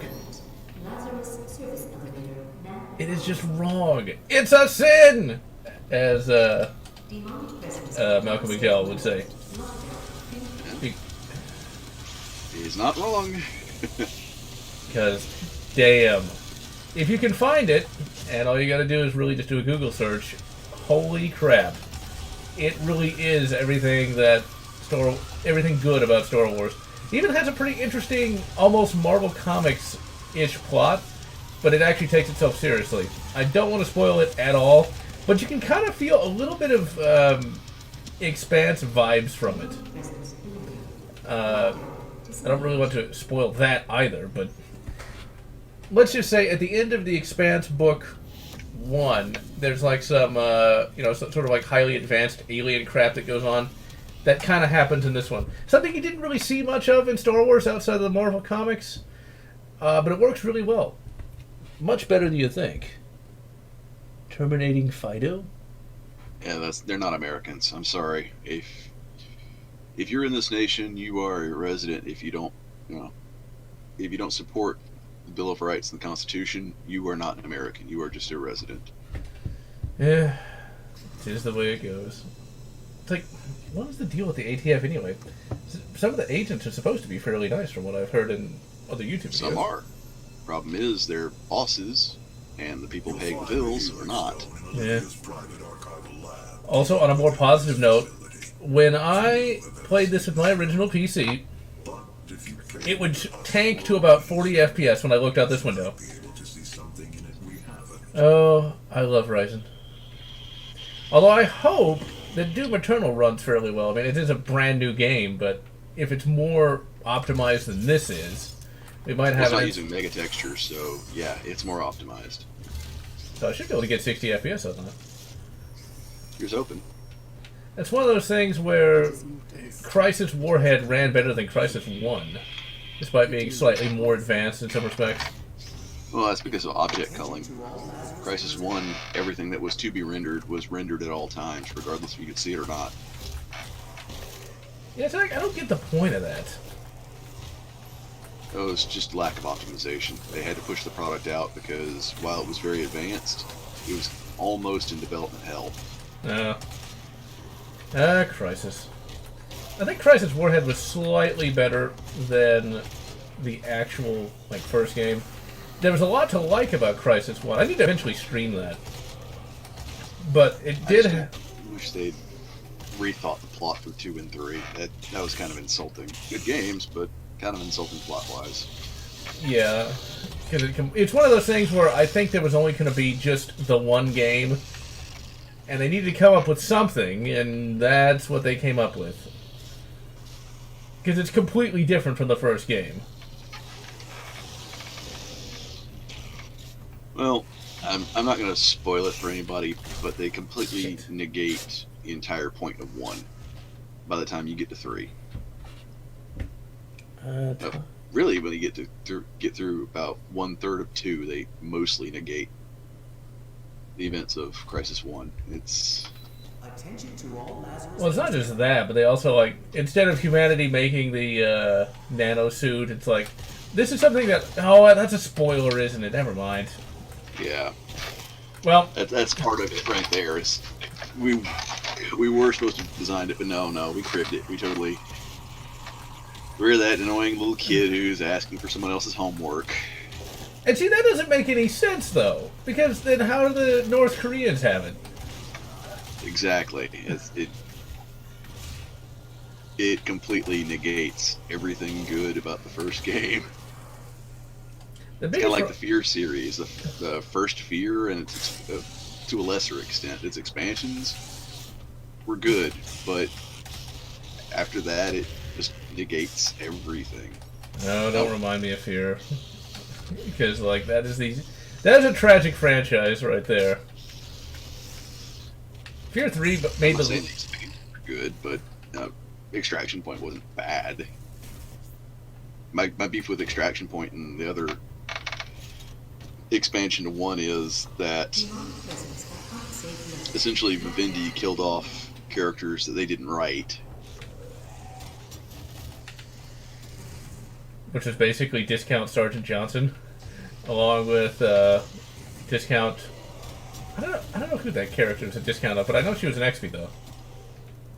But they killed off discount Sergeant Johnson. No, there is no. Oh, he got forgiveness. murked. He got absolutely murked. So yeah, I mean, Fear could have done so much more. Really, the only problem with Fear is the ending of Fear 1 was just a little too much. I won't spoil that, even though it's a game that's almost 20 years old now.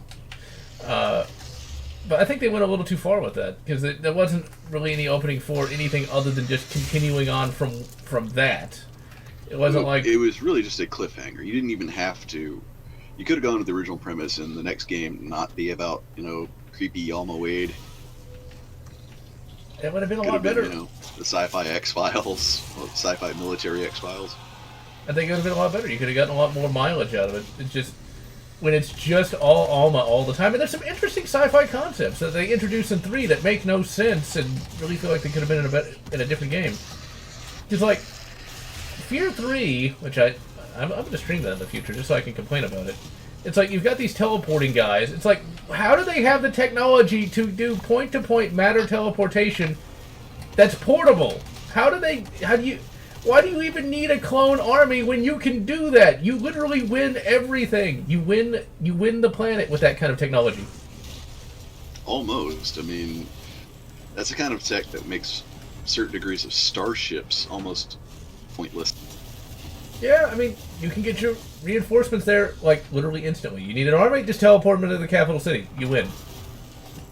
It's just like, where did they come up with it? Where did they come up with the right... They should have come up with an actual just combat game, non-horror, using the Fear branch of the Lithtech engine. Maybe work on the AI a little bit better, and it would have been pretty solid. There was something like that. Some of those low-budget Polish games tried to do that. To a degree, but that being said,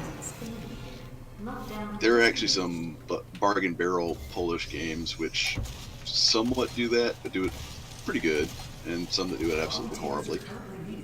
It's kind of weird. You wouldn't expect Poland to have, like, a low-budget gaming market. Fun Labs. Olivia activated Nathan, It's not as bad as 3C, but Fun Labs, man. facility. I did hope she could rise. Is that an Australian company? That sounds like that one. I was wrong. No, that's Polish. Okay. What am I thinking of? There was some Australian company that made a lot of games, like in the early 2000s, that were craptacular. So we got the Hollow Doom guy. Let's see. Tactical scope. I mean, we are now so advanced. We have a 4X scope. Oh my god! And tech, those helical mags for their AKs, we don't even know if they work. They've been present in photos for like the past 10 years, but we've never seen one actually in use. They may just be for show. No, I wouldn't put that past the Russians. Let's see. And hello, Vicious Ellen Gamer Alien. I think that's what that says. Yeah, 10 years. I think some helical mags work. I think Keltec, not Keltec, Calico. There we go. I think they got Yeah, that. the Calico M100 is their 22.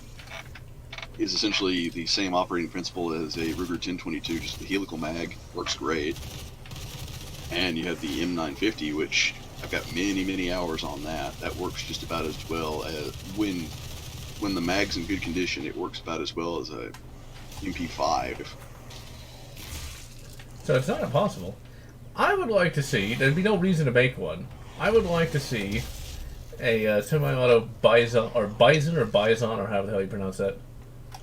The Bison, there's actually a cloner who's making them. Problem is, it's really pretty much unobtainium. If you got a cool $9,000 sitting, you could get one, but your support is that one cloner. It's kind of like Luger Man. Like, he makes a great Luger, but he's the only guy who makes a Luger. And those Lugers have gone up in price like an insane degree from the last time I looked at them. It's because most of the market's accounted for. There's really none in the wild. It's a sin. Tech, I can go outside my door, walk for about 45 minutes east, and I'm in Texas. I can go and walk west, I'm in Texas. Walk east, and I'm in a bayou. I don't know why Louisiana has, like, this bayou reputation, though. It's like, there's bayous in Houston. It's because we have a lot of them. It's like, there's Buffalo Bayou. I mean, it's like, it's there. It's literally a ditch, I think. Assuming I'm thinking of the right thing, which I might not be. Basically a swampy part of land. It's because Louisiana has a lot of them. I mean, as stated, 45-minute walk, and I am now hip deep in mud. Juicy. Hey, it'd be good for your skin, though. Except for all the bugs and things. Valkyria. I've heard of Valkyria Chronicles, but it's so anime that I've got the first one. It's actually pretty good. It's an interesting little strategy/RPG game. I enjoy it. Right now, waiting for Animal Crossing for Doom Eternal. Right now, my biggest wait. Oh, sorry. Waiting on Doom Eternal. I'm waiting on Animal Crossing. Right now, I'm also waiting Ready or Not. And the final release of version 7 of the SEF mod for SWAT 4. As for me, also Doom Eternal. Aeon Wrath of Ruin, or Wrath Aeon of Ruin. Let's see here. In addition to that, I don't really know what else is really coming out. Mainly just those two games. Oh yeah, and Fallout Frontier. That's the other one. It's another one of those mega mods for Fallout New Vegas. Fallout New Vegas, I need to eventually review New California, but Fallout New Vegas has so many mega mods for it that actually are finished and are actually good.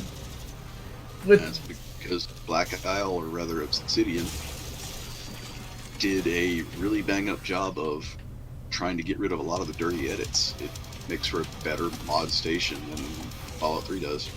Well, it's not even that. It's like the writing is actually good. Like the. Well, yeah, you have a good platform, because eventually it turns into a good foundation for building a really good mod. And, well, like, when you look at mod writing, usually it's not very good. You get really amateurish writers that don't really know what they're doing. Fallout 3 is a good example of that. Sometimes, but sometimes you get things like Moonpath to Elstreer, Falkreath for Skyrim, which are actually really good. Well, yeah.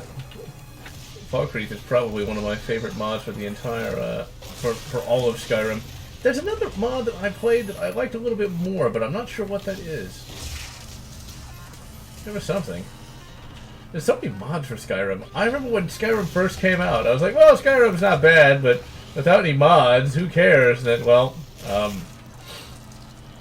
10 years later, I do wonder, though, are there more mods for Skyrim than there are for Oblivion? Because it seems like Oblivion got abandoned pretty fast.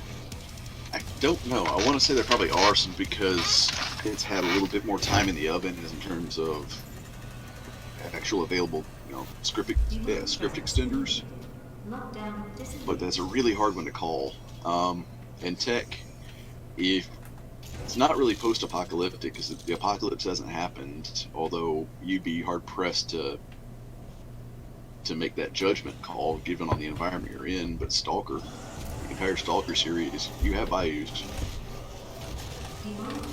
It's not post-apocalyptic, it's just Russia. It's like that all the time. Ukraine, actually, but I could totally be an asshole. It's like, there's a difference? Not really. They're both pretty gray. Probably made all the Ukrainian fans want to cut my throat, but whatever. No, the Ukrainian fans would understand. It. Besides, they have some things that make the stay in Ukraine kind of nice, like good kvass, decent food. I will have to take your word for it. I'm very generic when it comes to food. Let's see. Let's buy up game. And I played Doom 4's multiplayer a grand total of once, and thought it was basically just discount Halo. And not as good. Well, it's because it was made by some of the people who actually worked on previous Halo multiplayer titles. This is not... Snap Map, to go ahead and spend time with that in co-op as opposed to the multiplayer, because you'll have a much better time. I played a little bit of Snap Map multiplayer, or co-op, and it just didn't really impress me much. I'd like to be able to get... We're gone? That's why I'm looking forward to actual mod support. Snap Map was fun, but come on. That's one of those things where you kind of got to be somewhat appreciative that they even tried. It's like with most of these modern games, even that is something they don't even want to do. I'm trying to... there's incentive for them to go against modding, which is stupid, because with modding, you can actually make if you're careful about it and you don't insult your customer, you can continue to make money off that product for years upon years upon years, as opposed to DLC where it's a smash and grab, make all the money now, and when you release the next game, nobody cares. I think this new id Software probably is smart enough not to do that. I think Bethesda's giving them enough freedom to actually do that, so... I think they're giving them enough rope to hang themselves with. Either it does well, and it shuts ZeniMax up, or, it does okay, and essentially we see what happened with Fallout New Vegas. They get Black Isle / Obsidian. Or it could be worse.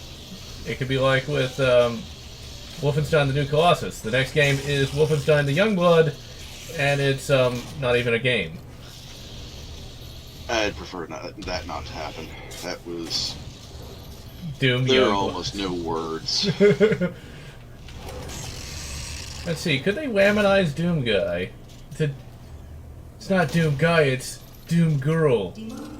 Did you just assume Doom person's gender? Duh. Doom Other Kid. Ugh. They are the demons. I have not played Beyond Good and Evil, nor have I played Psychonauts. Beyond Good and Evil looks kind of interesting, but it's never been something I wanted to play. It's an interesting concept where, if I'm not mistaken, that is a game where it's a third-person shooter, but you also take pictures of enemies to, increase damage or something. Yeah, pretty much. Beyond Good and Evil is alright. Psychonauts was good, but that's before Double Fine just absolutely defecated the bed.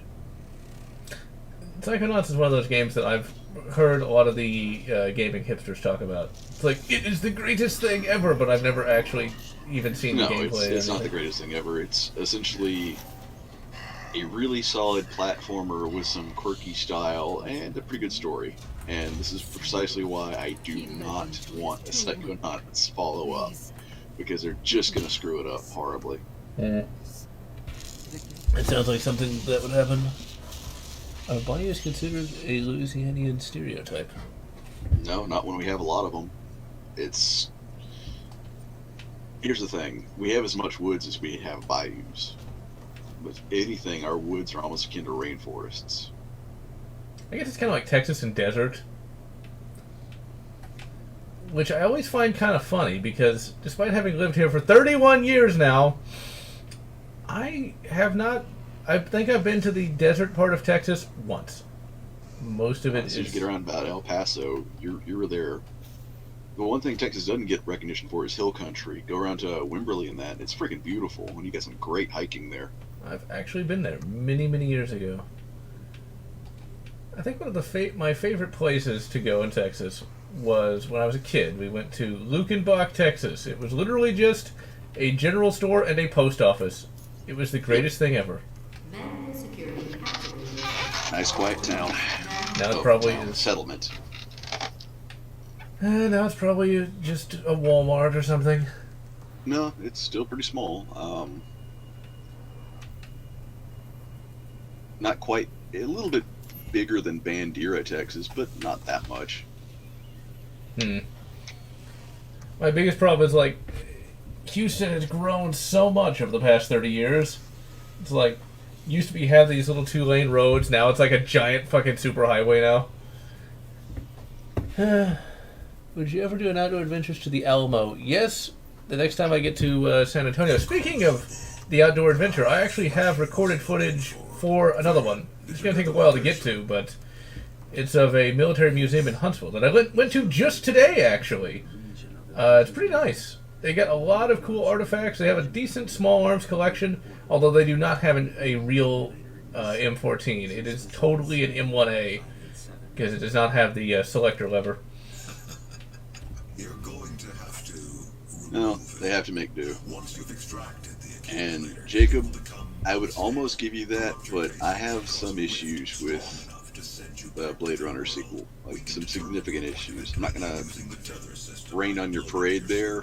You can enjoy it, that's fine. It's just, I can't endorse it. We have no way of shutting down the well. And I have not seen it. I saw the wrong cut of Blade Runner that was really, really boring. I don't remember which one it was, but I know there's a much better cut out there. It's one of those movies where like there's like 5 different cuts, and if you watch the wrong one, it's crap. Favorite war film? That's a tough one. It depends on the mood. Sometimes I will say I'll go for A Bridge Too Far. That one isn't too bad. For me, it's gonna be one of 3. I can't really decide which one I like the most. Battle of Britain, Patton, and Zulu. All good choices. I think honestly Zulu is at the very top of that list. Like it's like the first among equals for me. Because it's just a very, very well made film. You can definitely tell it's very 70s though. Like really, really 70s. I guess Patton is to a degree as well. Now I actually have seen a Patton tank in real life. Literally as of today. It is much bigger in real life than you'd think. Oh yeah. Like I think it's huge. Actually, You I got also one out by Fort Humbug. The thing is, it's pretty big. can you actually climb in it or no? No, the one at Fort Humbug is literally right there on the front gate. You have to basically you're right next to it as you're presenting ID. If you try to climb on that, you're gonna have MPs basically shoving a nightstick where a nightstick should not be. Oh my. Yeah, the one that I saw today was completely welded up. They're still cool though. Their vehicle collection wasn't the greatest, but then it's a very small well, it's not a small museum, but I don't think they're as highly budgeted as some others. They got an adequate small arms collection. They got a lot of M1s, like a crap ton of M1s in there. Got a lot of Thompsons too. They're all like donations from local collectors. I also got an MP40. The MP40 is much smaller in real life than I thought it would be. Yeah, it's dense, but it's actually a pretty handy little package. I'd actually like to shoot one of those one day. They look like they're fairly fun. At least from the various videos that I've seen. Now, one thing that the museum I went to today had more than anything else was a lot of like period documents. In their small arms collection, they do have a Walther P-38, which doesn't sound that amazing, but they have the paperwork of the vet who brought it back, of his authorization to take it as a war trophy, which I thought was pretty awesome, actually. Yeah, that doesn't usually survive too long. That's pretty cool to see. And they had a lot of letters and stuff like that. They actually had, and what's funny is there's actually a warning on it, this binder of photos from Iwo Jima. I got to about the third picture and kind of gave up on it because, Graphic. yeah, you don't see that in the documentaries, that's for sure. Let's put it this way: when you see I assume it was a foxhole or something, literally filled with small intestines. Yeah, that was enough. That was enough. That's something I don't think people really think about, though, when it comes to like different battles. They don't think of just how disgusting that stuff can be. Oh yeah. Patton 1. Yeah, Patton 1's pretty interesting as a individual. Now, evidently, though, the Germans didn't actually know who he was. At least there was a video I watched saying that, according to the records, the Germans didn't really see him as anything special. Or the German archives, that is. Underestimating him massively. And Komoda, yes and no. Remember, nightsticks are not meant to go in noses and ears either. Oh my. No, just use your nightstick responsibly. Be sure to have a protective sheath. Wait, no, you can't say that on YouTube. That would just be wrong. The big problem with like the outdoor part of the museum today was the fact that it was fucking cold. Like, it was really cold. It's like, it's almost March. Where's summer? It'll be summer tomorrow, I guarantee you, because that's just how Houston weather goes. Yeah, southern weather. You don't like it, just wait. They had a couple of Jeeps, which are also much smaller than I thought they were going to be. Like, those things are tiny. Oh yeah, Willis Jeep. I'm nothing impressive, and I can lift the back end of one of those things. I guess it makes sense, because you're going to ship a lot of them. Our salvation lies with the demons. Chaos scum. The only good chaos filth is a dead chaos filth. Although chaos uses a lot of red. It's better dead than red. Because if you go chaos, well, chaos spawn. Now here's Israel, bring me the flamer. No, the heavy flamer. Now, here's an interesting question, though. How many people today... Okay, here's a better question. I know there'd be a lot of people today who'd probably go Chaos, but here's a better question. Would there be lower levels of Chaos cultists, be lower levels of Chaos activity in a highly educated populace versus an ignorant populace? All the same. It's like, I would think that if you were highly educated, you would know that if you sell your soul to, like, Satan... Well, not Satan, but sell your soul to Zeech, that's not going to end well for you. Like, not at all. We already have Chaos cultists. It's called the DNC. Well, I mean, that's not wrong, but they don't have a likelihood of turning into a spawn. Although, have you ever noticed, Have you seen Hillary? Yeah. If you ever noticed, though, some of the more, shall we say, negative politicians look really bad. Like, they just look like they're half dead most of the time. I guess that's what all that negative emotion does to you. Well, it's not just that. It's the fact that a lot of them are kind of... Yeah, like Feinstein. That woman has to be suffering DTs.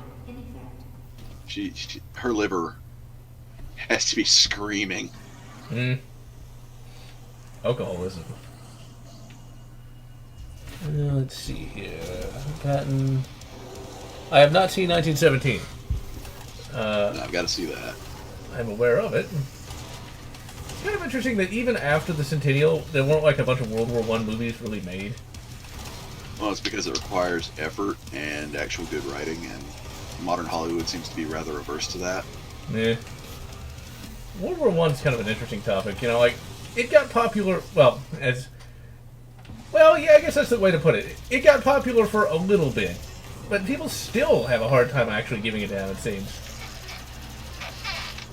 Well, it's really down to the fact that you're not going to see many Hollywood productions because that actually requires a big budget.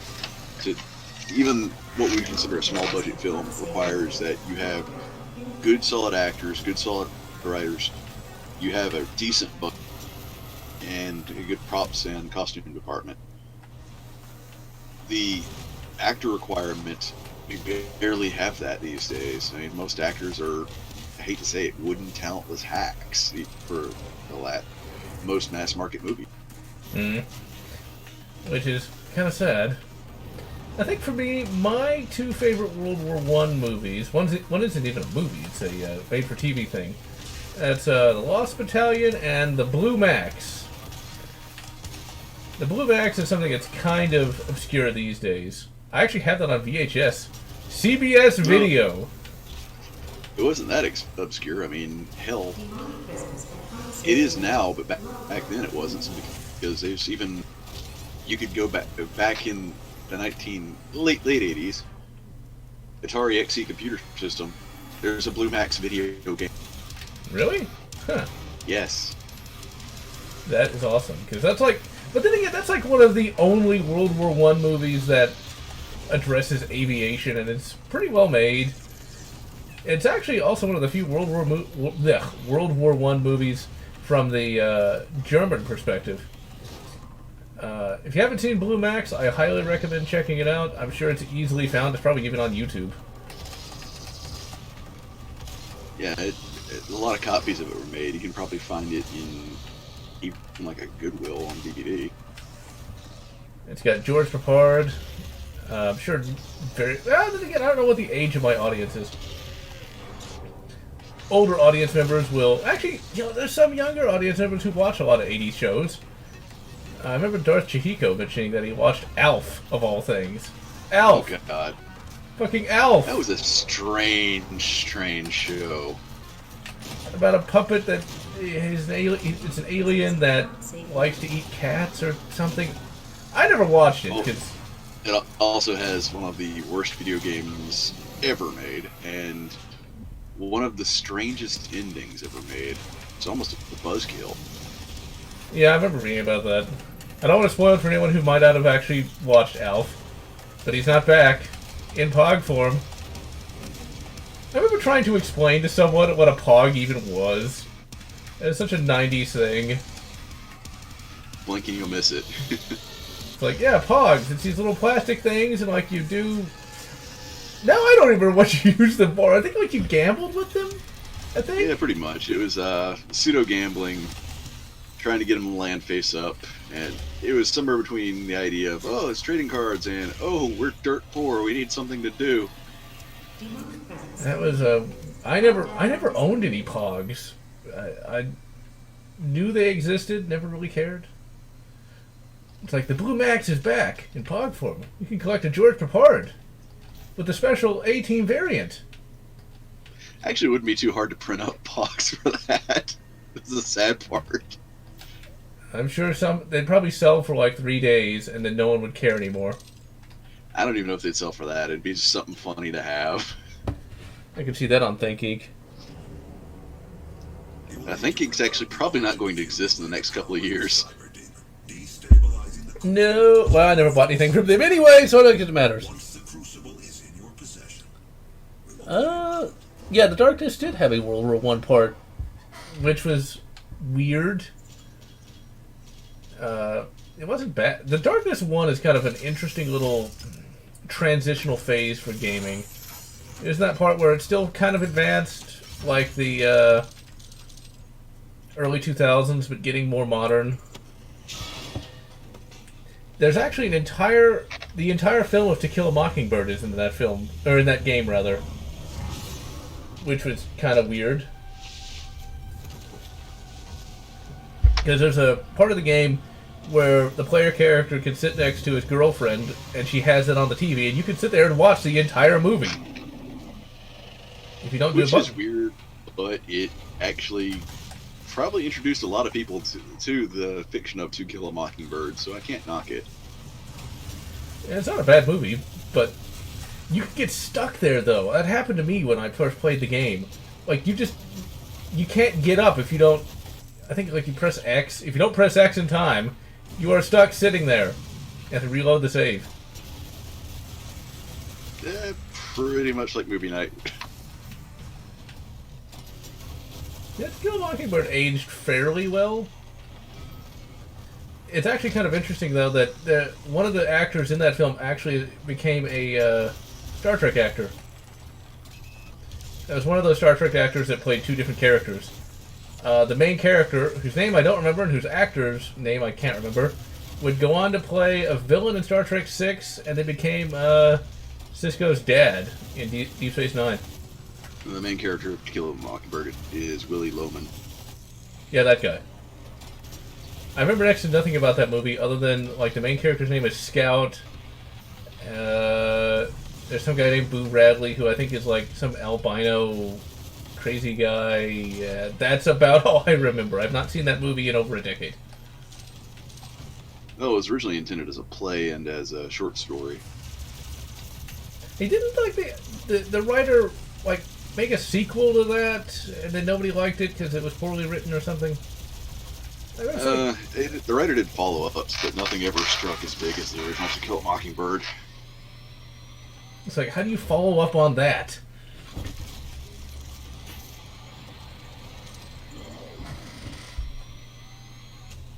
Yeah, that new Cyber Demon still doesn't really do much for me because it's just way too organic. I mean, organic enemies aren't bad, but still. And still just the same boss fight twice. Shoot it until it dies! Good advice. It would be if they actually provided an idea of, okay, use cover. No cover, only men. Space Marines don't use cover. They are the cover. The heck they don't. Actually, I think we just think of something. Since a Space Marine has ceramite armor, and I imagine it's bulletproof, and probably like a lot of things proof, if you're a guardsman fighting against like Eldar and stuff like that, really, what? There we go. A program wanted to update right now, because of course it did. But anyway, could a guardsman use a Space Marine as walking cover? Yes, actually, although, here's the thing. Even Guardsman flak armor is bulletproof. It'll stop a stub around. It'll help with a lasgun blast. It's not going to help with anything heavier than that. I think it's better than what people normally say it is. Oh, I fucking missed! Brilliant. Actually, wait, no, let me grab that. Thank you. Now we get smacked by the goddamn Cyber Demon and killed.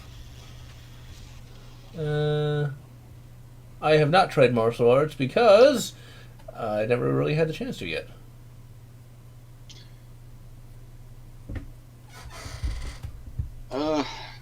There's a lot of martial arts you can learn. It just depends on what you're planning to do with it. I would suggest karate as the first one.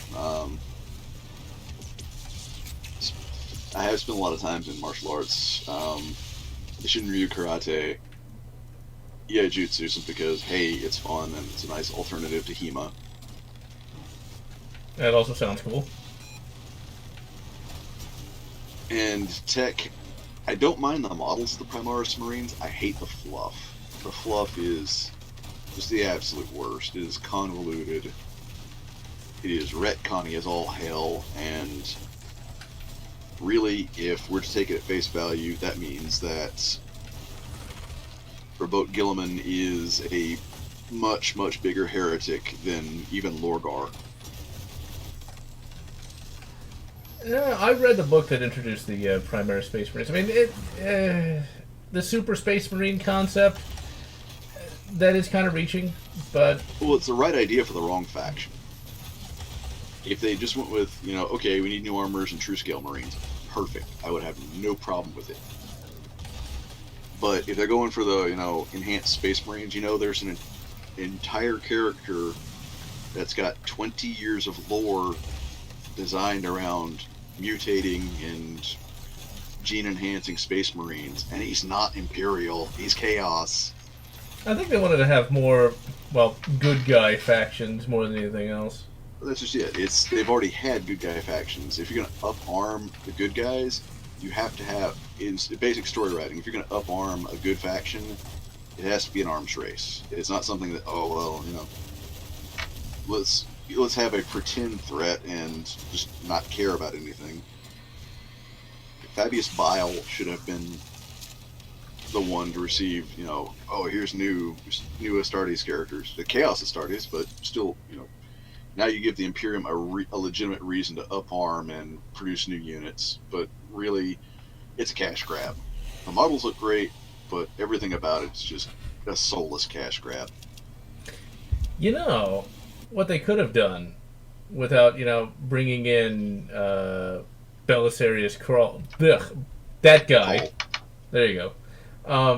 Instead of doing that, you could actually have had Fabulous Bill make some super Chaos Space Marines, and then maybe introduce something where you take, like, you could rip off Halo, basically, and take, like, the best of the Imperial Guard and turn them into Space Marines. It's already been done.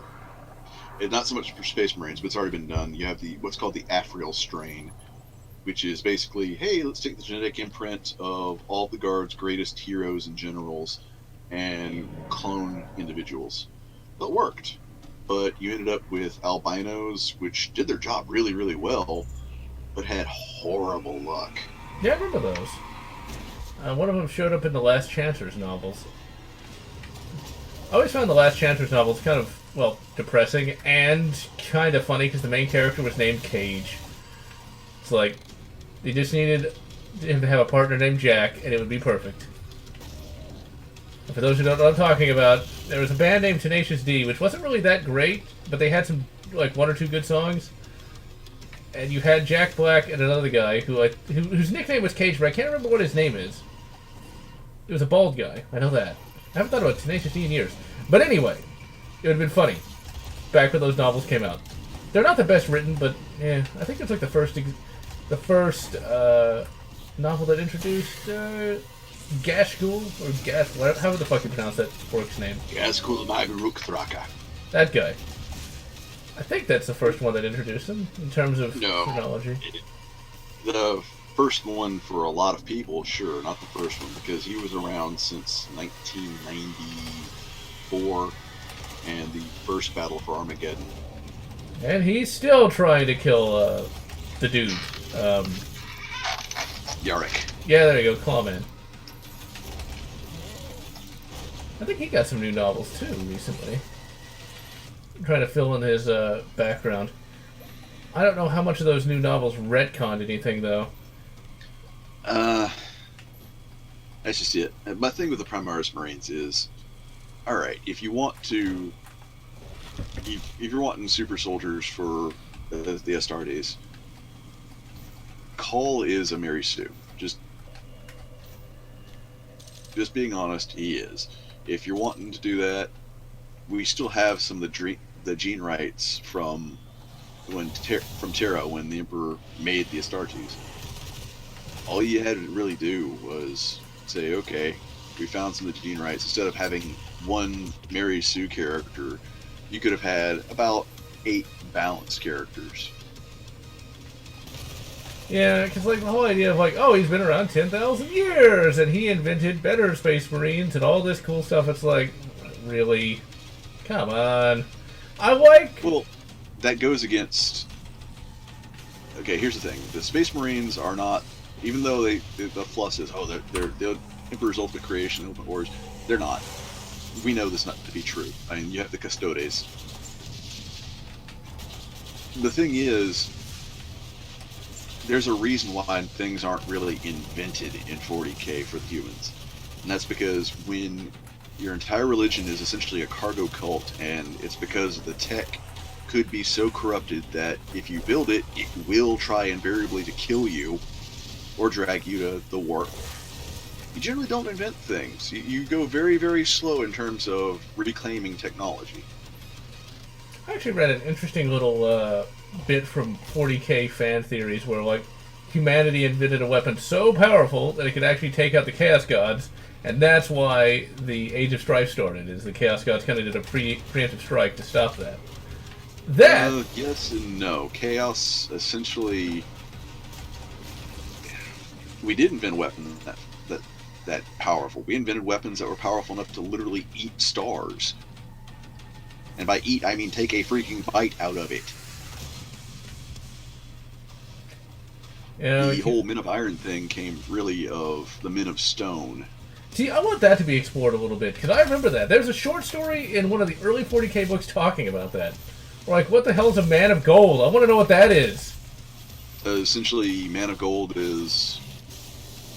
You'll never officially get it from GW, but what it is, when you break it down through all the lore, is humanity at our apex. When we actually understood the science, we didn't fully need the AI of STCs. Let's see, that'd be kind of interesting. I've read some fan theories also that, like, a Man of Gold is like... Well, basically, either A, there was a couple of people like the Emperor, or everybody was like the Emperor.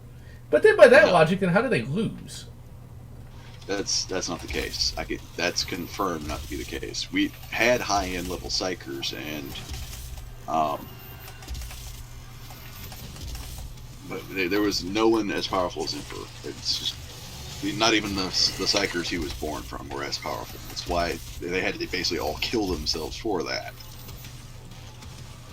I wonder if they were as powerful as Bro Dude. What is his name? I can't remember names tonight. You know, the dude. What force? I almost had it. His the Emperor's you know, the guy who was the master of the Administratum. That guy. He created it. I can't remember his name. Like I can picture what he looks like, but I can't remember his goddamn name. I definitely read way too many books these days, or any days. Oh, what is that guy's name? He's like a... He's like... Oh, I almost had it. Fuck it. That guy. Or it could have been as powerful as that guy. Yeah, that guy. Well, he was a Man of Gold, but he was not as powerful as the Emperor. He still did pretty well, though. He lasted on the Golden Throne for like a couple hours. Oh, that's a spoiler alert. Yeah. Oh no, spoiler alert. It's the foundation of the story. I think they're finally starting to finish up with the Horus Heresy. It's only been like, what, 10 years of stories? Oh, we've still got 8 more years left at this rate. Really? Yeah. Can they just finish the goddamn duel already? Just do it! Atomic... Expensive... And yes, they are expensive. Stop giving a crap about popular media. I kind of stopped caring about Star Wars after 2008, but I got back into it. Star Trek, Star Trek, you kind of got to give up on it now just because of, well, what's happened, but you can still watch the old stuff. For me, I only give up on a franchise for, like, a little bit. Like, after they stop making new stuff, I'll kind of get tired of the old stuff, then I'll come back to it and like it again. Kind of like with Aliens. I just reread 4 Aliens books in a row, and I still love them as much now as I did back in the day. In one moment, be entertaining. Okay. Zach, to answer your question, I do like 1,000 Suns, though I've been a Dark Angels and Iron Warriors player since the 90s. Really, I can say Dark Angels since 1998, Iron Warriors a little bit before then. Okay, I'm back. Let's see. And Atomic, to get into 40k, my suggestion is go slow, get your core rule books, and focus on making a force for making and playing Zone Mortalis, because Zone Mortalis is small, quick games, and it's not that expensive. You can get into that pretty cheap. Yeah, it's only $500.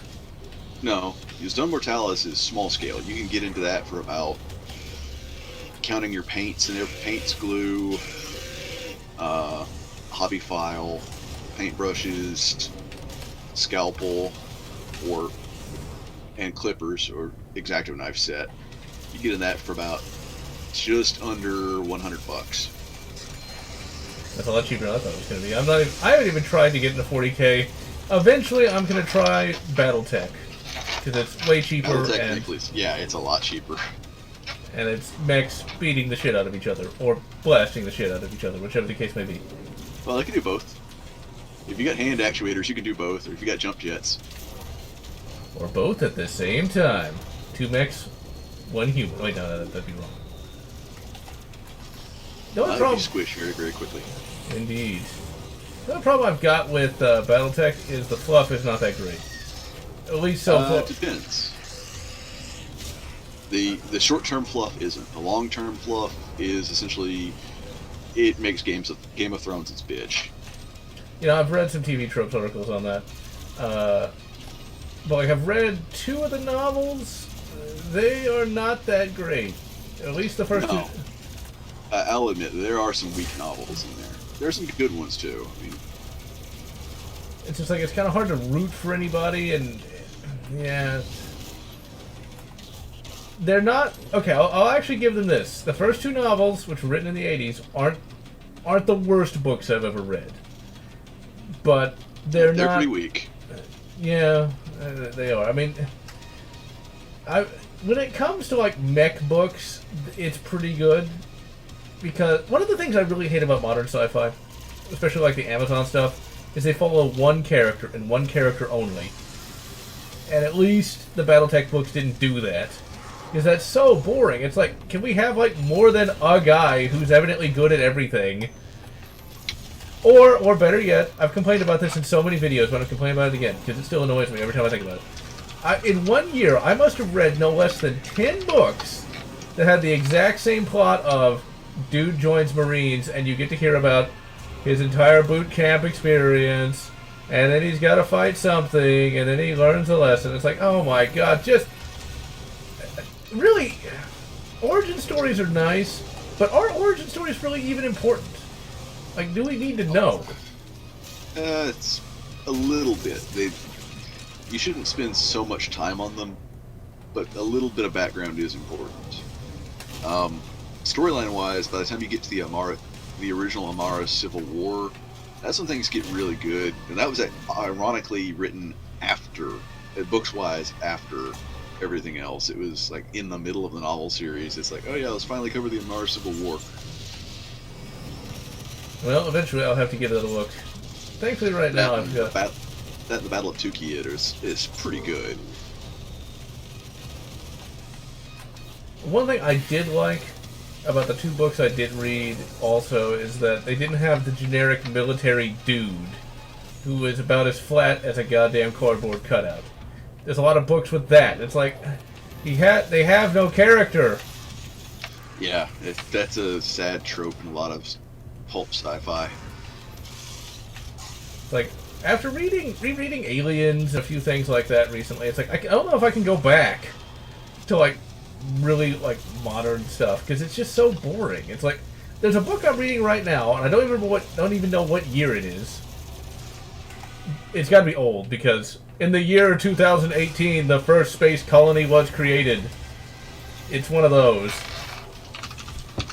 And the main character is a bookish history teacher who has to go try to find some of these lost colonies because of school politics power plays. And it's like, it's actually pretty entertaining. The writing is good. And it's a little obscure science fiction book that has more character in the first 10 pages than in some other books in their entire book. Yeah. Warhammer 40k and Warhammer Fantasy. I think there was like in the Yes. rule books. Well, they existed originally in the rules, but not accounting for that, yes, there actually is. Technically, you have Slaaneish's Knight of Silver, which is technically the chapter master of the Grey Knights. It's a long, convoluted story. It's weird. And I did just remember there was a short story I read where there was this human and a Slann. A Slann is basically a toad man going into the Chaos Waste, which is basically hell at the North Pole. Literally, it's chaos but North Pole.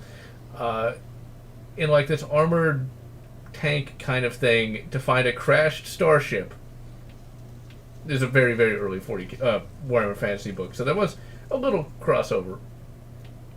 A tiny And bit. Nick, yes, I have played CNC Renegades, and go look up Renegade X.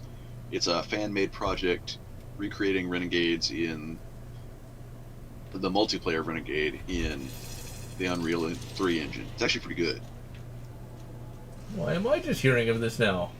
Because I actually kind of liked Renegade. Eventually I gotta review that book. Where, like, the guy gets promoted from, like, sergeant to lieutenant, like, within this first battle. Or something like that. I remember reading about that. It's a heck of a battlefield promotion. Yeah, I don't think the people writing that book really knew how the military worked, but it's the future.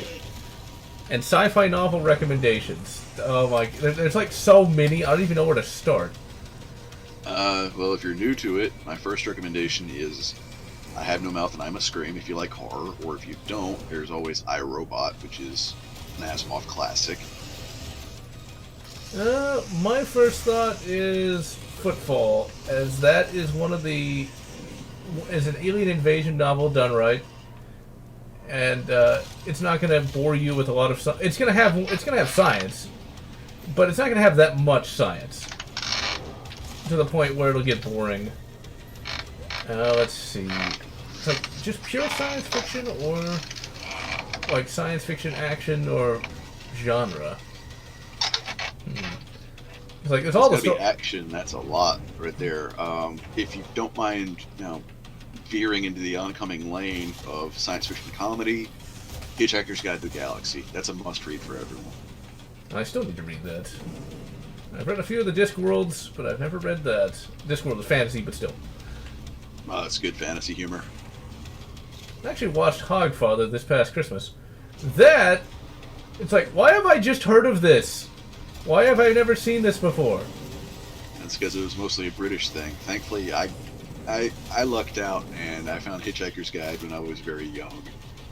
And that got me into Terry Pratchett, and that got me into the whole dry British humor. Those books they're just good for the soul. And as for science fiction action, in terms of 40K, you've got Eisenhorn, the entire trilogy is pretty good. That's veers into hard SF territory on occasion. Then you got the Kane novels, that's also sci-fi, which is definitely much more comedic. Cyphus Kane makes me believe that there's a potential future and hope for something like Blackadder and 40K to intermingle. That would be awesome. Those novels are made for pretty good movies, like all around, because it's easy enough for the mass audience to you can root for him because he's actually a fairly decent in terms of 40K kind of guy, ironically enough.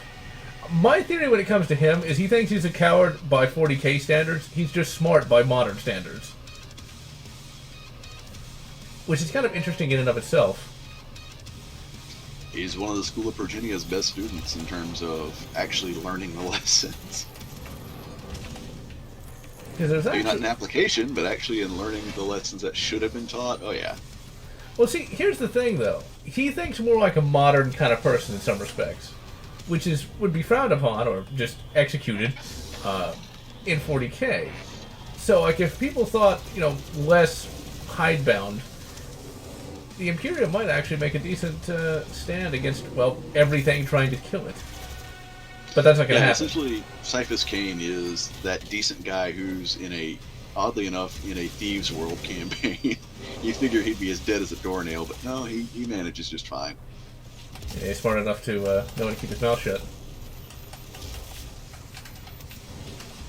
And we've actually had the M41A pulse rifle. All the props that were made from it for the movies, those are actual functional Tommy guns and Remington pump-action shotguns underslung with SPOS 12, parts on them. They all work.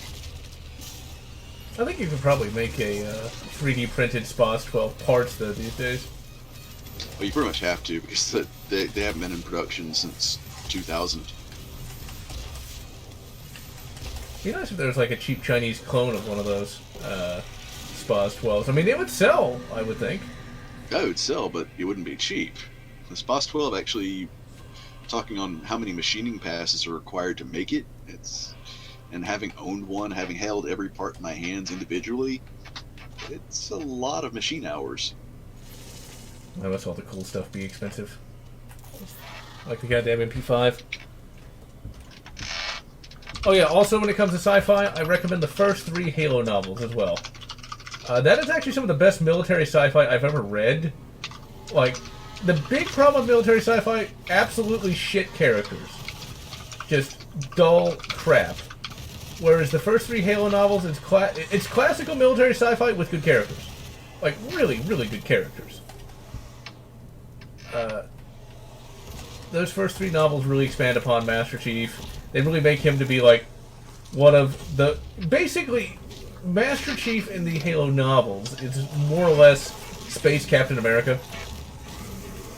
Or Captain UNSC, I guess is the best way you could put it. Because, like, Yeah, pretty much. He's actually given a character. Captain Keyes gets to be really awesome. He actually gets a lot of background before, well, it's not a spoiler because Halo came out when? 2001? Other than the fact that you're bound to have played the game by now, so you know most of the story. Actually, it makes his death even worse because, like, you get to read it from his perspective, constantly getting having the Flood trying to find the location of Earth and him losing all of his memories. That's some good writing right there. And I don't even like William Dietz, because his stuff isn't that great most of the time. And he's the guy that infamously created literally a Mass Effect novel so bad that it was decanonized. That BioWare, of all companies, saw that book and said its writing was too bad. That it raped canon so much that even they didn't like it. It's CS:GO levels of bad. I mean... Which, by the way, if you're into 40k novels, avoid CS:GO novels. The guy's just... Alright, here's the big warnings. Avoid CS:GO, and unless you want to see something definitely Slaneshi inspired, avoid the Jack Draco novels. Oh, Jack Draco. Now, see, I actually have read all of them. I even own them as an omnibus. When I first read them, I didn't think they were that bad, but I reread Draco, and it's something all right. That's interesting. I don't remember it being that weird. That's the interesting thing. It was the first 40k novel. There was no standard, there was no template, it was the first. Thus, you have the guy who wrote Orgasm Machine writing that. I will say this, though, from what I vaguely recall, the other novels are not as bad? No, they get better than, Inquisitor, but not by much, and they're non-canon now. See, it's like, I need to reread the third one, because I vaguely remember a particularly interesting couple of chapters where Draco and a lot of his companions are trying to escape a planet through the webway that's being assimilated by the Tyranids. And I remember that being pretty, getting of the word now. Exciting. My thing is, I'm sorry, but gene stealers do not have reproductive organs. They have an ovipositor. That's kind of an organ that reproduces. Yeah, by being inserted into you via mouth and overwriting your genes. There's nothing desirable about that. That actually reminds me of something. There is an alien... The new Aliens books that were released in 2014, I've started reading those. Actually, I read all of them, I should say. I didn't just start reading them, I actually finished them. The last one that I read was from 2018, and it's a generic story, but not horrible. I mean, when we've got, like, all the major franchises, Star Wars and Star Trek, being completely destroyed, at least Aliens isn't getting it too bad. But there's a scene in that book, I think it's Alien Cold Harvest, something like that, where the main character is trying to sneak out a sample of some facehugger goo. And in that book, the main character can control synthetics with their brain. And basically, the main character uses this synthetic through the brain link to give the facehugger a blowjob. I'm not even joking. It gets weird. It was one of the stranger things I've read in an Aliens novel, or an Alien novel, because they decanonized the Perry novels, which is kind of annoying. But it's not bad. Could be worse. Although some of the ones that have come out last year and this year don't look that great.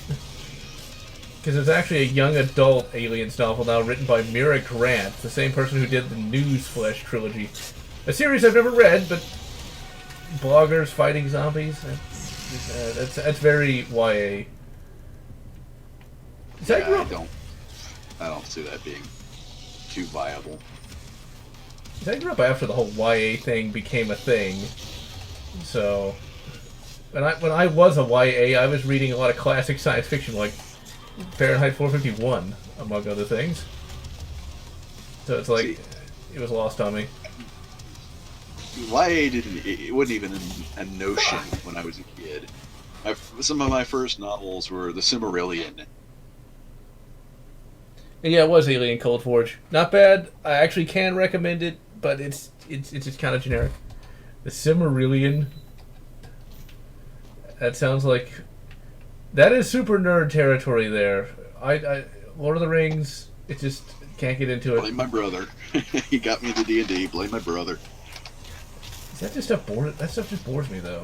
Like the D&D. I will admit it's drier than it's drier than making s'mores in the middle of the Sahara Desert, but it's one of those things you either like it or you lump it. I think I'm gonna lump it all because Lord of the Rings or Lodor or however you pronounce it, just as I've always found it to be pretty, just not enjoyable. It's like the characters don't really do much for me, and the writing style, the pipeweed, Oh yeah, make no mistake, Tolkien could spend 34 good pages explaining a tree. And the whole story, it's not like, I'm not going to call it generic, because without the story of Stop the Big Draco Lord, without that, we wouldn't have all of modern fantasy, but still, it's kind of hard to get into that, especially these days. It's like, how many times have I read that? They don't even take a Zeppelin to hell. And yes, that's a Go Trek and Felix books. And hello, Emperor Snake. There's plenty of Aliens Rule 34, and I've seen a lot of it. Yeah, it's not exactly uncommon. One wrong Google search and you're there. Although I will say the 3D animations throughout the years have definitely improved. Not that I would know anything about that. And Tiberium's Son is also pretty darn good. I like the Cabal arc of that. I think that's pretty solid.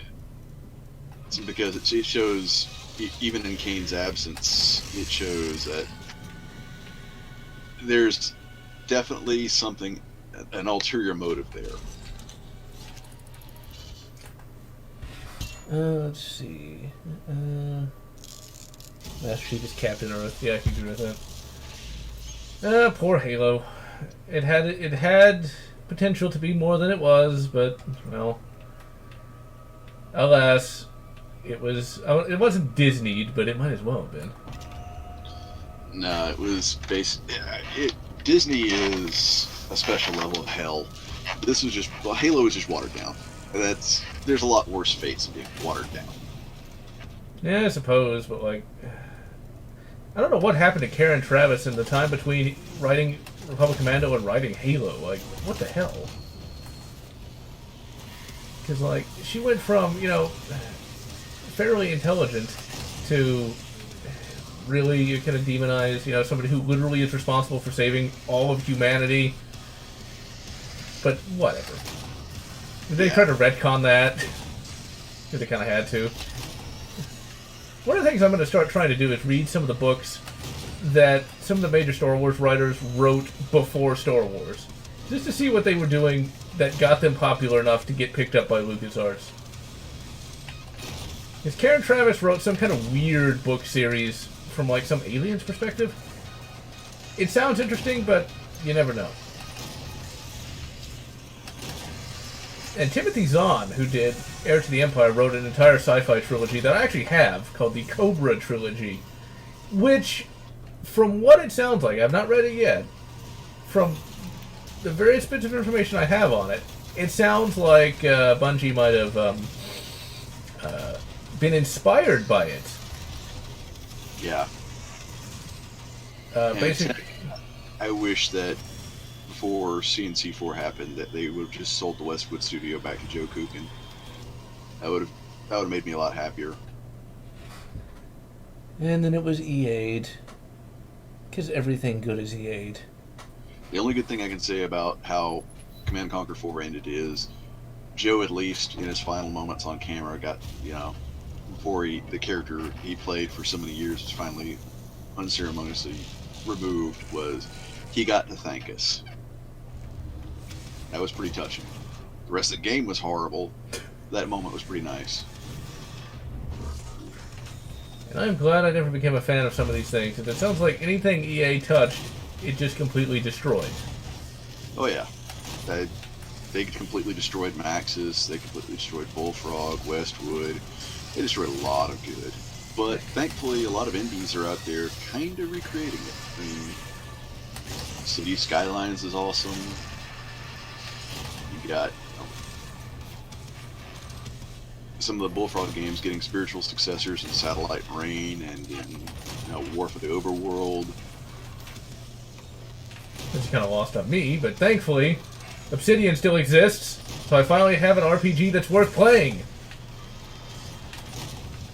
That actually has, real characters and things of that nature. I would love to be able to do a review of Outer Worlds one day, but that's a review that would take, literal months for me to complete, because I would have to beat the game probably 2 more times. I still haven't even finished it now. Because I need to go through the game with all the characters. Because the characters are actually pretty good. They're basically KOTOR characters. There's even HK-47 Jr. That's a cleaning robot. And it actually is kind of funny. Obsidian really did a, one moment. Oh, really? Damn, I can't find the goddamn chainsaw, but the chainsaw's X. I should learn the controls of the game I've been playing for hours. But yeah, Obsidian really went back to KOTOR 2, and you actually repair HK-47 Jr. in the exact way that you did in KOTOR 2. So I was quite pleased by that. It's just kind of even the what's the best way to put this? The generic character you see in every modern day production, you know the one I'm talking about, with the blue, pink, or red, or orange hair. Yeah, that's a character that's in the game, but is actually so well written. I don't care that character's in it. If I ever got a chance to write an RPG, let me rephrase this. If I ever got a chance to write an action RPG, because it would work in a standard RPG, but not many people are well versed enough in CRPGs to get it. I would create that character just to kill them off in the most hilarious way possible. What, you thought the Chosen One thing was going to fly? Oh, hell no. CMC code. It's not really an open world game. It's really just an RPG that it's very much streamlined compared to classic ones, but it's still more of an RPG than anything I've played in many, many years. It's actually more of an RPG than, say... Actually, I won't say that. No, then again... this is going to sound heretical. It's more of an RPG than Fallout New Vegas. Because... in Fallout New Vegas, you don't really have too many characters. You can only have one partner at a time without mods. Whereas in this, you can have up to 3 of you at any time. They all have backstories. They all have what are effectively loyalty missions. Well, here's the thing on RPG. Choice of side characters is great, but that doesn't make an RPG an RPG. That just gives you an extra little bit more content.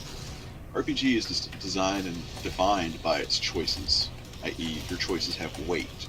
That's why Fallout 3 is not an RPG. It's an exploration game in the Fallout universe, which is interesting, but not exactly super canon either. Yeah, I'm not surprised since it jumped developers and it is Bethesda.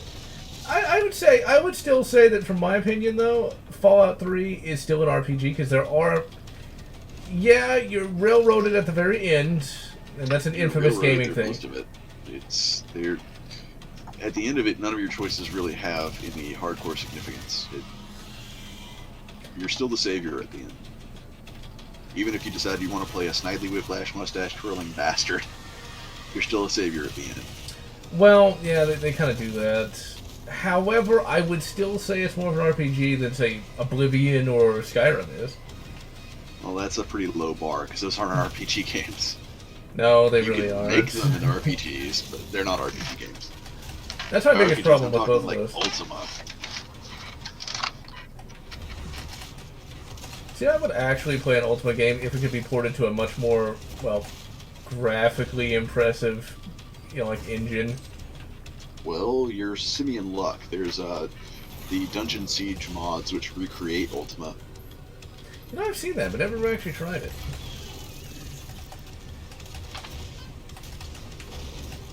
Stop jumping around. Dungeon Siege into itself is not an RPG. It's an action game like Diablo with somewhat of a story. I can't even call it a full story, but a great world. Yeah, I would definitely not call that a story either. I played the first one because I think it was free at one point, and yeah, it's like you're some random farmer and you get attacked and you gotta stop the Bracken roll.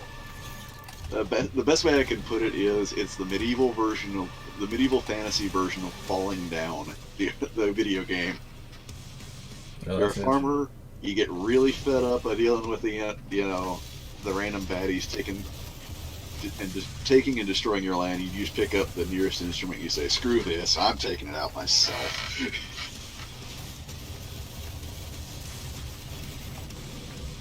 Now, mentioning Dark and Raw, for those who don't know, that's actually the Sword of Truth series. Now, that's a fantasy series I kind of recommend and kind of don't. The books are much more juvenile than you might think. But, I don't know, it's one of those things that I didn't like it, but I'm not going to say it's terrible or bad. It's just one of those opinion sort of things. But I actually watched the show, and the show changes a lot to the point where, like, the first episode is basically Star Wars, but fantasy. Yeah. Like, it is so Star Wars, it's not even funny. I would love to see somebody make a Thieves World video game, but it will never happen. And unfortunately, Absolutely never happen. yeah, because most people haven't even heard of Thieves World. Like, the only reason I know it is from Spoonie. No, it as RPG properties go, it licensing wise, it would. If I could find an investor, yeah, sure, I could make that happen. Problem is finding an investor, because it's going to get dark and everyone is going to get offended. Everyone. Thieves World makes Ankh-Morpork look like the Federation. At least not Morpork. The Thieves Guild, they have their quotas. They're not gonna. If their quota's full, they're not gonna bother. And if you're willing to give up the gold as opposed to try to fight, yeah, you'll live through that. Ooh, I've got a better one. Instead of makes it look like the Federation, it's where imagine Ankh-Morpork run by Mr. Tiatame. There you go.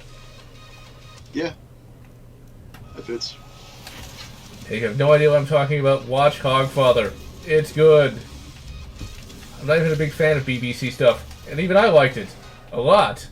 And it's going to be a new Christmas tradition where I'm going to watch it for every Christmas. Because it was that good. I also recommend checking out the BBC audio drama and the video mini series of Hitchhiker's Guide. They're very different. Every form of Hitchhiker's Guide is different. And you have the audio drama, you have the BBC televised miniseries, you have the movie, you have the text adventure game, and they're all different. I cannot imagine the moon logic that adventure game uses, though. It's like, you use block and tackle, and you open up a door that lets you get a key, which lets you activate a water well, which moves a piece of wall, and then you can progress. It's not quite absurd moon logic. There is some moon logic, but it's usually humorous moon logic. There's plenty of walkthroughs written for it because it was made in the 80s. It's like how anyone was expected to be able to do that. I just do not know. And let's see. Excited for System Shock 3. I've never played any System Shock game, so I couldn't tell you. Being a longtime fan, I'd love to say I'm excited for System Shock 3, but they just had the massive layoff. Well, so it's probably going to be kind of hard to get excited for that. Yeah, we don't know the state of it right now. All I know is that, over 25 people got laid off. That's not a good sign. The good news is the System Shock remake seems to be going okay, so that's awesome. And it's really weird because System Shock 1 and 2, I can't fully call RPGs. They're more, the best thing I can call them is an immersive sim. See, like the closest. No, go on. It's an No. RPG. For me, the only Shock games I've played is BioShock, both 1 and Infinite, which aren't really RPGs in the slightest, and Prey 2017, which is kind of like a system bio kind of thing. Well, I like the game, but I'll fully admit it's a complete and utter ripoff of System Shock. Like, to an appalling degree, it is plagiarism 101. The only thing that keeps them from being sued is some of the original staff helped them out on it. They got their blessing. Otherwise, that would have been lawsuit city. See, I think I don't really mind that they ripped it off because they're using modern technology with modern control schemes. Jay doesn't jump. So Here's the thing. You can get the original System Shock re-release, and it has modern control scheme. it has modern graphics, goddammit. Oh. Because those System Shock graphics look kind of interesting. You can play Doom. Shut up. You can play Doom. I'm sorry, but they came out at about the same time. Shut up. It's not the same. Shock. Yeah, I know, but just being honest here. In my defense, there's way.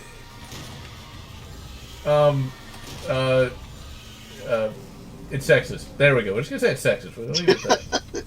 Oh yes, because the mutants who have no determinate gender and have been mutilated, probably beyond the point of having gender anyway. Although you gotta wonder, would that be sexist? Because if we look at the moon logic of the feminists, think about it. If they have no gender, then that means they can't be female, which means it's discriminatory against females. Boom. Yeah, but they can also go with, we don't know the gender representation of the hero. Which we do, technically, but watch them pull that out their butt. I wouldn't be surprised at all. Although I'd like to think that some of that's going away. Maybe. Hopefully. Well, yes and no. From games journalism, no. That's the ship that they chose, and they're going to ride that till they die. Now, the good news is, their relevance is kind of gone. It's pretty much no one cares. Well, yes and no. There's always reset era, said with extra ease. I don't know, is this level... Oh, never mind. Okay, I thought this level didn't work. And sometimes these things spawn in walls, even now. I imagine gaming journalism is like pretty much dead. Does anyone really care what Polygon has to say at this point?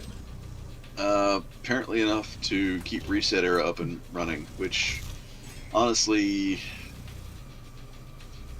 the normies might get fooled, but anybody who's been around for a while realize that it's just a load of hogwash. Eh. It's like, I don't know why anyone really cared to begin with. I mean, well, the thing is, games journalism has been just really, really bad since even 1993. People like to think that, oh, games journalism is getting bad now. It's nepotistic. This is why we have Gamergate. Like, where the heck were you in 1993 when Rise of the freaking Robots was coming out? Entire damn year of people just absolutely servicing Mirage and Time Warner. It's like, oh, this is gonna be the best game ever. It's got AI that learns your moves. We're inspired by real martial artists. It's like horse crap. utter, absolute, undiluted, in fact concentrated horse crap. All for the Game Boy Advance, right? Well, the Game Boy Advance didn't exist back then, but still. Game Boy Advance didn't exist, but it was on everything to include the Game Boy. Really? Because, like, Yeah. the Game Boy, with its 8-bit processor, can process AI learning the moves. Truly, it is the greatest thing ever. It's essentially it almost killed gaming journalism back then, and I really wish it did, because really that's where we get the whole idea of, limited exclusives and, pay for play is from that whole ordeal. Before that, it really wasn't a thing. Come 1992, when Mirage was first starting it out, and of course Time Warner's the one publishing it, it's like, okay, yeah, we're going to throw money at this and get people to buy a game and say it's great. And it's absolute, utter hogwash. Or, in the less PG way, complete shit. Oh, yes. I think Mass Effect 3 had a problem with that as well, where they put, like, what was it, like a GameSpot journalist or something as a character in the game. Yeah, It was the they didn't random... put characters from any publication into it as, a character, but every magazine had that on their cover on and off for more than a year and a half. And in Britain, it was even worse because, they had video game-based TV shows, some of which changed their entire intro, opening themes, and sets based around that because they were paid by Time Warner. They go, oh yeah, hype this game. And now no one even knows that Rise of the Robots was even a thing. Because I didn't know it was a thing. Example, nepotism in video gaming is horrible. See, I'd like to know the mindset that went into that. It sounds like it was something that was kind of decided over, like, massive amounts of coke. Because... Yeah, greed. It was corporate boardroom greed. That's all it was. Yeah, like, if you're gonna hype something that much, at least try to make it worth it. Because then no one's gonna trust you again. At least no one should. They didn't care, and as for no one's gonna trust you again, they went back for a sequel. Really? Why am I not surprised? People... Even if gaming journalism back then, they didn't have SJWs mixed with that. I imagine SJWs... Yes, they did. Yes, they did. It just wasn't as obvious, and they couldn't get away with it as much. Like, the college SJW crap has been going on at least since the 90s, as far as I've been able to determine. So I was reading a couple articles from a guy named Jeff Cooper. He's been dead since 2006. He used to have this newsletter for... Well, for those who don't know who Jeff Cooper even is, Jeff Cooper is a legendary firearms trainer, and he had this training facility called Gunsight. And he did this newsletter for Gunsight. They've all been posted online. And in one of his newsletters, he mentions that Harvard had this thing where people had to express their privilege so they could learn that they were privileged, or something along those lines. And that was as of, like, 1992, so... Yeah, this cancer has been slowly growing since, really, the 1960s. So it's not really a new thing, it's just more people know about it now. Which is kind of annoying. It's like, and some people care, some people don't. I don't think it happens in all the colleges, though. I think it's just mainly the more, shall we say, insane ones. It's like, I can't imagine, like, the SJW stuff would really exist in, like, the STEM fields. Well, generally STEM weeds them out because, unless we're... Well, let me rephrase that. Hard STEM, i.e. science, technology, engineering, mathematics, weeds them out. So because there's no feelings to science. There's just none. Now, that doesn't mean they're not going to try to infect it. I mean, if they're infecting the Linux community, which is definitely hard STEM. They're infecting psychology. They're going to try for anything and everything.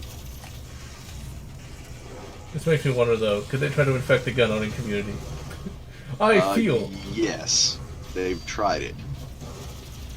I feel that the single shot is superior to the full auto. I'm sure somebody would say that. Yes, FUDs actually. That's part of the problem. Is that's part of the infection. Yeah, but I don't see. I don't deer see. hunting rifle's a lot better than that AR-15 hook.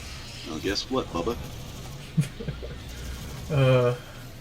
I imagine most of those are like just the very fringe though.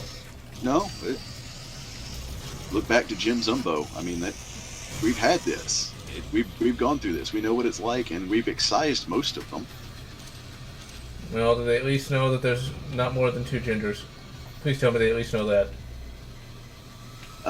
Well, saying the FUD group is generally older left. They don't believe in the whole, multiple genders thing. But the sad part is that the ATFE does. Really? Yeah, the new 4473s have, what gender are you? Male, female, or indeterminate? I am a centaur. I am a UH-1 Huey attack helicopter. Actually, Who am I kidding? I sexually identify as chainsaw. You know what popped in my head? A chainsaw made of dildos. That is something that could work. It's a genuine sexual assault weapon. Oh my god, that's just horrible. Pass that to RoboCop, and well, yeah. I'm sure there's an image of that somewhere. I'm Probably. sure. I don't want to see it. Please do not link it to me. I do not want to see RoboCop with a dildo chainsaw. I'm sure that's got to be on DeviantArt, and I bet RoboCop's a furry as he's doing it. Ugh. I'm gonna need some mind bleach and some good whiskey. I'm sure Robo-Furry exists. Oh crap! What did I run into? Robo-Furry. The new Doom enemy. Well, that's high octane nightmare fuel. At least Satan himself could come up with something so horrible. Quite I'm sure Satan's washing his hands of that, saying, "Nope, not me. Nope, don't blame me. No." Slanesh. There are certain things I'm pretty sure Slanesh finds even deviant. Now I gotta go through this goddamn arena again. Actually, wait, hold on. Do I have? Ooh, I could just use the BFG. Well, the problem with this BFG is like it only affects Argent energy instead of just being a generalized, destructive device. It's more than 50 caliber. Because that makes sense. At least they didn't get shotguns as destructive devices. I'm sure they would have done it if they could have. Oh, they've tried with a few models. This In fact, recently they've tried with can't talk. The Fostech SBV. That's now a destructive device. If you are unfortunate enough to buy one, you either now have to send it back for the 18-inch barrel model or you're hosed. Gilligans. Boogaloo memes. Yes, they have. Although, if I have to hear Beta Male O'Rourke one more time, I swear I'm going to smash whatever he is playing through. I'm so tired of hearing that quote. And we all know which quote that is! Oh, yeah. Don't worry, I'm not saying it. Because that's even used in, like, ads these days. It's like, if you try to watch a bunch of gun videos, which I do, and you have to listen to the ads, because, well, if you listen to it on your phone, you're kind of stuck with the YouTube app. It's like, God, I have to hear that multiple times per day sometimes. It's like, you get it. He's completely irrelevant. I mean, but hopefully there is no Boogaloo anything. No, there won't be, because we have a weapon far more effective than any small arms that can ever be used. We have something far more vicious, more insidious, more merciless, and more damaging. We have lawyers. So I was going to say Denny Crane, but no one's going to know who that is. Because that was a show back when it was on, no one ever watched. Sadly. So you had Captain Kirk and original Daniel Jackson.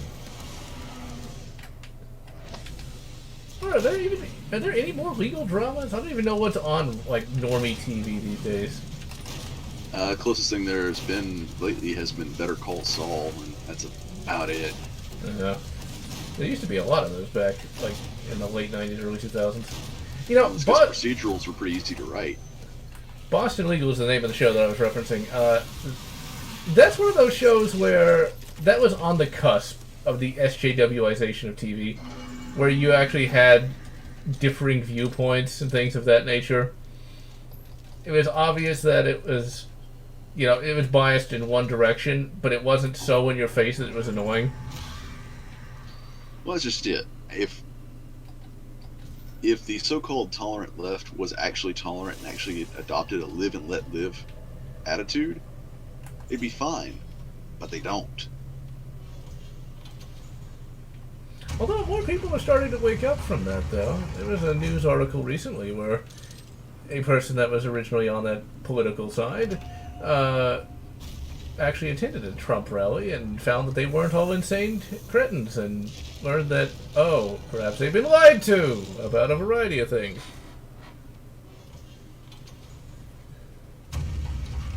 Have you heard of the... I can't even read what that says. Moon Man? Mono Man? Yeah. That one's almost cursed because that one goes pretty hard. I have no idea what it is. I'm sure YouTube does not like it. No, not at all. Just tell me after the stream. Okay. Because now I'm kind of curious, but I'm sure it's probably something horrible. But one thing I always want to remind everyone is do not demonize any side, because it will just basically blind you. Now, if one side is actually legitimately bad, learn why they're bad. Yeah, attack the argument, not the person. Yeah, more people need to do that these days, but alas, that is not to be. Livestream just went offline. What? Really? How? Yeah. Okay. Oh, wait. There it is. There it is. Okay, good. Let's see. Let me refresh. All right. Yeah, we're live again. Okay. As I was going to say, attack the argument, not the person. What I would say instead is Google is all is Google. I worship Steve Zucker. Wait, no, Steve Jobs. Well, worshiping Steve Jobs is kind of pointless because he's dead. Yeah, but he died for our tech sins. There we go. I'll never forget. He died because he unfortunately believed in holistic medicine as opposed to traditional medicine. Oh. See, I always like to kind of mock the idea of Steve Jobs just because I'll never forget that movie they made about him where basically they tried to turn him into Tech Jesus. Like, if you ever look at the trailer for that, it is so... It fillets him so much, it's utterly insane. It's Apple fanatic. Here's the thing. I don't dislike Steve Jobs. In fact, compared to Tim Cook, I rather like him. But it's not because he's some tech guru. He was never a tech guru.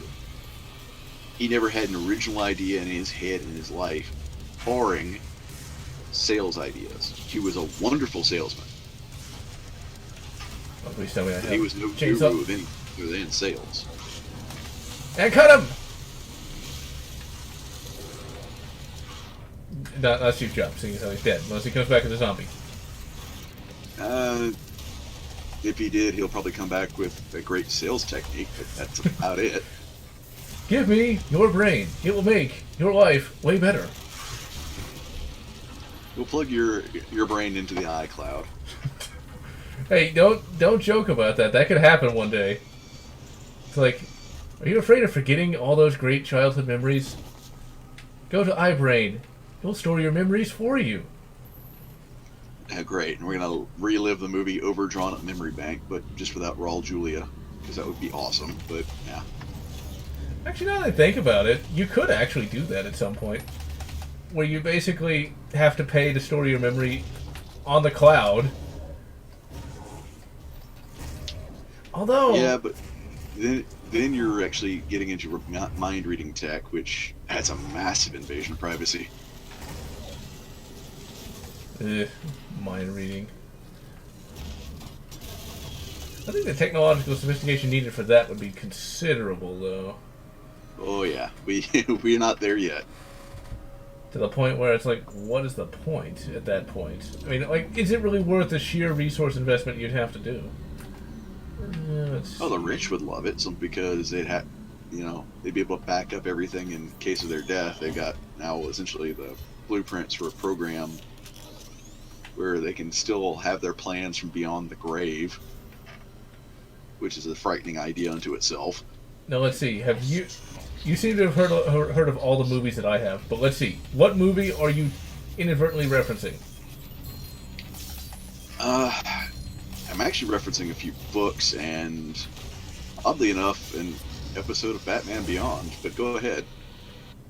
It is a movie that I can't remember the name of, but it starred Mick Jagger and another guy who was popular at that time. Shoot, I know what you're talking about. It's like Time Something. Where basically the main character is a race car driver. He's supposed to die. He gets crawled into the future so some rich guy can steal his body. It was actually a... Free Jack. Yeah, that's the one. The only reason I remember it is because it had Mick Jagger in it as the not Boba Fett, Urban Fett. It's like, Mick Jagger? Really? I didn't even know he had an acting career. When did they come out? Because I remember that. That might have been early 90s. Might have been. 1992. Yep. For me, the 80s ended in 1995. Pretty much. There was a lot of carryover of the 80s into the 90s. Well, that's kind of like, for me, like the 90s ended in 2005. After that, a lot of stuff changed in terms of gaming, TV shows, and stuff like that. That's the year that Toonami died, I think. Alfred After. Never even heard of it. Doesn't ring any bells at all. Are we talking about that cartoon dog? 'Cause that's pretty messed up. I have no idea. When you think, like, cartoon dogs coming back from the dead, I think of Frankenweenie, which is surprisingly good. Although when it comes to paranormal kids films, the DreamWorks film Paranorman is probably the best. Like, in terms of writing and acting, that thing is pretty good. If you haven't seen Paranorman, I highly recommend watching that. Because that is precisely why I like DreamWorks way more than Disney. Because Disney is Disney. They play it safe with a lot of things, whereas DreamWorks does not. Rip and Tear. The most classic... Oh, yeah. I thought it was Atomic. Yeah, that's really screwed up. And the person who created that is nuttier than a house full of squirrels. Is that safe for YouTube? No, it is not. Oh my. So it's like, I kind of want to know, but do I really want to? Do I really? I would suggest no. Oh my. Really? That seems... If she gets off her meds, she's going to end up in an institution. I will tell you that right now. You know, it's great when you hear something about, oh yeah, this person is not, heavily medicated. Now I kind of want to see what that's about, because if it's partially prawns, what? It's not enjoyable, prawn. Oh god. Because the last two words I want to hear are dog and prawns together. Yeah. Well, it's nothing illegal, but ooh. Furries. No, it's not quite that. It's just... You've heard of salad fingers, right? Thankfully not, but now I have. Okay, well, there's no real point of reference other than... This is the work of a deeply, deeply disturbed individual. It's kind of like asking if you've heard of Basket Case. I did not want Basket Case is an enjoyable movie just for how weird it is. Yeah, but that's one of the things I did not want to know existed. I did not need to know about that. So I think the biggest problem here with Doom 2016, going back to the actual game that I've been playing for the last almost 2 hours. You know, having played it for 60 hours, I can definitely say it does get dull in places. I mean, I've played Doom 1993 hundreds upon hundreds of hours at this point. It never feels dull, but I gotta say, Doom 2016 feels dull after a while. And it's mainly because of the arenas. It just gets old. And it is kind of just the same gameplay over and over again. Missions might be kind of generic, but it does break up the monotony of just shooting. Even if it's just kind of a skin-deep kind of mission system, where there's not... where it's just like, grab this thing, put this thing there. And the levels in this really aren't that impressive. I mean, they're not bad, but it still is just one arena after the other. I really hope Doom Eternal fixes that. It looks like, from what I've seen in terms of gameplay, Doom Eternal is going to try to be a little bit more like Wolfenstein, to a degree, where it's like you got to go assassinate a Hell Priest and then do something else, which I think will definitely make the game much more playable than just go from one arena to the other and shoot a bunch of things. I'm hoping the area is a little bit more open than just constant arena after constant arena. I don't mind that. I mean, if I did, I would have problems with Painkiller and with Serious Sam, but a little bit of variety and changing up the tempo definitely helps. And I like the idea that there's still a few humans alive on Earth. It actually gives Doom Guy somebody to save. Although there were some humans, you didn't see them, but there were some humans still alive in the original Doom 2. I think there's one level where you have to, like, help a ship escape from a spaceport. Although that's all related to you in text. And in the book, that doesn't even happen at all. Although in the book version of Doom 2, Flynn Taggart and team have to stop a demon train, which was kind of neat. And then the book started talking about Mormons and stuff like that, which I found really weird. Like, I didn't really think of Doom and Mormonism, but okay. I mean, there's been stranger things. He's got his shtick going. Alright, I think I'm not going to fight the boss. I'm actually just going to call it a day once I get in here. Because this boss is somewhat difficult.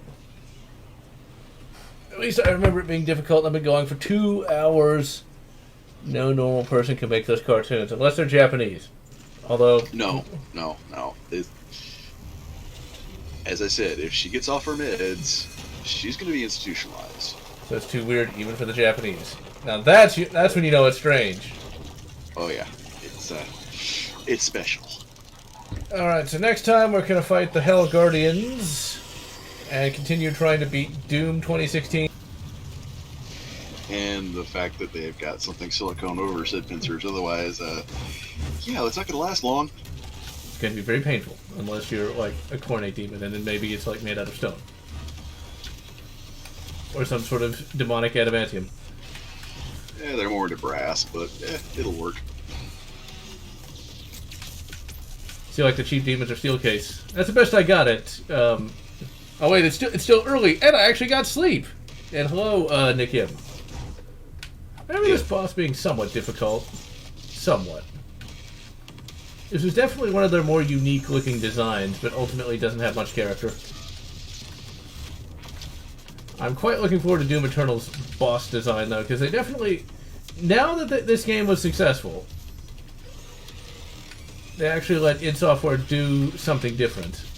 Well, current id. I don't know if I really consider them id Software or not, because they're not really. It's a whole... It's just a name by now. Now, they're just still doing good work, which, you know, is almost up there with what the old id was capable of, and to that I'll laud them. But it's not the same. I mean, you don't have the Carmax. You don't have a lot of the old staff. You don't have any of the old staff, actually. American McGee certainly isn't there. How does a kid get a name American McGee, though? I mean, I feel bad for that. I feel bad for his schooling, because that could not be fun. It was the early 70s / late 60s. Eventually I got to do a stream on Alice. I've never actually played the entire game, but I do know about it. It looks kind of interesting. Hey, Tech. I never really cared that much about Alice in Wonderland and stuff like that. This was never my thing. Always enjoyed it. It was never like something I was really big into. Well, I did write a random fanfic about Wizard of Oz once, which I'm glad no longer exists because it's shit. And historically inaccurate on top of that. Not that I knew that at the time. Okay, so stick with me, ladies and gentlemen. What you've got... It was a rip-off... Okay, it's a rip-off of The Lost Regiment, except exchange main regulars with... some Texas militiamen going to the land of Oz and taking down a demonic Wizard of Oz. No, it's closer to 2. Closer to Return to Oz. Oh yeah, that's right. Yeah, with the little wheeler thing. I always forget about that. But yeah, I mean, I thought that was actually So a does fairly Disney, deliberately. I mean, that was Disney, wasn't it? That's creepy. That's kind of crazy to think that Disney wasn't always family friendly. Yeah, it's growing up. Disney used to be awesome. Now they're just horrible mountain of suck. Eh, it happens. But yeah, you had some Confederates armed with Dreisa needle rifles. I didn't realize that as an 1860s, that was still a state secret. It's one of those things where it was like, why didn't they like export them? It was like the most advanced rifle of all time, except for the Henry. It's because basically it's like the CIA's Doe gun. It's not exactly deer gun to be precise. It's spelled D-E-A-R. Because poor literacy is cool. I like that one meme that Linkara It's did. not poor literacy. It's not poor literacy. It yeah, you're not hunting with that. You never know. You might if you surprise him. He's coming right at us. Let's see. Cousin named Lycan. Wow. Does he have long hair? Kind of hilarious beard, mustache combo, and can he turn into a werewolf? Unless it says Lucian, and that's still the same thing. You might as well just might as well just be, you know, a young adult romance lead. Ugh. And Tech, every state in the nation is a 2A battleground. I kind of like how in the latest in-range Q&A, it's like, well, pretty much every government in Europe hates guns. It's just to the extent of that hatred. You know, they can. They want to retain their power. So, what do you do to retain power? You disarm the populace. You can't have a rebellion if they can't fight back. That's the one thing about people with like sociopathy and stuff like that. If they just, you know, they could have more power if they just left people alone. You know, and control things from behind the scenes. They don't realize that. In fact, they don't want that. They want all the power, and they want it now. And yes, Texas is a battleground. Although I don't know how well that's going to work out for old Bloomberg, seeing as how he already dropped out of the presidential race. Can do anything against it? There's not really much to do but vote. Buy ammo. Support your local gun shop. I did both of that today. And Magpul is technically in Texas now. Although they used to be in Colorado until that mag ban they came up with. I hate bosses with shields. That's why I waited for a whole other episode. Okay, let's go ahead and try to use... I already wasted my... Actually, you know what? Just kill me, dude. No, I don't actually have to let him kill me. I'll just reload. I'll say this right now, Magpul's even coming out with Oakley tier sunglasses. Really good stuff. See, that's the thing about Magpul that's kind of funny though. Like they make really high quality mags, but also sunglasses and wallets and other things of that nature. The Magpul wallet. Your credit card won't jam when you try to get it out. I think I'll stick with my gator skin wallet. That gives you plus 20 epicness points. It's just really tough. I've had it for ages. And I've just had some random shiny cheapo for the last decade. It beats the one I had before that, which was bright green. Which was made out of some kind of nylon. But hey, it worked! It kept my all of $2 safe.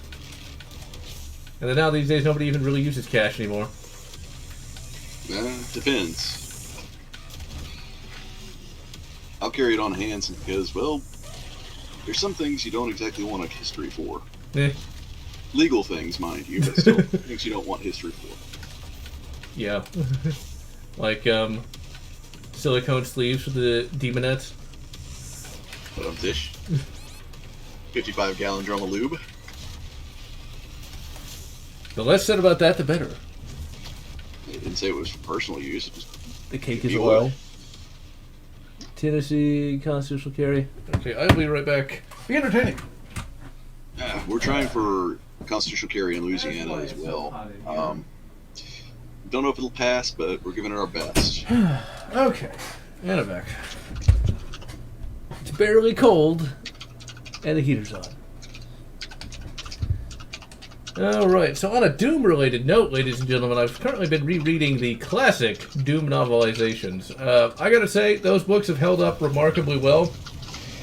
If you've never read them, give them a chance. Do not think they're a bunch of crazy crap like the Doom comic. The Doom comic's great on its own merits, but surprisingly, the Doom novelizations are actually pretty good literature. It's surprising how well the characters are done and how well it gets the horror across. But they're also very 90s. Very 90s. And I love it. It might as well take place in an alternate 1990s with better space travel. Because they're still using Humvees and Bradley fighting vehicles, which I highly doubt would exist in, like, the 2100s. I'd hope they'd have something a little better than that. Well, we've already switched out away from the Humvee, except for radio work and things like that. As for the Bradley, I don't know. He can up armor him pretty well. But over a century? Hey, it beats Contra. We were still using freaking UH-1 Hueys and, you know, Super Contra, which takes place in the 2500s. I don't know, I'd rather have a Huey than a Humvee, though. Just saying. That Humvee's Actual really military Humvees are pretty good. But they're so small, though. I didn't know how small they were until I actually saw one in real life. You look at the interior, it's like, that's even smaller than, like, some my car is bigger than that on the inside. Yeah, it's cramped on the inside. I will give you that. But yeah, overall, they drive pretty well. It seems like all military vehicles are designed to be as uncomfortable as possible, though. Well, you have to give leeway to up armoring and for the actual motor. It's not designed for crew comfort. I'll say. It's not as bad as the Panzer I. I actually saw the interior of one of those in a video. That thing, yeah, go into battle with that. People could be shooting at you. You've got, like, one tiny little bit of armor. Good luck! And Flint Taggart is a surprise. Wait, go on. I was going to say it beats the Ferret armored vehicle. I think that thing probably had like not even 1 centimeter, 1 millimeter of armor. It was enough to stop small arms fire. It still kind of is, but that's about it. And it's very cramped. It's about like driving a early VW Bug in terms of space. See, I always kind of like the VW Bug, but the modern ones are vastly superior. They also don't suffer from Hitler's revenge. Now, if you ever find an old VW Bug for, you know, potential advice, you ever plan on buying it, replace the fuel line. Don't even think about it. Just replace the fuel line. Was that made out of like some like really cheap tubing? It was made out of a cloth tubing. Unfortunately, it just always rots. Cloth? I thought it was like some like really low quality rubber, but cloth? Holy shit. You can get cloth tubing to work, but the problem is the type that they used just wasn't good. Still, I wouldn't really want to trust cloth tubing. Well, hey, you joke, but we can make cloth tubing which is completely rot-proof. Hit it! Fire resistant, completely rot-proof, completely devoid of any flaws. We've come a long way. Yeah, I would have thought cloth tubing would actually be worth a damn. Aha! Blast him! Give me all that sweet, sweet health. And some of the same tech we use in making parachute cord. You stick a piece of parachute cord out in the wet, the cold, the nasty, for 20 years. I guarantee it'll never mildew. Huh. Shit. This boss is annoying. And tech, it's essentially they're trying to change the 4473. We still have to, send petitions, send out information to stop them from changing it. Yeah, it's going to be a big Supreme Court thing, I guarantee you on that. Okay, let's try this with... Try to get the timing down right on here.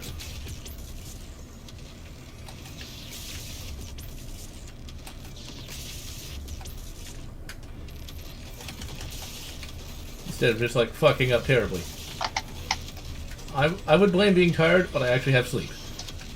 But yeah, back to the Doom novelizations. It's surprisingly... The characters are surprisingly good.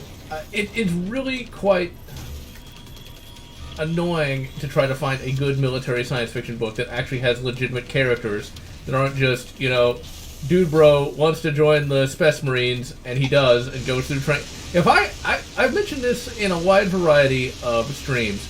I cannot tell you how many times I've read the same plot of dude bro joins the Marines, goes through his training, and the training is tough, but eventually he fights the bad guys and they do the things. And it's like, my god, come up with something a little more original. It's just... Well, it's like they never read Starship Troopers. Yeah. You can have characters. It's like... That's like the quintessential military science fiction book, but it actually has, more of a plot than just dude bro. I think the dumbest one I ever read was one about a guy named literally Spartan. His name was Spartan. And they were taking this 100% seriously.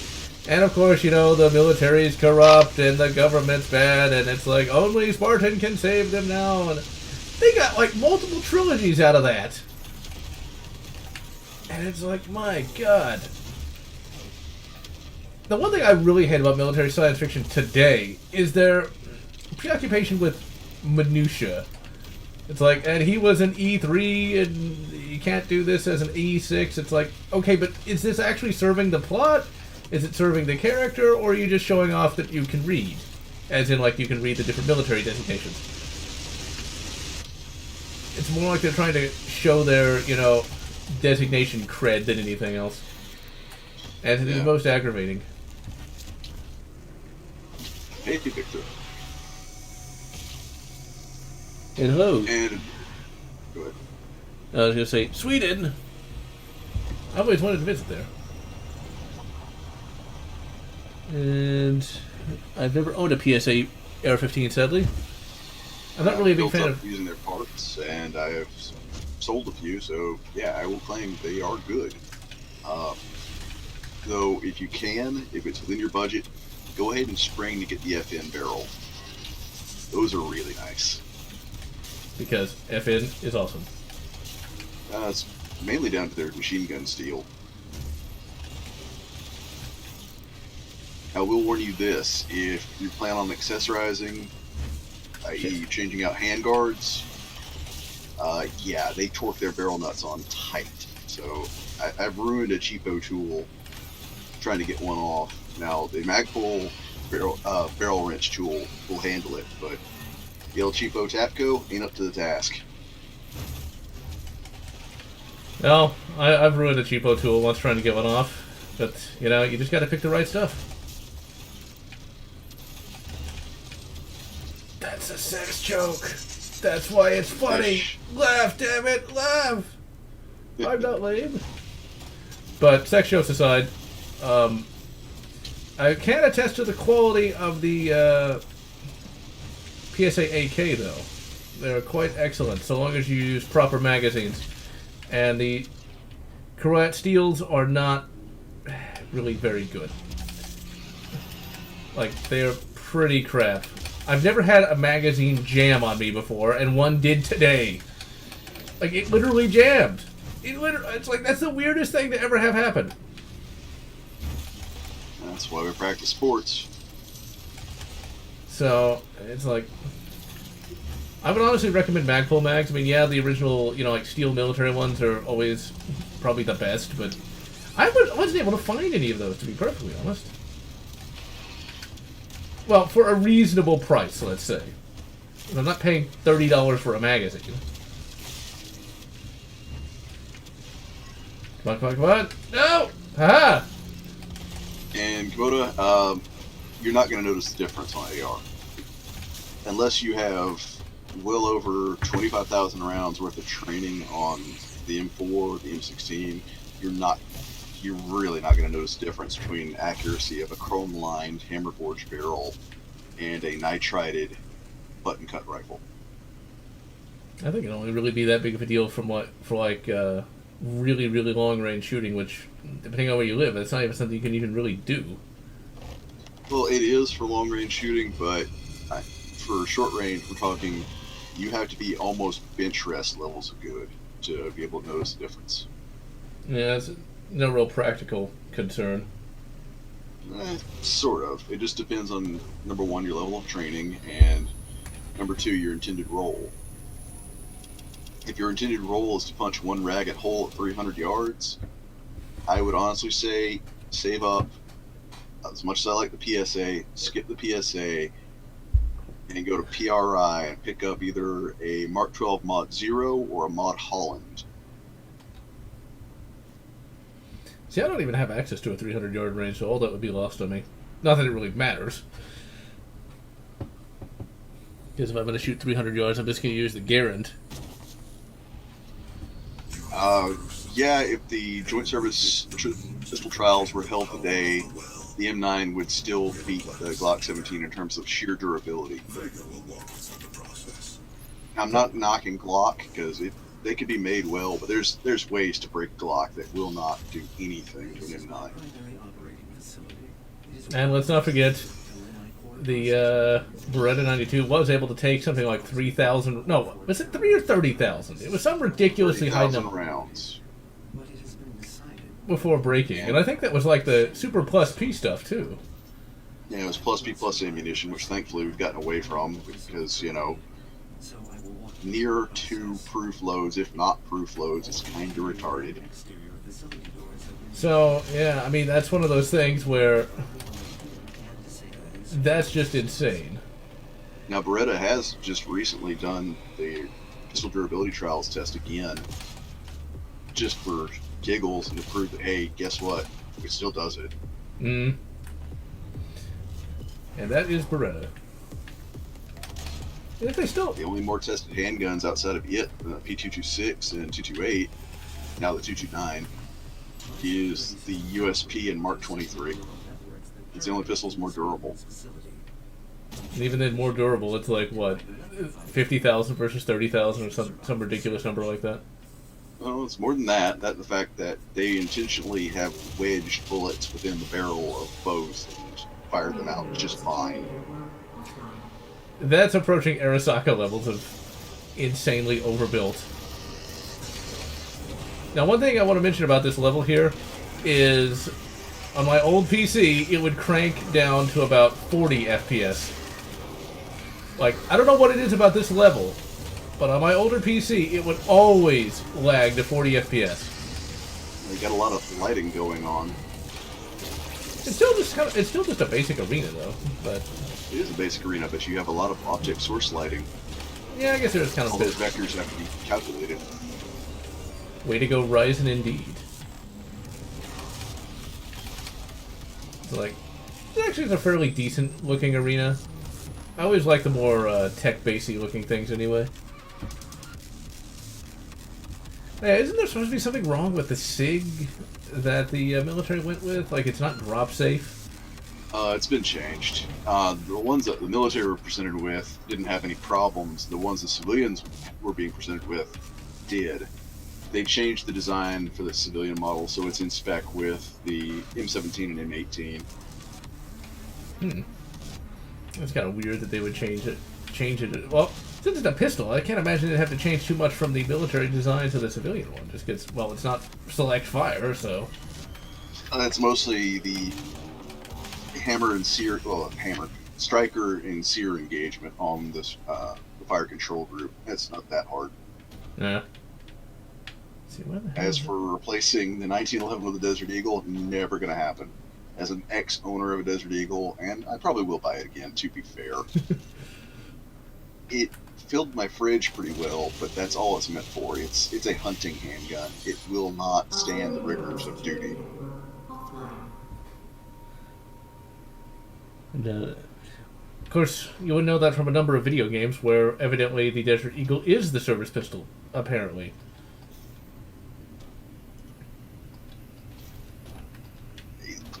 For what it is, it's very low recoil.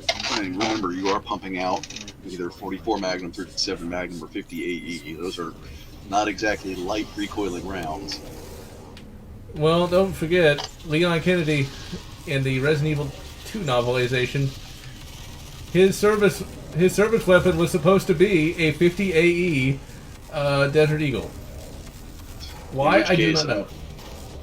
What was he going to Wildlife and Fisheries? Because, you know, our Wildlife and Fisheries issues 357.6 for that.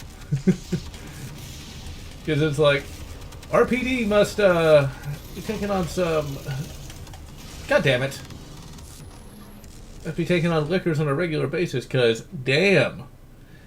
The book even addresses, like, him trying to find ammo for that thing. He has to go to, like, the, what was it, Kindo's gun shop.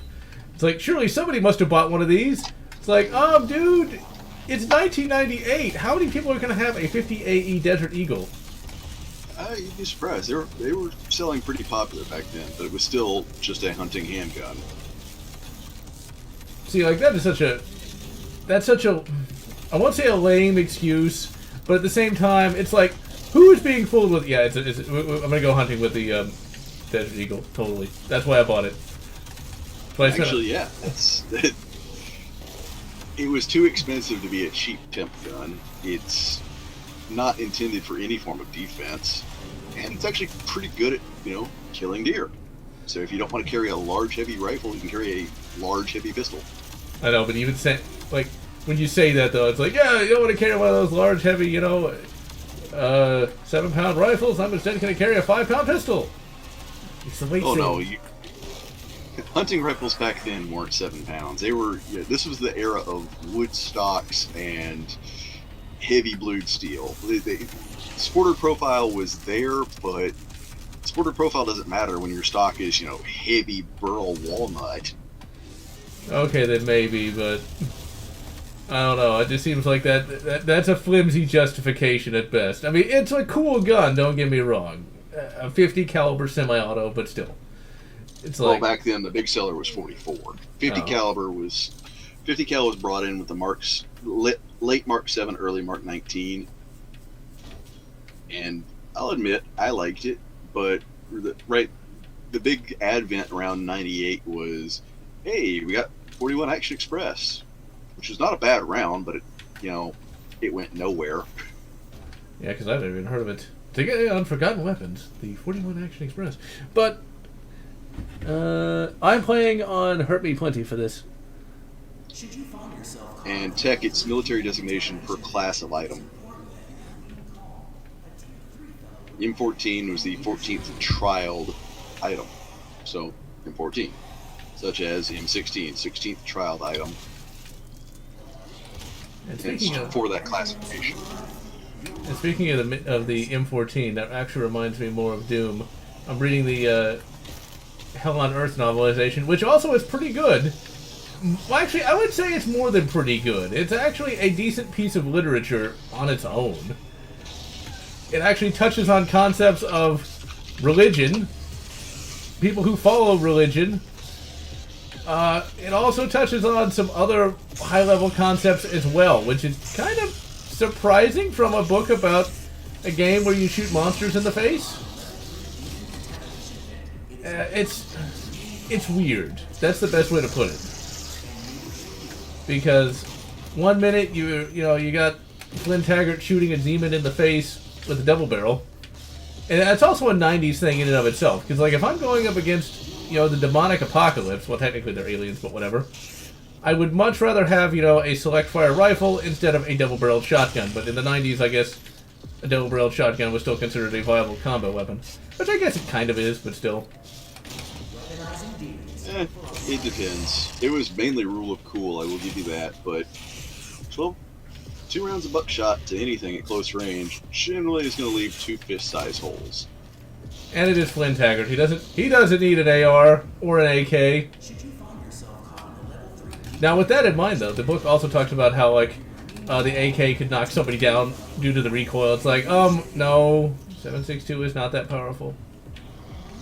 There's one AK that could, but it's, definitely not the AKM. It's going to be one of the designated marksman variants, or the 7.62 by 5.1, 7.62 Russians. 5.4. Ultimate brain fart. 7.62 by 5.4 Russian Saiga. In which case, if you're off balance already, it could knock you on your butt. But not 3.9, though. I also find it funny that AK exists in the Doom universe, but the AR-15 does not. It's called the AR-19. For some reason. No. They could have come up with a 19th revision as opposed to...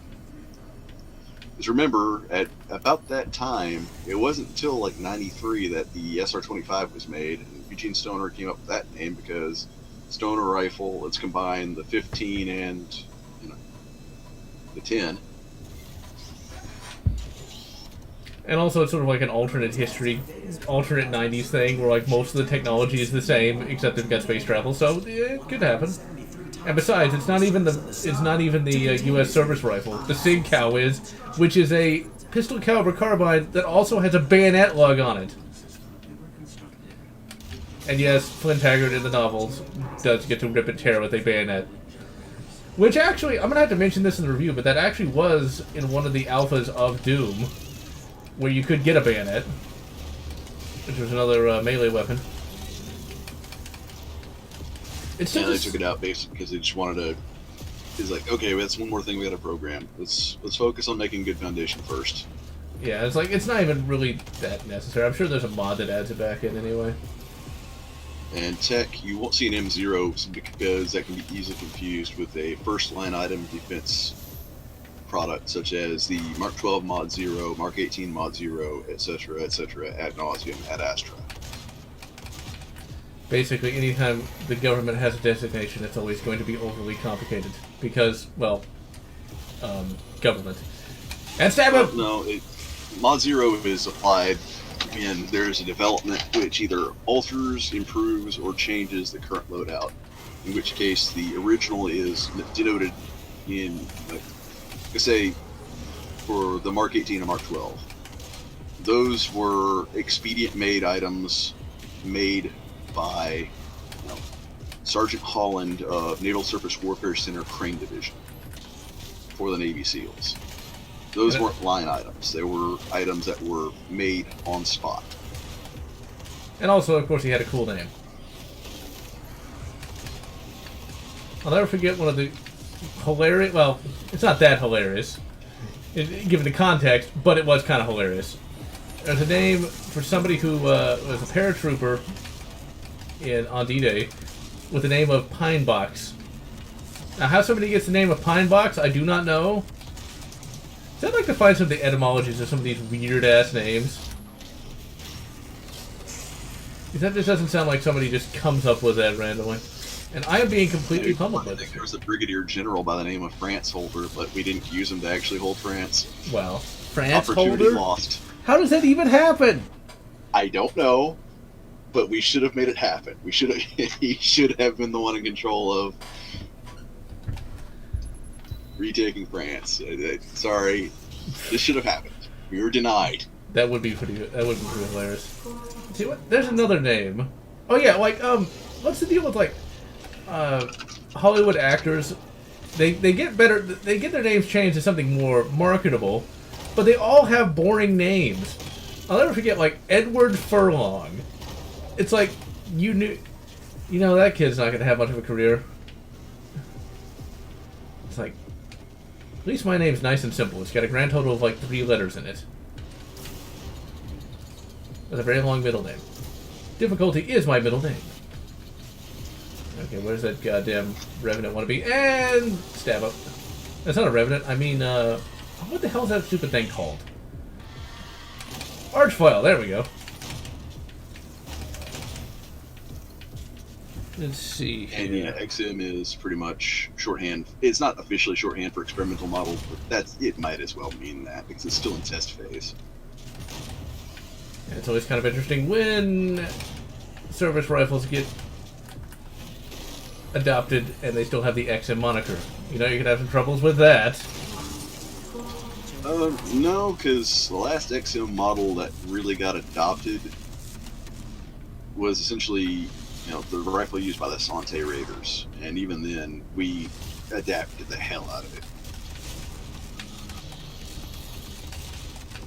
And as for why machine guns are illegal, politics. That's pretty much all it is. And that's why it's horse hockey, among other things. Because they're not really as dangerous as people say they are, and full auto is just not really used as much as you would expect outside of video games, at least. It's useful for heavy machine guns, general purpose machine guns, and light machine guns. It's less useful in standard routine fire of standard service rifle unless you have a very specific training regimen. I've spent a lot of time, a lot of money, and a lot of man hours. I even got paid for firing FA more than my extent. I've burnt out barrels. But that being said, I'll take somebody who knows what they need to know with semi-auto over somebody who doesn't quite fully know what they need to know with full auto any day of the week. Yeah, because just turning on the fun switch, the happy switch, does not turn you into some sort of super soldier, that is for sure. I still haven't shot anything full auto myself, though. Just never really had the opportunity, although I would really like to. I think if ever I do get to shoot something full auto, I want it to be a Sturmgewehr, though. Those things look like they're really, really controllable. SUG-44? Yep. I can't blame you. It's kind of a once-in-a-lifetime thing. Yeah, there's a place called Drive Tanks in Texas that has one that you can rent. It's like, fuck the tank, give me the rifle. It's cheaper and it's fun. And besides, with the tank, it's not like you actually get to shoot it. Well, actually, no, you can shoot it, but it's not like you get to blow anything up with it. So that's the thing. Just shooting an inert shell is not good enough for me. I want to blow something up, goddammit. And now I'm on a watch list. Legally, safely, insanely. What's the fun with all of that? Yes, completely legal.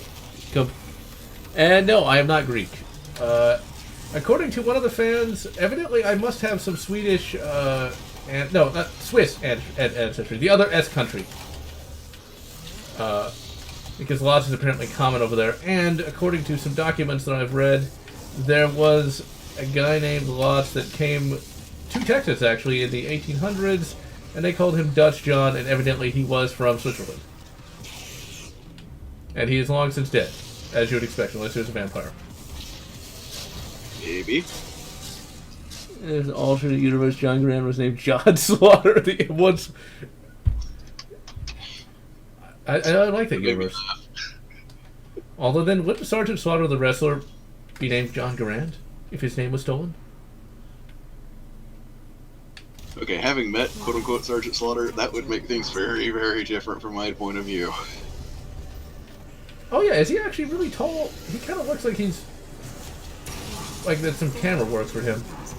Well, there's camera work for every wrestler, but he's about 6'3", or he was back then. Sergeant Slaughter. Now, he's built like a hoss, but yeah, he's about 6'3". I remember his action figure had, for some reason, a lot of back fat molded in. Not very, not very, I'm trying to think of the word for some reason. Not very, God damn it. My brain is not working. You know the word. Flattering. There we go. Not the most flattering of action figures. Well, understand that he came from an era of wrestling where it was hosses. It wasn't so much, the whole. I hate to use the term roided out, but I'm gonna have to because Hulk Hogan. The whole roided out, big man thing really was something of the late 70s, early 80s. It really wasn't in the mid 70s. And remember, he came from the territories. He wasn't a Vince thing. He signed on to the Vince, but he was from the territories where it was the big strong men look like, the big guys you'd see at a bar as opposed to somebody you'd see at Venice Beach, built to the gills. So basically real muscles versus the beach muscles. Right, think strongman contest versus bodybuilder.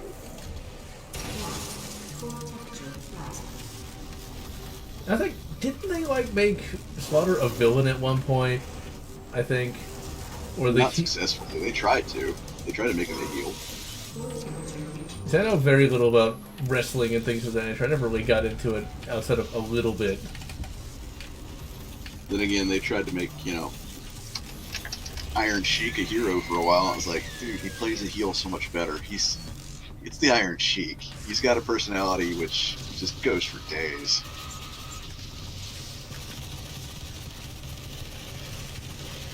Come on, grab him! Grab him!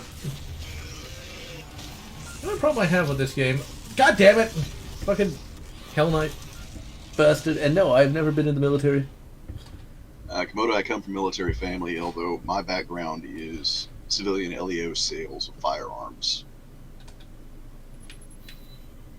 And I wanted to go military, got 4F'd. So I decided to say, okay, I'm going to be a crash test dummy for LEO less lethal sales and firearm sales. Yeah, didn't you mention that you got, tased on multiple occasions? Oh yeah, got tased, got pepper balled, got sting balled, got hit with some munitions.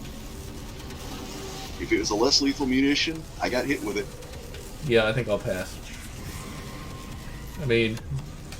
Well, here's the thing though, is getting tased actually painful, or is it just shut down your musculature? Both. It's not a pleasant feeling, and removing those taser barbs is a total pain in the butt.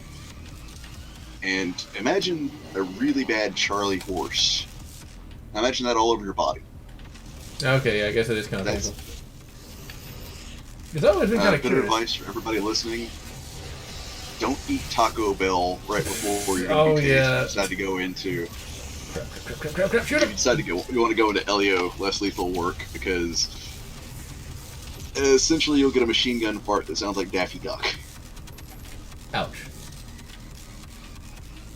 Nurgle would be pleased. Yeah, wrestling was more of a 80s, 90s thing because they were allowed to be more ridiculous versus... Actually, I don't know, what is the big guy in wrestling today? I don't even know if there even is one. Depends on the unit. I mean, right now, WWE's trying to make Roman Reigns a thing, although John Cena is still pretty much the big thing. But shouldn't he be getting on in years, though? He is. But right now they don't have anybody to replace him. Uh-oh. Because they're pushing Roman Reigns and the crowd's not buying. Because I know who John Cena is. I've seen some of his dubious films, like when he was trying to fight the T-1000. I can't really say anything bad about him. He's genuinely a good guy, but I will say this. Dude needs to learn how to take a bump, otherwise by the time he gets to retirement age, man, his elbows are going to be killing him. Yeah, I would have... Shit, okay, come on. Oh, that... Stab her! Stab her! Well, that's kind of stabbing. It's more like just lightly bumping with the chainsaw, but whatever. It works so long as it kills it.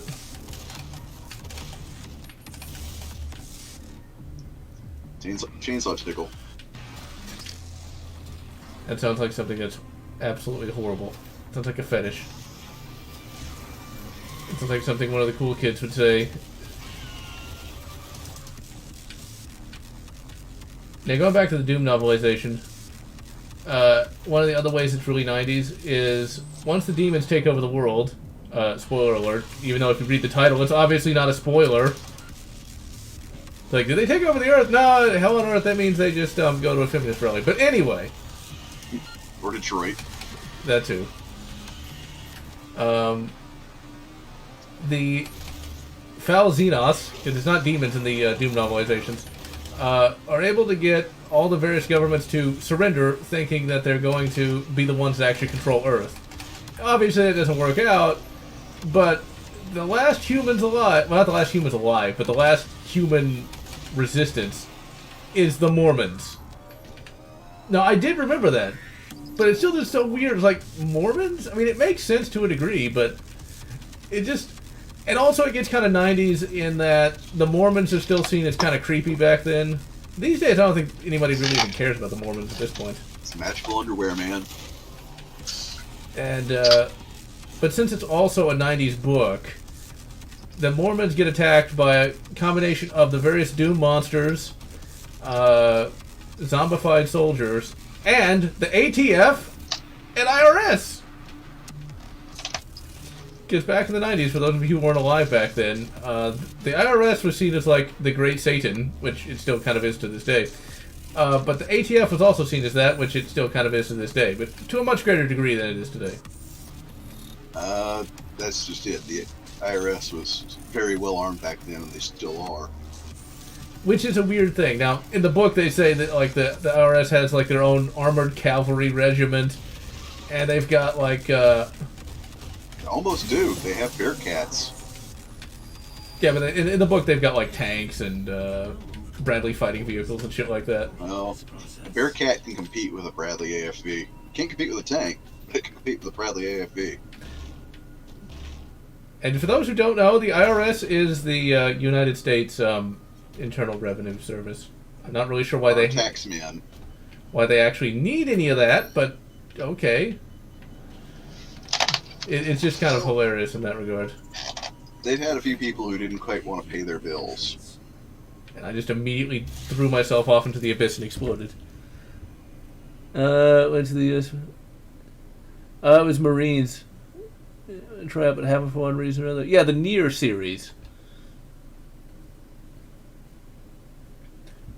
And Turok, yeah, sadly Bethesda and a lot of companies like Ubisoft are pulling out of GeForce Now simply because they want to make more money, or they want to sell you the damn game you already bought. Why am I not surprised? That's why you buy games legally all the time, right? I mean, buy once and try to buy on a platform where you have control. Dude Bro the movie.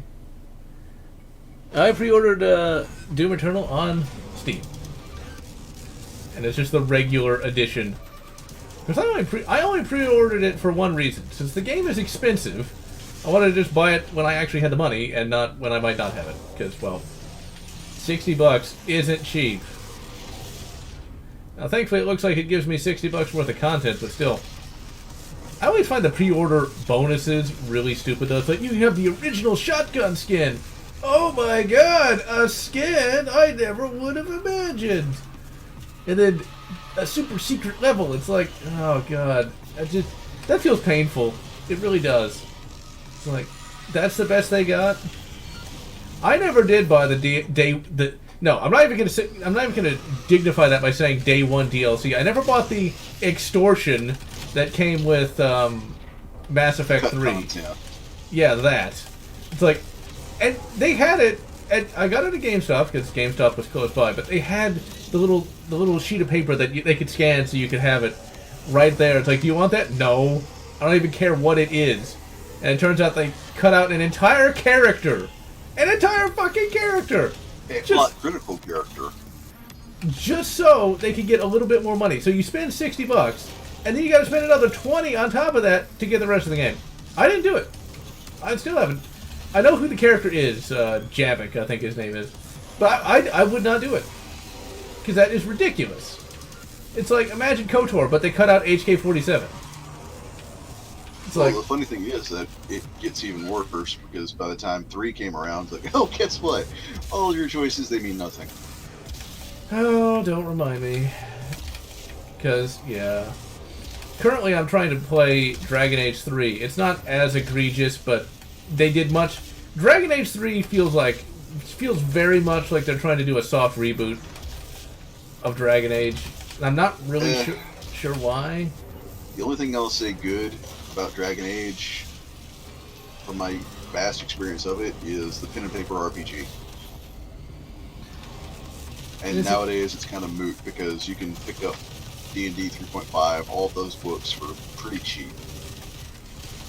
So, I don't even really like the Dragon Age setting that much. If true, evidently Thetis is literally just the Dragon Age setting, that they couldn't come up with a better name. Now, if that doesn't show you EA, I don't know what will. But the writing in the first game was good. For a video game.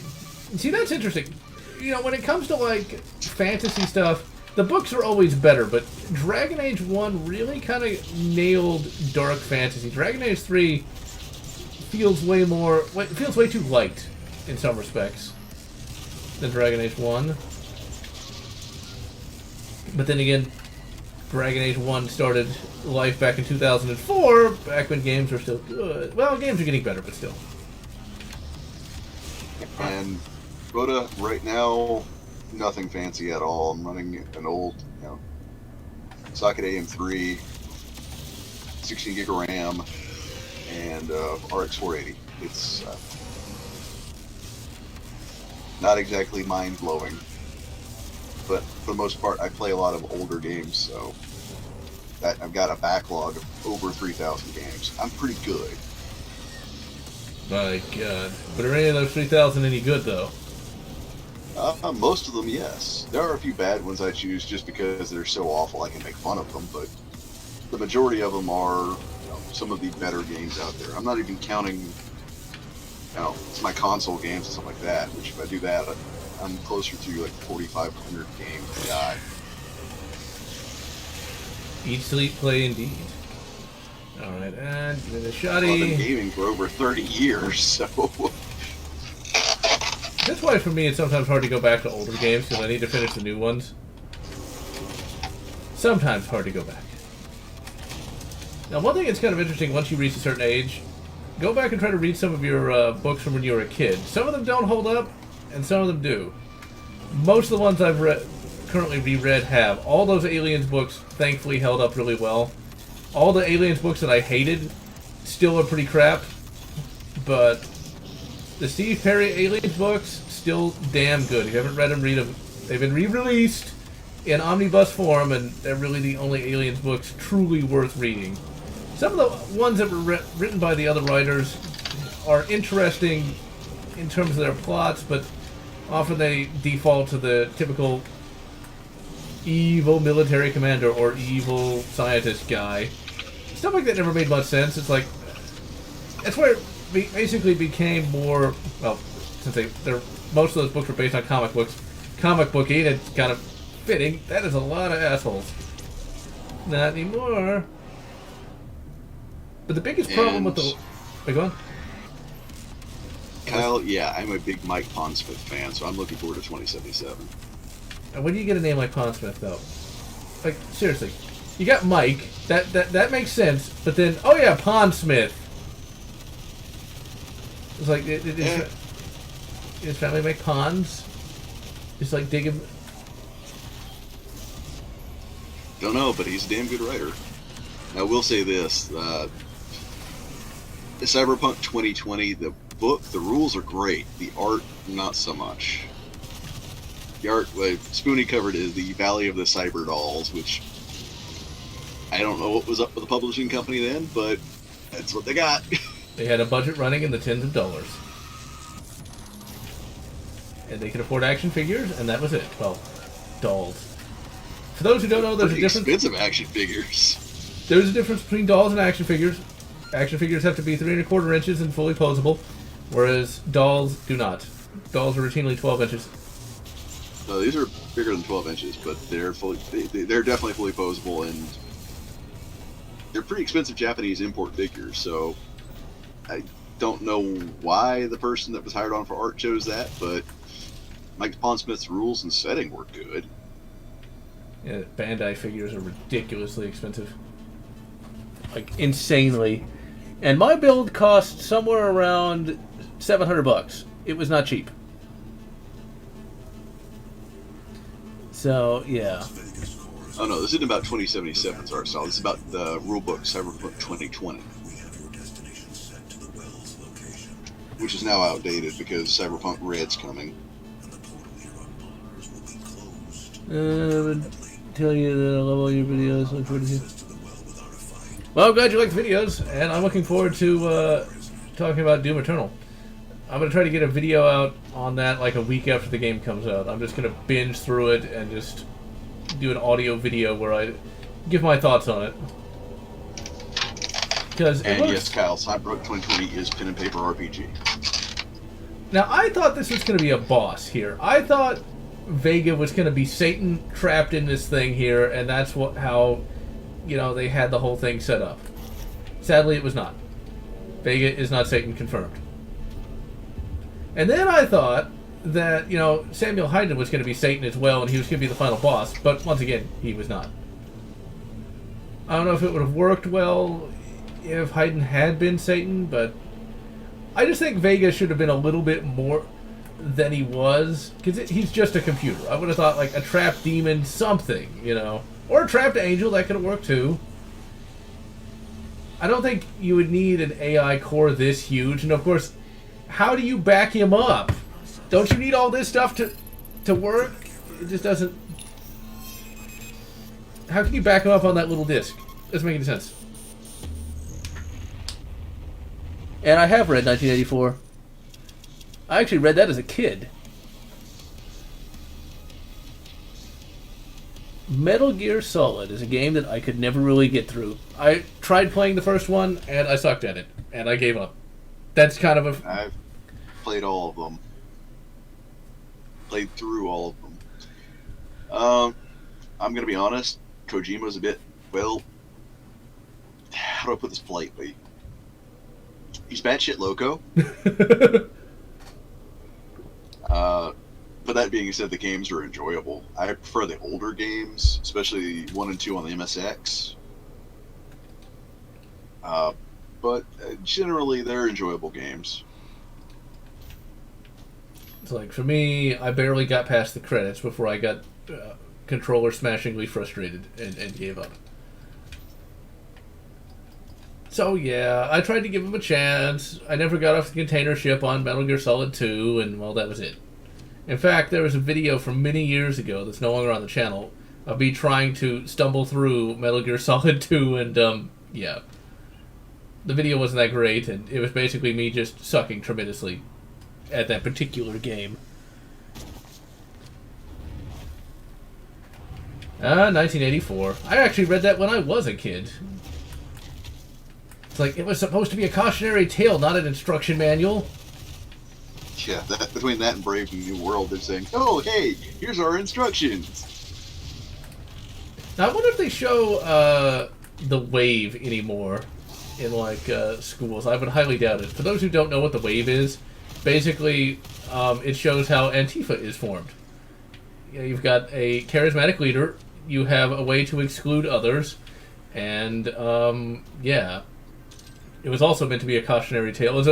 It was, I think, a book, and then became what was called an after-school special. For those who don't even know what a TV even is, those used to air literally after school and basically consisted of PSAs. And yeah, the Wave was meant to be a cautionary tale on, well, the rise of fascism and stuff like that. And why nowadays they want you to think that fascism is anything they don't like, which is ironically fascist. Exactly. But if you've never heard of the Wave, I'm sure it's on YouTube. Look it up. It's going to be a little cheesy, because I actually did look it up not too long ago. But basically, it's, yeah. Imagine, if you will, a cautionary tale of why you shouldn't join Antifa. It's kind of crazy, though. Like, the kids in that basically become horrible villains, but by today's standards, they're kind of normal. If you read about the stuff that happens on college campuses, it's kind of interesting, really. How what was once a bad guy is now somewhat normal. That actually reminds me... Scary. Exactly. That actually reminds me of a video on a comic. I forget what the name of the comic was, but basically it was a bunch of mutant teens who were supposed to be the hero, but were basically just a bunch of thugs attacking people who didn't agree with them. And the actual reviewer of... Oh, crap, I'm so dead. No, I'm not. Stab it. The reviewer of the comic was talking about how the exact same plot was flipped around in an early X-Men comic, where the kids were the villains and not the heroes. The X-Men had to stop them. That's kind of scary when you think about it. Well, the thing is, I can't stand what they've done to Marvel. They've basically destroyed the vision of Jack Kirby and Stan Lee. Stan was an awesome, good person, as was Jack Kirby. And their whole thing was very much like Gene Roddenberry. It's, hey, let's tell modern parables and try to leave the world a better place. Damn it! Leave the world a better place. How can we have that? Let's see. Oh, you actually remember that MSG video? That was a long time ago. We go on? To answer Text Storm's questions, no, Antifa doesn't have a leader. They operate in cells. Although, if you want to look at their leaders, start looking at a certain blue set of politicians, especially around California. As for Metal Gear Solid 3, I've played through it 5 times and once with Big Boss rating. I need another PS3 so I can get back to it. Well, there's always a way you can emulate it, although you'll probably need a more powerful processor than Socket AM3. Yeah, it'll be cheaper for me to get a used PS3 and bulletproof it than it will be for me to, right now, to pick up a PC. So, like, get on my level. Get a math coprocessor, man. See, I don't even remember what a math coprocessor even did. I just think it sounds cool. It handles floating point. It handles floating point math, such as for Quake, it handled the geometry. Oh, okay, so it's sort of like a proto graphics card in a way, then. No, early processors couldn't handle floating point math. They could handle sequential math. Tech. Say somewhere around here, I've got a 486 with a Mathco Pro. That's one of those weird things about the early days of, goddammit, PC gaming. Let's see. 2010 comics are going to age like sour. All those comics are going to age terribly because it's all from Here's one. the problem. I don't think the industry's going to survive for them to age. Yeah, I don't know. I mean, it survived the 90s with all the comic books. DC might be shut down. Huh. Doing that bad? But then again, Dan Didio was just fired. He was the one running DC. Well, that'd be a problem. My thought is this, though. Like, they survived a lot of those comic busts in the past, so... Yeah, but the problem was the industry then was a spectator's market. This is no longer a spectator's market. This is no market. Right? Nobody's buying what they're trying to sell. Then again, if they do end up dying, that might be for the best. Then somebody can come in and resurrect DC and Marvel and create... Well, I don't think Marvel's going to die anytime soon, though. Well, here's the thing. Marvel may or may not. DC might. Remember, AT&T owns them now. Corporate politics are very strange. See, I had no idea that AT&T owned DC, but then again, I imagine everything owns everything else, so... AT&T shuts them down. They won't sell. They'll just sit on the IP. They'll make the occasional movie. They won't make any comics. Of course, now with a much more cynical outlook, it's like they'll close DC for a little while, then they'll bring it back. It's like all new DC, all your favorite heroes, and it's the same old trash they came out with before, though. No, because here's the thing. AT&T owns DirecTV, and they own a lot of other subsidiaries. Why would they put bad money in front of good? If they close it down, that's it. They'll use the IPs for movies, maybe TV shows. That's all you're going to get. You might get, memorabilia and things like that, but you're not getting comics. Yeah. See, but then again, it's like, what has been a story released in the last, let's say, 10 years that was actually any good, though? So it's probably not that big of a loss, especially at this point. Well, there's been some good Green Lantern stories, but that was about 5 years ago. See, since I'm not a Green Lantern fan, I'm like, oh, Green Lantern. I mean, he's the greatest, man. He did the things against the guy that was yellow. The yellow dude, yeah. I remember there was a friend of mine from many years ago who showed me a Green Lantern comic, and it's like there's blue lanterns, red lanterns. Like, who the fuck are these people? But like last time I read a Green Lantern comic, he was like weak. His weakness was wood, literally wood. Well, I'm not really sure why his weakness was wood though. I don't know. I never really got into Green Lantern. Like, I liked him in that one show, Justice League, but it's like, oh, Green Lantern. I saw the movie Green Lantern. That was pretty terrible. It was like that was like one of the first really bad comic book movies to come out. Like after Batman Begins and Iron Man started really making comic book movies decent again. Except for Iron Man 2. Nobody liked that one. Yeah. Iron Man 3 was even worse. Like, Iron Man 3 was terrible. I don't know what they were thinking with that. I can see why there weren't any more Iron Man movies after that, though. It's like, oh yeah, Iron Man goes up against the Mandarin who might not be the Mandarin, and then he blows up all his armor, but then he's back with armor in the very next movie. See, Iron Man, if you don't, you can't use any logic when it comes to Tony Stark, because if you do, he's a complete and total asshole. It's like, okay, we know... He's supposed to be a complete and total drunk asshole. Yeah, but it's like... He's like really bad, though, because think about this. Aliens exist, and they're trying to take over the world multiple times. Why would he not give his armor to everyone? And yes, I've read the What If comic where he does that, and it like makes it worse somehow, but I don't buy that. I do not buy that would make things worse. It's also like I do not buy some of the rather, shall we say, dubious decisions of the people who wrote Exiles, where evidently Namora, the female Namor, can somehow take out all the Avengers. I don't buy that either. Namor was powerful, not this, the female XP Mary Sue Namor wannabe, but not that powerful. Thankfully, that was more of a what-if kind of thing. But it's like, if she's that powerful, then she needs to be able to take on fucking Galactus. And if not, yeah. Although if they're going to bring Galactus in, I would be very surprised if they didn't. But since there's never really going to be another Fantastic Four film, at least I would highly doubt such a thing would come to pass, they're probably going to make...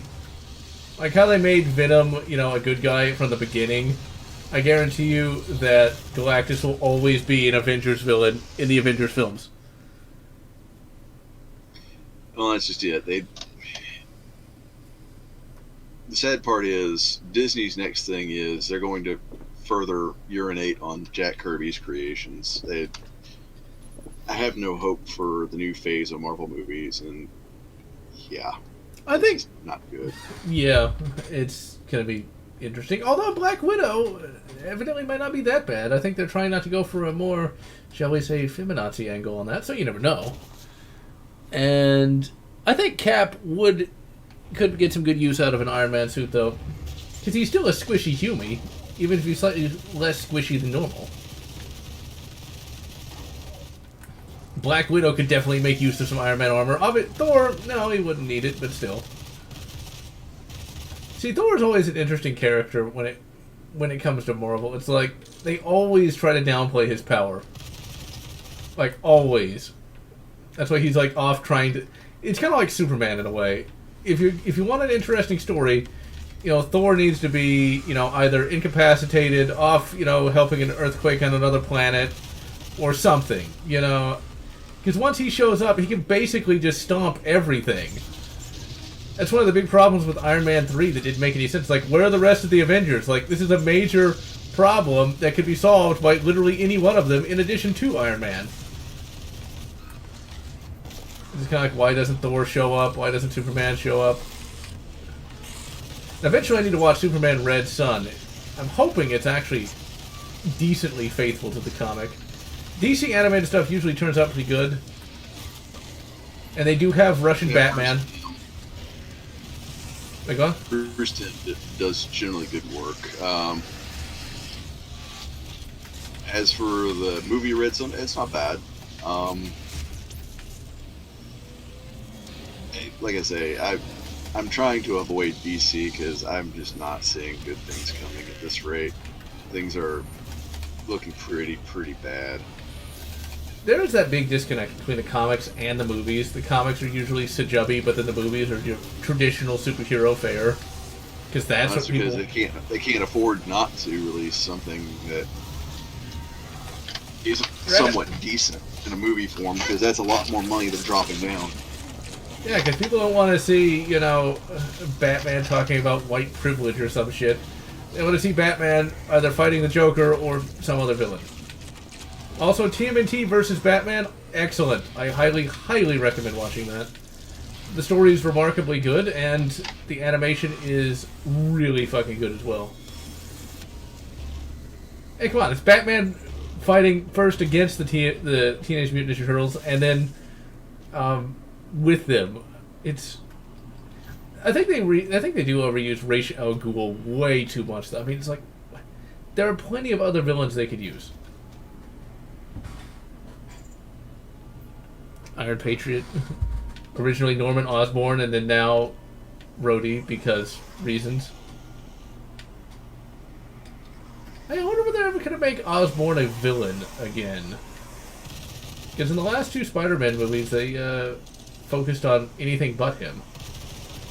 I don't think they will for a while. That being said, if the rumors are to be believed, I am not looking forward to the new Spider-Man movie at all. Oh, don't tell me. Don't. Because I like Spider-Man. Oh man. If the leaks are true, yeah. It's like, we finally got two good ones after all this time. You're about to get a very PC SJW Marxist BS one. And I thought the Sam Raimi ones were really bad. Yeah, I didn't like the Sam Raimi ones. I will always say that the guy they got to play him, whatever the fuck his name was too wimpy to be Spider-Man. I get that Spider-Man's supposed to be nerdy, but... Remember, early Spider-Man, not the later Spider-Man. This is when Peter Parker is still very much a young, nebbish nerd. I grew up with the Spider-Man animated series, so when I think of Spider-Man, I think of that. Spider-Man in college. Where he's basically Batman, but superpowers. God damn it. Fucking imp. Twilight, Robert Pattinson is the new Batman. I tried to be positive about that, but yeah, I don't think he's gonna... I don't think he has the acting chops to be Batman. We'll just have to see, though. Still, a Twilight dude is Batman. But then again, Michael Keaton was able to be Batman, so you never know. Except Batman couldn't turn his neck.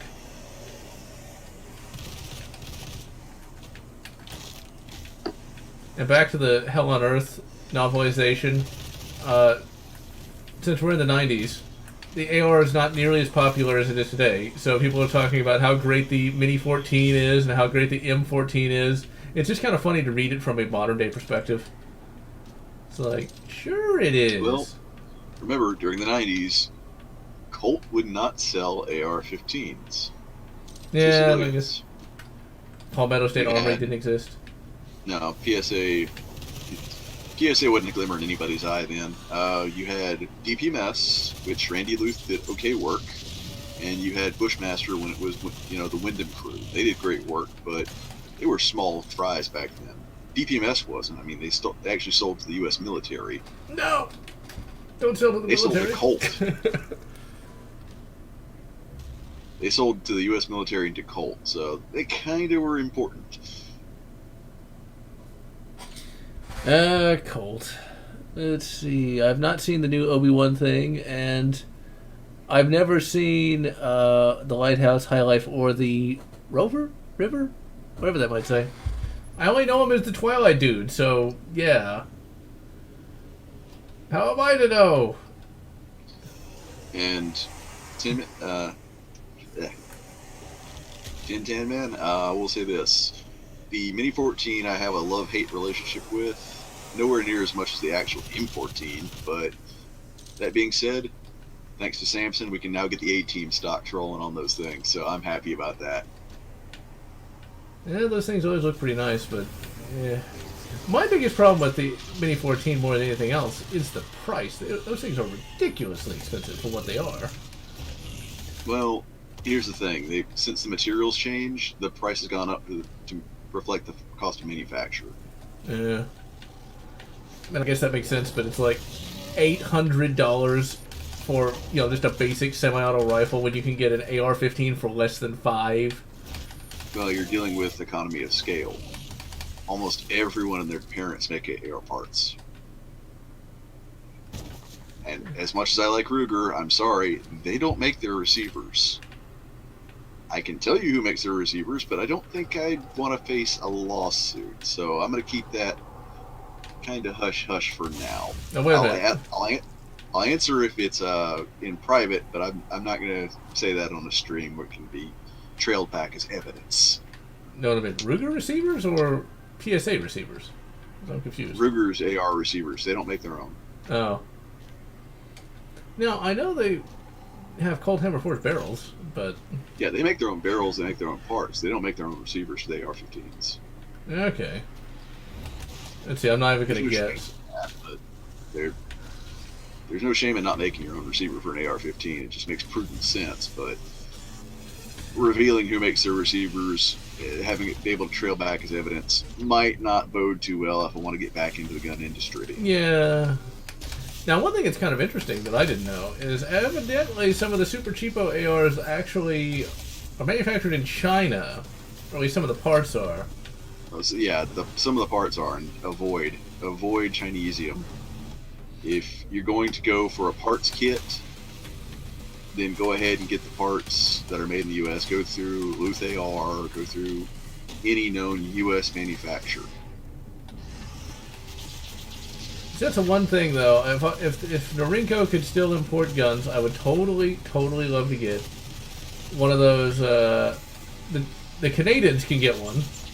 Those Canadian M14 kind of things that shoot 7.62x3.9. They use AK mags. I find those delightfully interesting.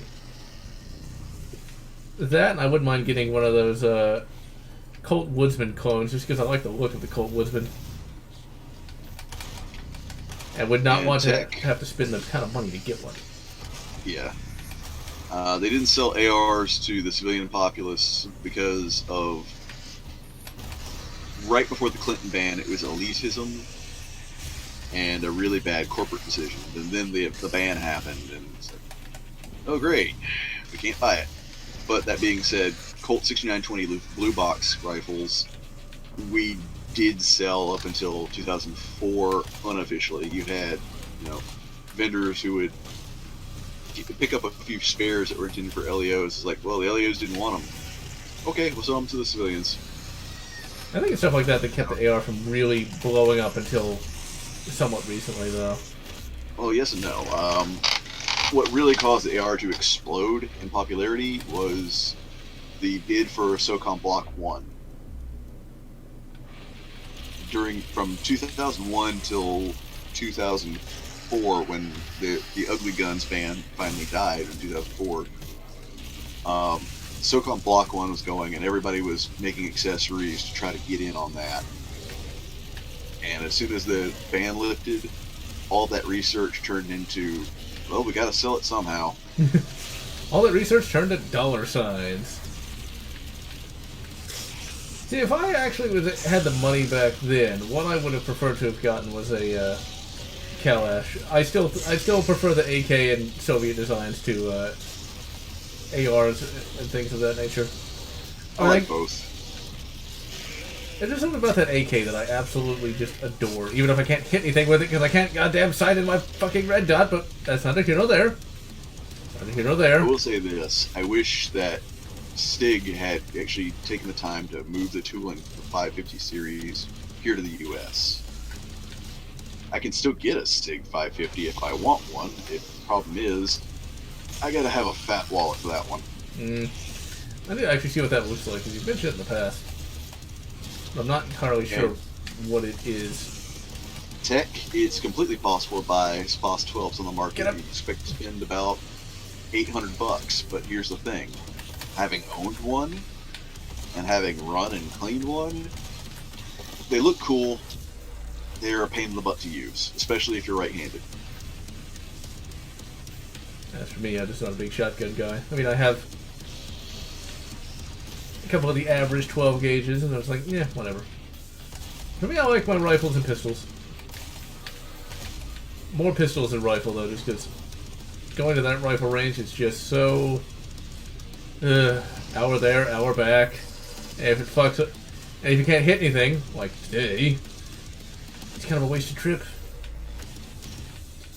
And 10 man, I'll say this. It's not so much that it's overrated, it's the fact that it's an old design philosophy that really hasn't, it's been surpassed. If you want it's going to be a little bit harder to find, but if you want a shotgun which will do both pump action and semi-auto, your better bet is to find a good Benelli M3 or find one of the Turkish clones. The Turkish clones won't be anywhere near the same in quality, and you really don't have too much accessories you can add to them, but they work. As for the M3, stonking amazing. Benelli should have sold that more, but they didn't. Oh, crap. Shit. The SPOS 12 was useful for its era, and when you put it in pump action mode, it'll run less lethal rounds all day, every day. Damn it. You can run Taser X reps through it, or God damn it. round, or Sting Ball rounds easily. But cleaning it is an absolute pain because it has corners you don't even know it exist until you take it apart. And I would take the AK. See, I always like to think my favorite kind of like scenario is if you get parachuted into the Raccoon City versus going to some kind of war. Because when you go to war, generally there's always a good chance you'll get blown up by an artillery shell that you didn't see, and yeah. But being parachuted into Raccoon City, that's a little different. Depends. Given my other druthers and if parts availability was common, Daewoo K2. Failing that, AR-15, if I were parachuted down here during a Raccoon City style event, yeah, I'll take my AK-74. Mission drives gear, so you're going to get different answers for different missions for me. It's like for me though, it's like the AK just feels like a good general purpose for just about anything. It's like 7.62x39 is good for 300 meters, or 300 yards, whatever the case may be. You know, it's got a fairly decent amount of stopping power. It's a bit heavy, depending on if you use metal mags or Magpul mags. It just feels like that works in just about anything. Now the Daewoo does work though, because I think isn't that like, I'm trying to remember what that is. I know it's a South Korean thing. The South Koreans answer to the AR using an AK's push piston system. Yeah, that's what I thought that was. Okay, but see, why 5.56 over 7.62 though? Simply because there is such a thing as over-penetration and unfamiliar territory. I don't know what's behind those walls. I guess there is that, but when you're trying to escape a city filled with both zombies and monsters, I would want something that could take on an actual, you know, like 500-pound monster, which I just don't think a 5.56 could do. It's not really designed to do that. No, it's not, but shot placement beats anything else. I think for me it'd still just be the AK, with Beretta 92 to back up. Now, if I know I'm facing 500-pound monsters, well, that's when I'd say neither AK or an AR. Give me an HKG3 preferably A3 stock. Let me do the mods to it. Yeah, but see, wouldn't that... Then you'd be limited by ammo capacity, though. Because you wouldn't be able to take as many 308s as you would be 762s, though. I can hump a ruck with 10 full mags of, 308 pretty damn easy. I've done it before. Yeah, that could work. Got Trinity Tactical around here. We do 1 mile ruck marches in full kit before we start shooting. I'd actually like to try that. But with something a lot lighter than 308. I do ruck marches with the Keltec RFB, which is not any lighter than a G3. It's just smaller. We can jump out of armored vehicles. Eventually I gotta write that Resident Evil fanfic scenario thing that I've been thinking of since I was literally a teenager. Although that was it was mainly a vehicle to drive me getting together with Jill Valentine, but whatever. I find that's kind of crazy now that I think of it. Okay, when I was like a teenager, Jill Valentine seemed really, really old, but she was like, what, 27? I am older than Jill Valentine. That's kind of crazy. Evidently there's a quote from Frank Miller that he kind of had a midlife crisis when he realized he was older than Spider-Man, although I don't know if it's the character or the comic itself. Because I'm not sure how old Frank Miller even is. He might be older than the comic. Yeah. And tech, why nobody makes a clone? Because right now, Frankie is owned by Benelli, and nobody wants to face those lawyers. And not, the AK. The AK is absolutely amazing for what it is. It's a rifle from, like, barely post-World War II, and it's still relevant to this day. It's still a decent contender against the AR. And it doesn't have that gun. This is also why I'm a big SIG 550 fan. Let's take the AK, let's make it Swiss, let's make it 5.56, and let's just dial it up to 11. I'll just take the classic Russian any day. Oh, with the bread at 92. I'd be saying heresy if I didn't say I didn't like the standard AK. I own an AK-74. And I plan on building a Suchka. Now, what I'd like to know is what you need to take down Mr. X with. Or the Nemesis. Preferably there's something heavy, belt-fed, and or something,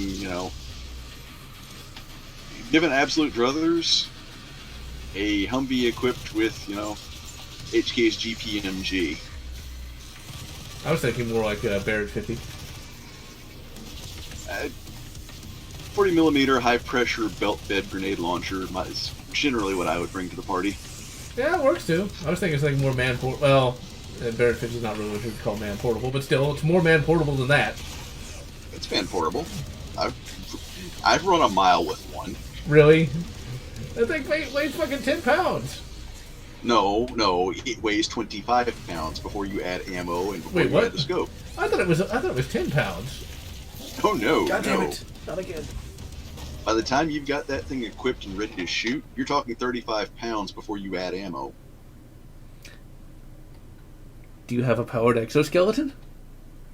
No. I wish I did. Your knees must be screaming at you. Well, understand, when I say ruck march, I mean you got 100 pounds of gear on you.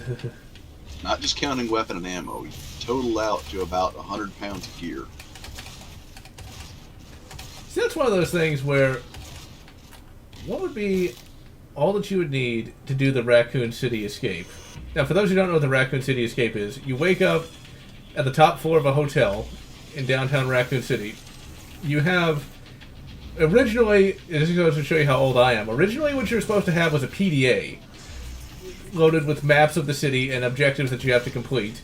And then you escape the city in a helicopter.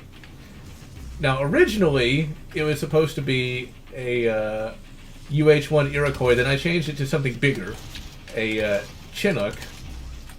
And then the final revision, which was from, I think 10 years ago, was a Sea Stallion. Although I don't know why I went with Sea Stallion, because I don't think there's an Army equivalent. If there is, then I am blanking on it.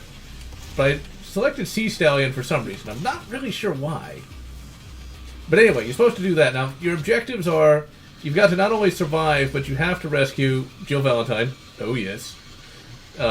Actually getting her to engage in happy time with you is completely optional. You have to also rescue a few other stars and a couple of civilians. You have to do all that before the city gets nuked.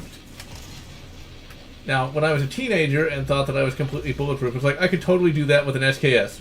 You can guess what I had at the time. That and a Smith & Wesson 59. I don't know, maybe you could do that.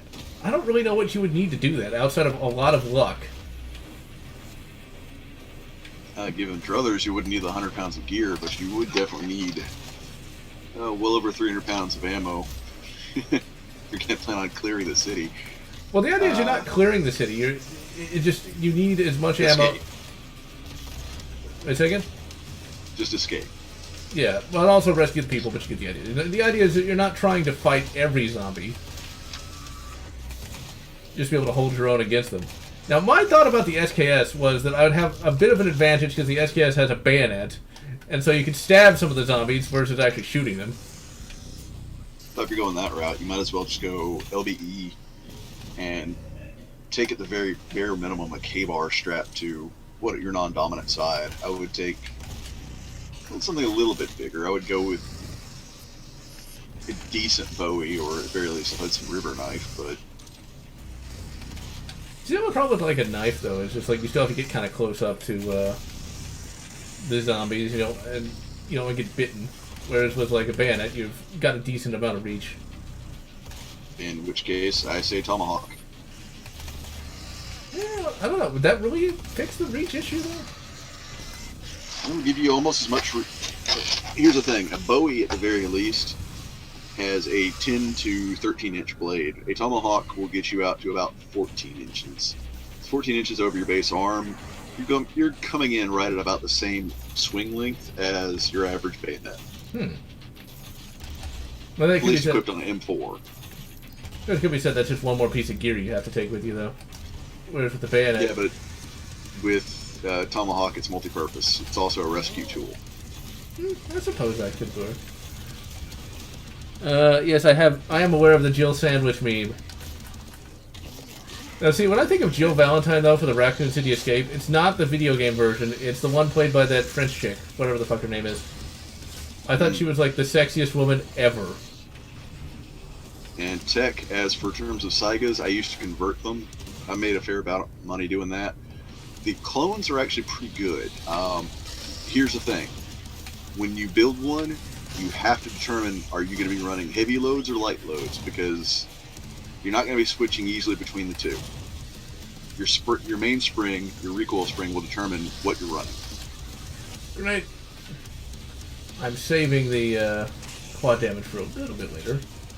This is where I need to be able to quick save, though, because this is a particularly difficult arena. I will give Doom 2016 this. The arenas are actually decently sized, so they don't get really boring if you're stuck in one for a while. Come on, grab it! So, I didn't really like to think about, like, what gun would you take to war, though, just because there's so much more that goes into that than, your rifle. And Kimoda, semi-auto shotguns are more practical for 3-gun, as in terms of more practical in combat. That's really down to training. I can fire a pump-action Mossberg 590 almost as fast as most people can fire target to target, if not faster, than one would be with, say, Benelli M1040. USMC M1040 might be very fast, but you can get pretty fast with pump action. And of course, the biggest issue with shotguns is just being able to carry enough ammo with you. Because those 12-gauge shells do get a bit weighty. Well, it's not just weight, it's size. And if you're going to take a shotgun as a primary, really need to look at SOE Gear's shotgun vest. Or at the very least, their shotgun card system, so you can modify LBE. And tech, yes, unfortunately, I'm fully fully appraised on them. You know, it's not a full close down right now. It's technically a indeterminate hiatus. But with that said, it might as well be the same as closing them down, which really annoys me because it was Bushmaster, DPMS, and Tapco and Storm Lake. Tapco I'm a little bit annoyed with because there goes the G2 trigger. G2 trigger was a pretty good AK and Saiga trigger. I'm really PO'd about Storm Lake because they're the people who have all the technical data for the Detonics Combat Master.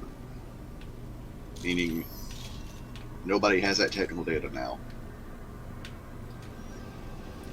If I want to make a new barrel for it, I pretty much have to take mine, take it apart, do full measurements, and, you know, I'm going to have to spend a couple extra $100 in getting barrels fabbed to find the right heat treat, which is genuinely annoying. It also kind of sucks if you want to get like spare barrel. God damn it! Spare barrels for certain other pistols and things of that nature. Glad I got mine when I got it. Just saying.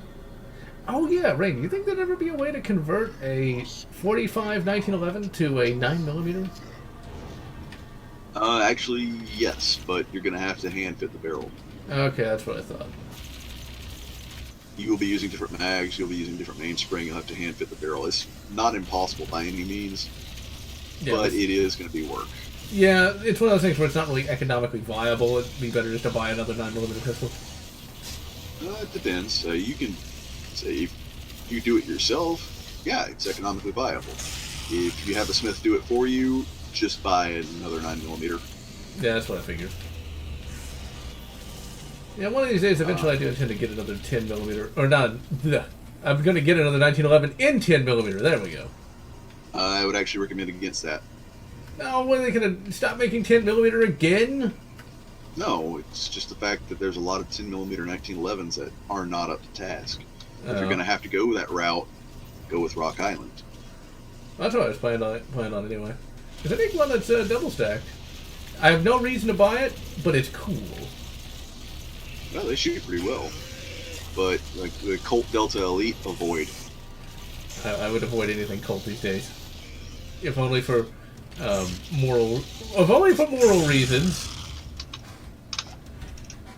Let's see. Don't have the SKS Bubbit anymore.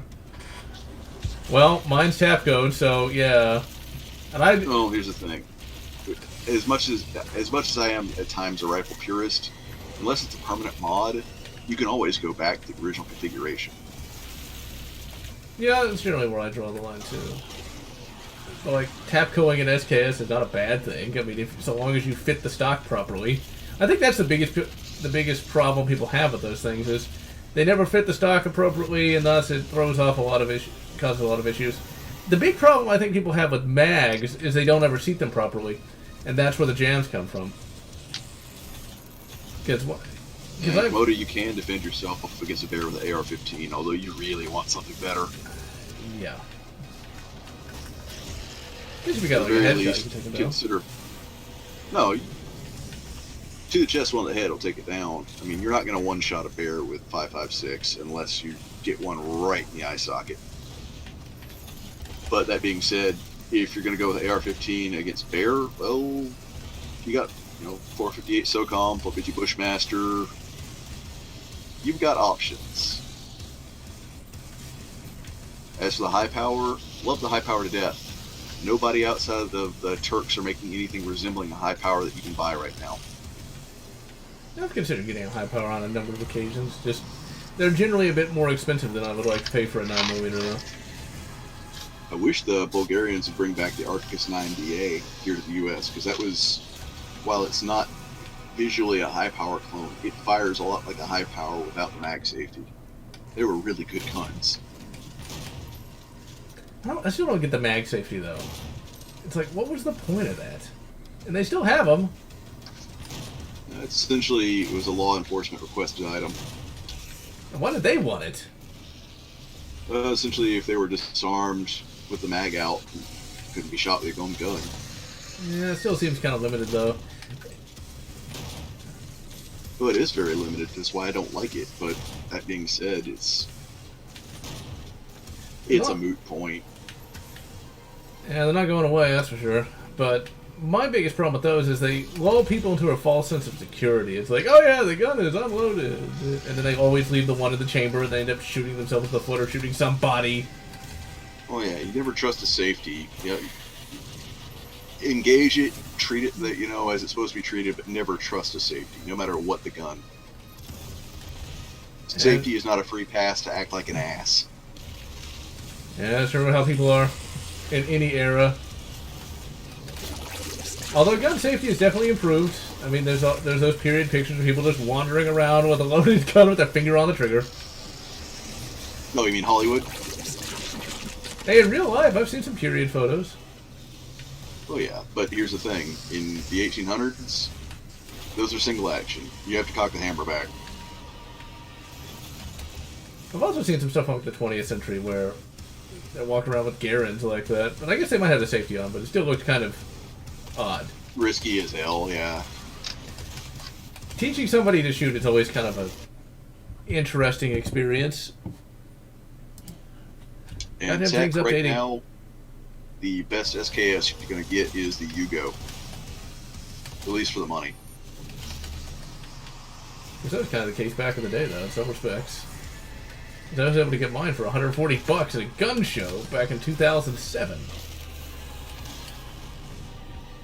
Which I highly doubt people are going to be able to do these days. If you're going to get a semi-auto rifle, just go AR.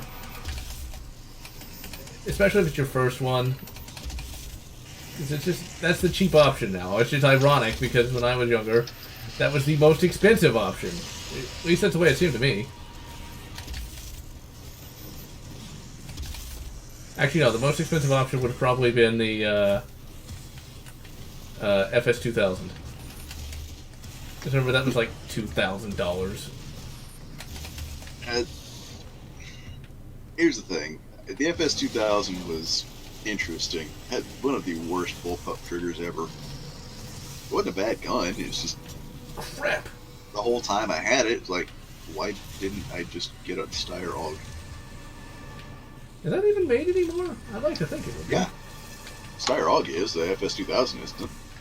Well, that's today on Forgotten Weapons. The FS2000. Yeah, the PS90 survived much better than that one did, that's for sure. Well, it's because the PS90 filled a niche, and, well, as interesting and as fun as the F2000 FS2000 was, it didn't. It was sealed up too tight. If you had a jam, I hope you got thin fingers because you're accessing it via the toilet seat. Oh, crap. Please tell me I have chainsaws. God damn it! Let's see, what did it say? Real life M1A pulse rifle for Universe B. Oh, it's a 10mm caseless rifle. If we ever solve the problem of caseless ammo, it'd be fine. Oh! I just recently read a book of short stories based upon aliens. It's Aliens Bug Hunt. There is a short story on the pulse rifle written by Larry Correia. And how they solved the caseless... also, he rips off the story of JMB. No, he doesn't. He rips off the story of Barrett. Basically, the pulse rifle was invented in someone's garage. And how they got around the caseless issue is they used cooler burning powder. And that's how it worked. Well, that, great from a fiction point of view, but it still doesn't solve the problems we have with it, which are waterproofing it, and here's the problem that barely anybody thinks about. It's a funny little thing about brass-cased ammo. It acts as a wonderful disposable heat sink. That the story covers that, and they say it's cooler burning powder. It works.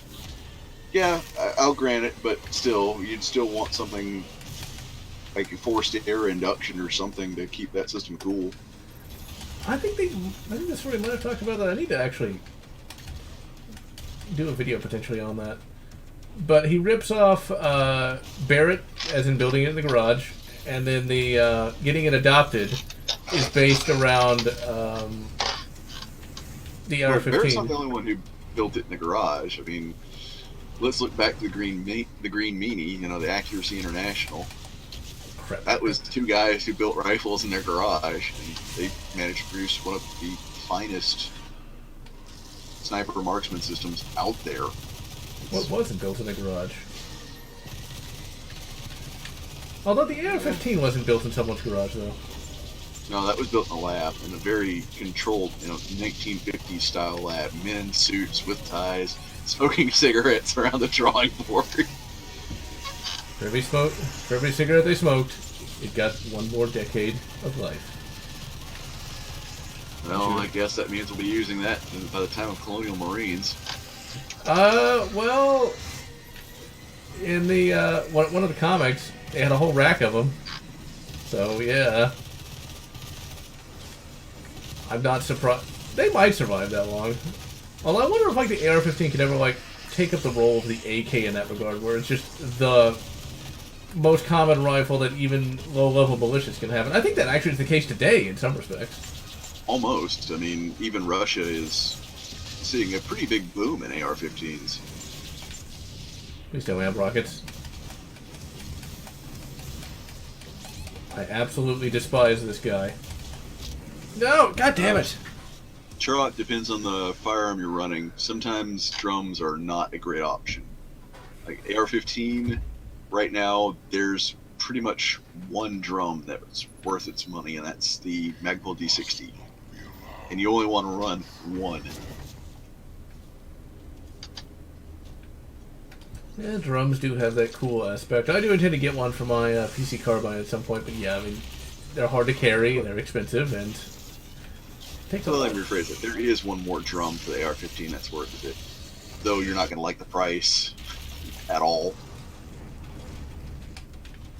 That's the Arm Attack drums. Those things, you want to pay about $400 for a drum? Go Arm Attack. You get what you pay for, They I do suppose. work. They work great, but ugh. Well, the Glock drums made by Magpul are going to be like over $100. That's why I'm gonna wait for the price to come down on that. Just go with a couple happy sticks from KCI. You'll be fine. Yeah. As for the Thompson, honestly, reloading a Thompson's a. I gotta watch my wording here because it can get really crass. Like exceptionally crass. I'll be polite. Reloading a Thompson under pressure is a lot like stumbling your way through a dark room. You don't exactly know where you're going with this. And then keep in mind there was 100-round mags designed and fielded. Well, not fielded by any militaries. But Military never fielded a drum, and for good reason. I would like to try a Thompson with a 100-round drum, though. I think it's got to weigh like 20 pounds. Oh, it's a lot of fun, but it's. Here's the thing. I get called weird for this, but if you threw me into World War II, I'm taking a grease gun. I'm not taking the Thompson. Huh. I guess they're lighter. Well, it's not a matter of lighter. It's a matter of very, very reliable, very low rate of fire, so it's very controllable. I actually have time on both, and I prefer the grease gun. Yeah, it's crude. Yeah, it's ugly. Yeah, it's cheap. It works. It works so well that the Philippines are still using the ones we gave them. Damn. I thought it was kind of interesting to see that World War II guns are still, well, relevant. And stab him! They modernized it. They come up with new suppressor. They mounted a Picatinny rail and red dot to it, and it just works. That's just perfection. Modularity. Yeah, the Thompson is historic. I mean, it's cool. It's kind of like the M1 Garand in that regard. Although the M1 Garand still has a lot of practicality to it, though. Yeah, the Thompson is still very classy, and it is timeless in terms of design. It is something that is, a good suit and a good Thompson. Yeah, you got it going on. That's about as cool as you're gonna get. The old Chicago typewriter. Oh yeah. Well, actually, That here's being my... said, you can't adjust the sights on a Thompson. Although, here's the better question, though. Is it still classy if it's an M1A1, though? Where, like, Some of the class is gone. Just saying. No, it's still classy. You just have UMC style class. So basically, if you need something absolutely destroyed, even if the your own side doesn't want it destroyed, Pretty much. what the stocks use is a hammer. And stab him! No, I'm not stabbing him, but... And smack him, there we go. I got no problem with the Thompson, but I prefer the grease gun because, well, like I say, it's really hard to argue with. You can, at 25 yards, shoulder it, get on target, and just absolutely unload into that target, never missing a beat. I actually considered trying to build one of those once. Like one of the semi-auto ones with a 16-inch barrel. But ultimately decided against it just because it wasn't... I didn't consider it economically viable, because I think doing that would cost like $600 to $800, and that's just not really that worth it. Yeah, and you've got to weld. It's... Oh, That, the crap. fact that cleaning a grease gun is a hell of a lot easier than cleaning a Thompson.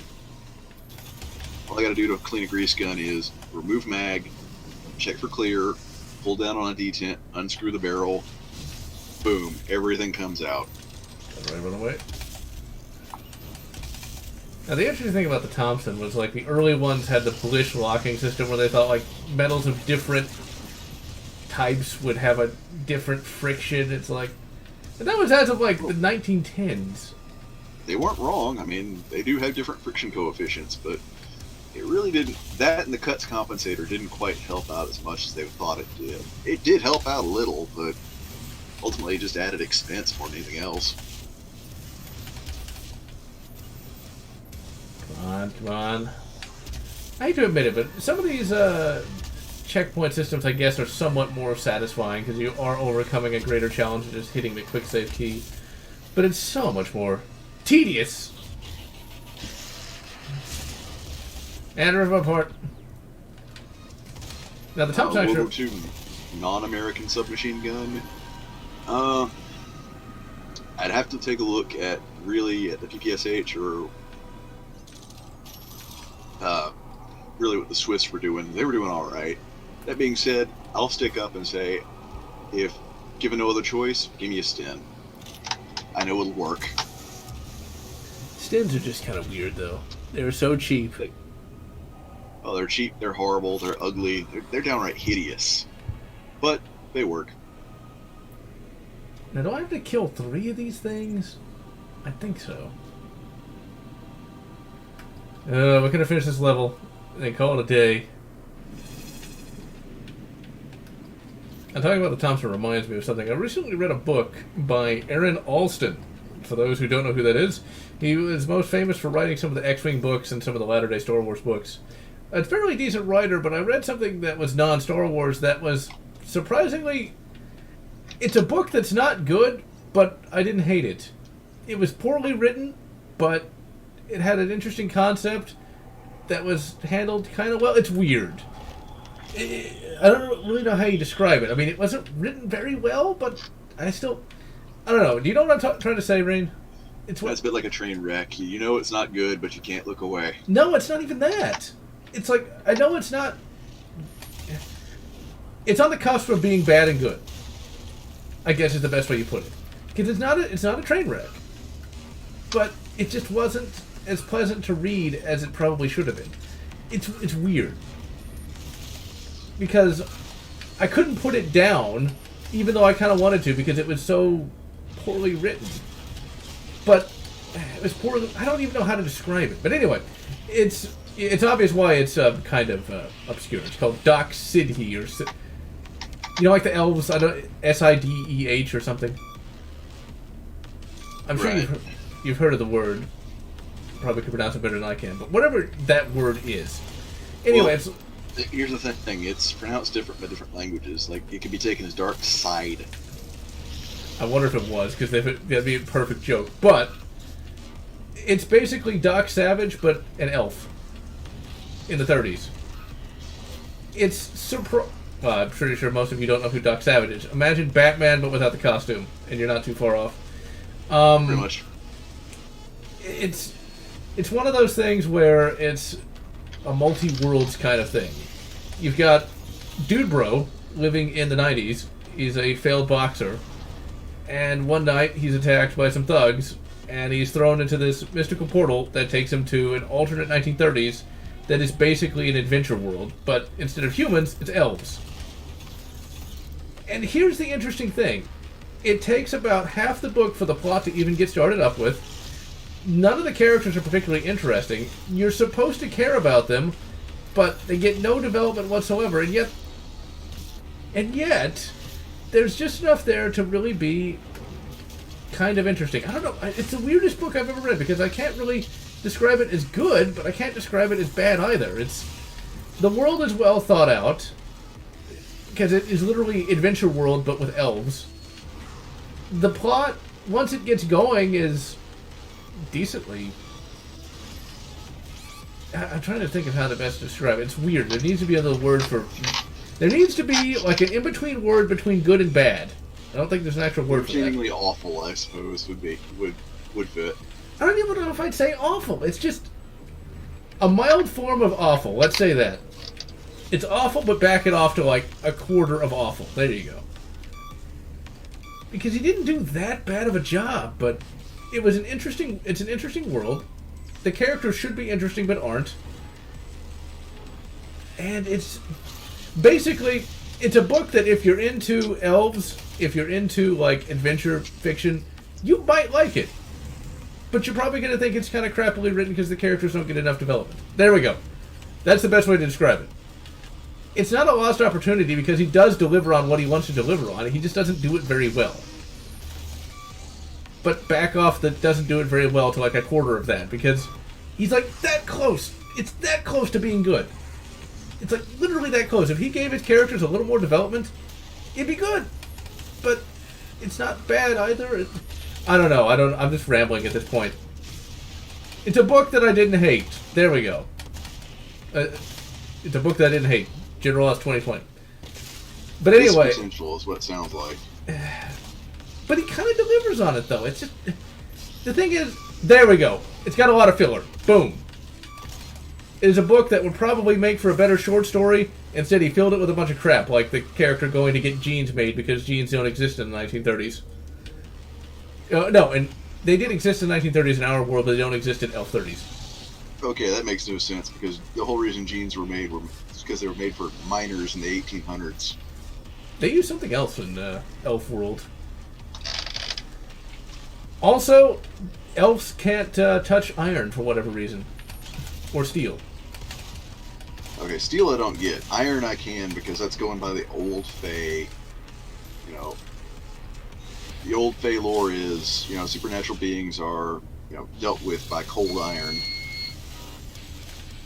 Actually, I don't know why they don't like steel either, but the doc, he ends up almost getting killed by a cop putting handcuffs on him in our world. So that was kind of interesting.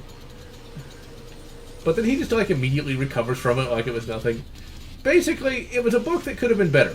I guess I don't know. As indecisive as I'm being, that's how indecisive I was when I was reading it. Because like I'd get to a point where like just some random crap happens, or there's some really bad filler, and then like the next chapter would be really good, and then the next chapter would have a bunch of crap that no one cares about. Or like there'd be some really bad character development. Like one minute this character likes one character, and the next chapter they don't, and it's just... It was one of those kind of books. It's easy to see why Aaron Alston would get better, but I think that was probably like his first book, and so that's why it was so bad. Or so half good. But I really do like the idea of the elf world, though, where it's like this alternate 1930s, and there's like magic, along with, like technology. Since they can't use steel, a lot of their guns are made out of brass and a variety of other things like that. Oh, they're using low pressure rounds. Yeah, pretty much. Because like when some humans come over there to aid one of the villains, they've got like modern day. I don't think they were AR-15s. I think they were something that didn't actually exist, but was like a big fictional thing at the time. And like they just completely stomp the elves. And also the planes were kind of interesting as well. Like if you like classic aviation, you'll like some of the bits with like the planes. Because like the Doc invented his own flying boat. Because flying boats were a thing. I don't know. I don't know if I didn't like the book because of me or if it was actually that bad. It's one of those things where it could be either or. Look up Doc Sidhe if you want something that could either be really good or really kind of meh. And Turok, as for 20-inch barrel plus brace, I haven't seen anybody do it, but I do have a spare lower that I could try it with. And that being said, as long as it's not an A3, M16A3 upper or M16A4 upper, yeah, you can fire that one-handed, not too bad, not that much of a problem. It's like it's an A2. You got the old plastic handguards. You got the the non-flat top carry handle. That's not so bad. You can fire that one-handed with the arm extended. All right. This is why I stick with the 16-inch barrel, so I don't have to stick it. So I don't have to shoulder occasionally, because we would never want to shoulder all the time, because then that would be bad. That would be raycast, would it not be? I don't think the BATFE cares about someone's, pigment as much as they care about someone doing something they don't like. Okay, so it'd be sexist then. It'd be sex-assed if you shouldered it all the time, because it'd be like you're shouldering a burden, which, as we all know, only women can shoulder. I know, right? That's the best I got. That's the only thing that explains why, you can't shoulder a brace. Or why you can't have a rifle with a short barrel, because reasons. Yeah, you can have a pistol, caliber, a rifle caliber, and it'll do just fine. That and the fact that there's a lot you can do with an AR pistol. And blow 'em up! Or an AK pistol. That makes me And tech, wonder. the best thing you can do right now is, as we used to say back in the day, keep circulating the tapes. Get the information out there to everyone you know who cares, and everyone you know who enjoys their Second Amendment.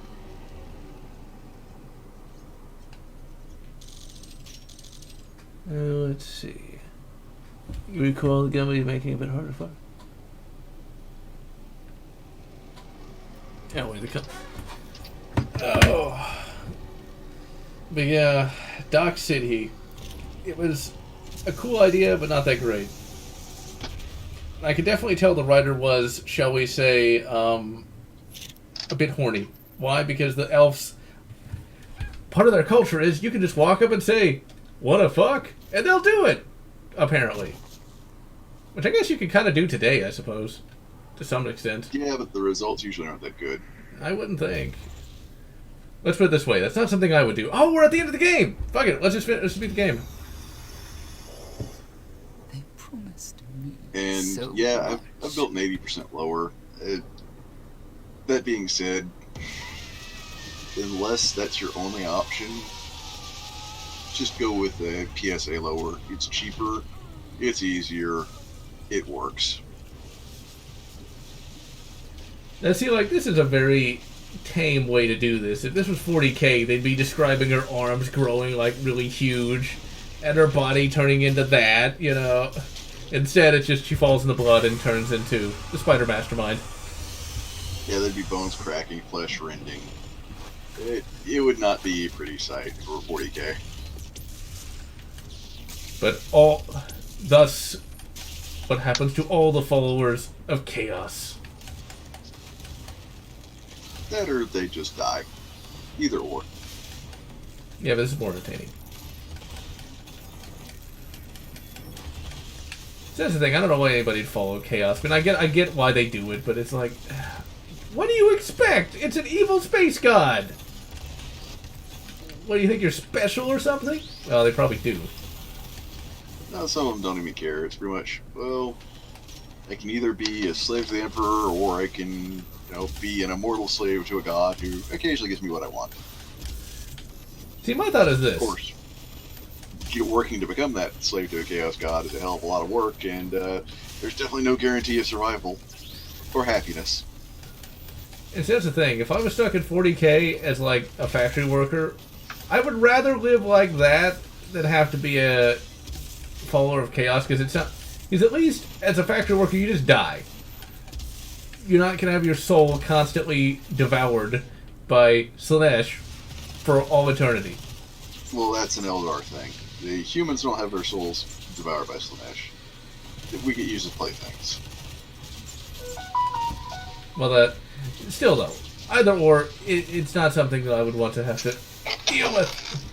Not that that's really a... Yeah, one can only take a chainsword up the rear end so many times before it gets boring. I would think so. This is a chainsword made of dildos. The dildo sword. But even then, that would get old after a while. Just give me, you know, a box falling on my head once versus that. I'll check the chat as soon as we kill the spider mastermind. They do change up some of the names in the Doom novelization. Instead of the spider mastermind, it's just the spider mind. It's actually the...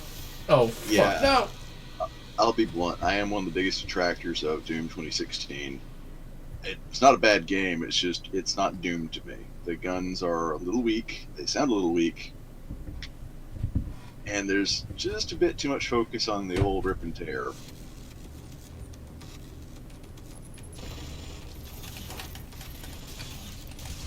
Oh yeah, that also reminds... Well, that is... one of the comments reminded me.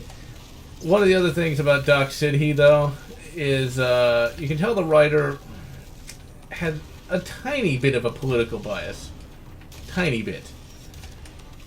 Because, of course, when the Doc shows up in the human world, they're like, oh, there's clearly not equality amongst all the races. I mean, yeah, there's some of that, but of course that's the first thing he comments on, because evil whitey bad.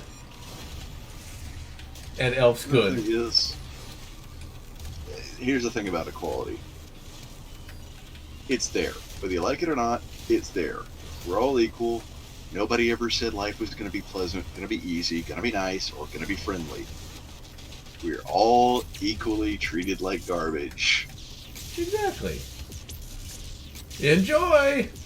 But, yeah, it's just one of those things that I noticed. It's like, I don't know, would I have noticed that in the past, though? The reason I say that is, like, these days I'm much more conscious of what these people are saying, you know, so it's like, would I have been that annoyed back in the day? Because, I don't, back when that book would have been released, which was like 95, I think, that just wasn't as in your face as it is today, though. At least it didn't seem that way. So, still though, that little bit wasn't that bad, but still. I think there's a few ways that Aaron Alston could have fixed that book. I think he put too much filler and not enough character moments. Because like one character dies and you're supposed to feel bad about it, but he's been in like a chapter and had like 3 or 4 lines, and that was it. And he didn't really contribute much of anything. And like you're supposed to care about the main character, but he doesn't. He's not really given that much time to grow, and he's not really that amazing, I guess is the best way to put it. Because he's a failed boxer, and he's a failed boxer because he can't go the distance. And like, so he's not going for speed. Yeah, pretty much. No, he's not a boxer. He's a taekwondo guy. Whatever those people are called. Which I guess in the 90s would have been kind of an interesting thing, because I don't think martial arts was quite that popular back then, or at least not as well known as it is today. UFC was getting its start back then. But here's the thing, and I'm gonna cop some hate for this. Taekwondo is less of a martial arts and more of a competitive thing. Hate to say it, but I can't lie about it. It's gorgeous, it's an awesome style, it's solid exercise, and it makes for really good sporting events, but as actual fighting technique goes, no. Just no. It's a little too flashy, it's a little too fancy. Remember, UFC got its start in the 90s, and this is back when strikers were still very much a thing as opposed to grapplers. If somebody practicing Taekwondo was in that K1 or Pancrase, they usually did not last long. As you'd expect, Dude Bro is able to use that to good effect against the elves. But that's mostly because the elves cannot really, or aren't quite as strong as basic humans. Oh yeah, also, our world is referred to as the Grim World because reasons. Let's see, what else do they have in that book? See, the thing is, there was a lot of cool concepts, like the elf cars run on... Oh, yeah, wow, that was an SJW book, now that I think of it, or at least the 90s equivalent. Because, like, the elves don't use gasoline or oil, they use alcohol for their cars and wind farms for their cities. With 30s level technology, which I don't think is possible. Well, 30s level technology, sort of possible, although that being said, using alcohol is... Okay, here's the thing. I will actually go to bat for alcohol, but I'm not under any illusions whatsoever that alcohol is more efficient than gasoline. It's not. I can produce a 19-page term paper showing you the basic chemical breakdown and burn rates of both and prove that it's not more energy efficient at all. Wind farms for something back then, yeah, you sort of could do that. Remember, you're not running anything high-powered. You're probably not even running air conditioning, because air conditioning came after the 30s. Essentially, what you're needing to power are lights, medical equipment, fans, and that's really about it. Now, they do have basic kind of like a magical TV, though. So they do have that, but I don't think it runs on electricity. I think it actually runs on magic. So I guess that works. And they don't actually have planes. Not really, anyway. Well, yeah, they wouldn't be able to make... Here's the thing that... Okay, they're allergic to iron and steel. Congratulations, you can't have an internal combustion vehicle. At least not one of any note. You're not going to be able to run gasoline, because it runs it... It's literally an explosive. You need a high pressure containing vessel for that. You need at the very base least aluminum for that. The book does cover how they can have skyscrapers, though. Basically, they have to wear protective suits in order to interact with steel. Now, one thing that is kind of funny, though, is when they talk about fire prevention stuff or like fireproof stuff, they talk about, oh yeah, just use some asbestos. It's like, that's what was used back then. I know, it's just make kind it of funny. right. It's just kind of funny though. See, there's a lot of cool ideas in that book, but very poorly done, and also way too sajubby in some places. It's like you can tell. You can laugh at this, but I've worked at businesses where chemical fire hazard was very much a thing. So we actually had asbestos blankets in sealed environment, containers. Oh yeah, because that would have been helpful. It's like, do I want to burn to death or do I want to get cancer? Well, there is a layer there that will prevent you from, inhaling the asbestos, but if it ever broke out, you'd be really glad you had the asbestos blanket, because there's no fire extinguisher on Earth that's going to stop that fire before it kills you. Oh, well, getting a little cancer now is not that bad versus being charred to a crisp. I will do an episode 3 discussion eventually, just haven't had a lot of time for it. Alright, so we were able to defeat the Spider Mastermind. Which is a decent enough boss fight. Fairly basic, though. But they gave the brain boob jiggle physics. I know, I saw that. You've won. It's over. You stopped the invasion and closed the portal. But it's come at a price. Argent, Vega, this entire operation. You see, I've watched you work. Come to understand your motivation. How long did it take to come to understand Rip and Tear? The only way is to kill them all. Leave nothing behind. And you may be right. But we can't just shut it all down. Without Argent energy, it will be worse. I don't expect you to agree. Hyden, all you had to do was just build a bunch of solar power satellites and everything would be fine. But no. I am not the villain in this story. I do what I do because there is no choice. Oh, that's what the villain would say, wouldn't it, Hayden? Tether coordinates complete. Our time is up. I can't kill you, but I won't have you standing in our way. Until we see each other again. In the sequel, The Search for More Money. Merchandising, merchandising, merchandising. Well, they did make a Doomslayer action figure for like $300. Thanks, Bethesda. You can just make one that was like 20. How hard is it to make a 3¼ inch Doomslayer action figure? Let's see. Scary, the whole idea of it being the opposite part. So I wonder if Samuel Hayden's can even be in Doom Eternal. I've seen some concept art where you just see like his body completely destroyed, so he might not have a point. I guess Well, you know he's going to lose that particular item. yeah, he kind of has to. And clearly, despite all the crap he just spouted, it didn't work because, 60% of the Earth taken over by the demons. Oops. Way to go, Heidi. Way to go. Oh, you ever look at like the credits of these games? It's like there's like a whole army of people working on these things, you know?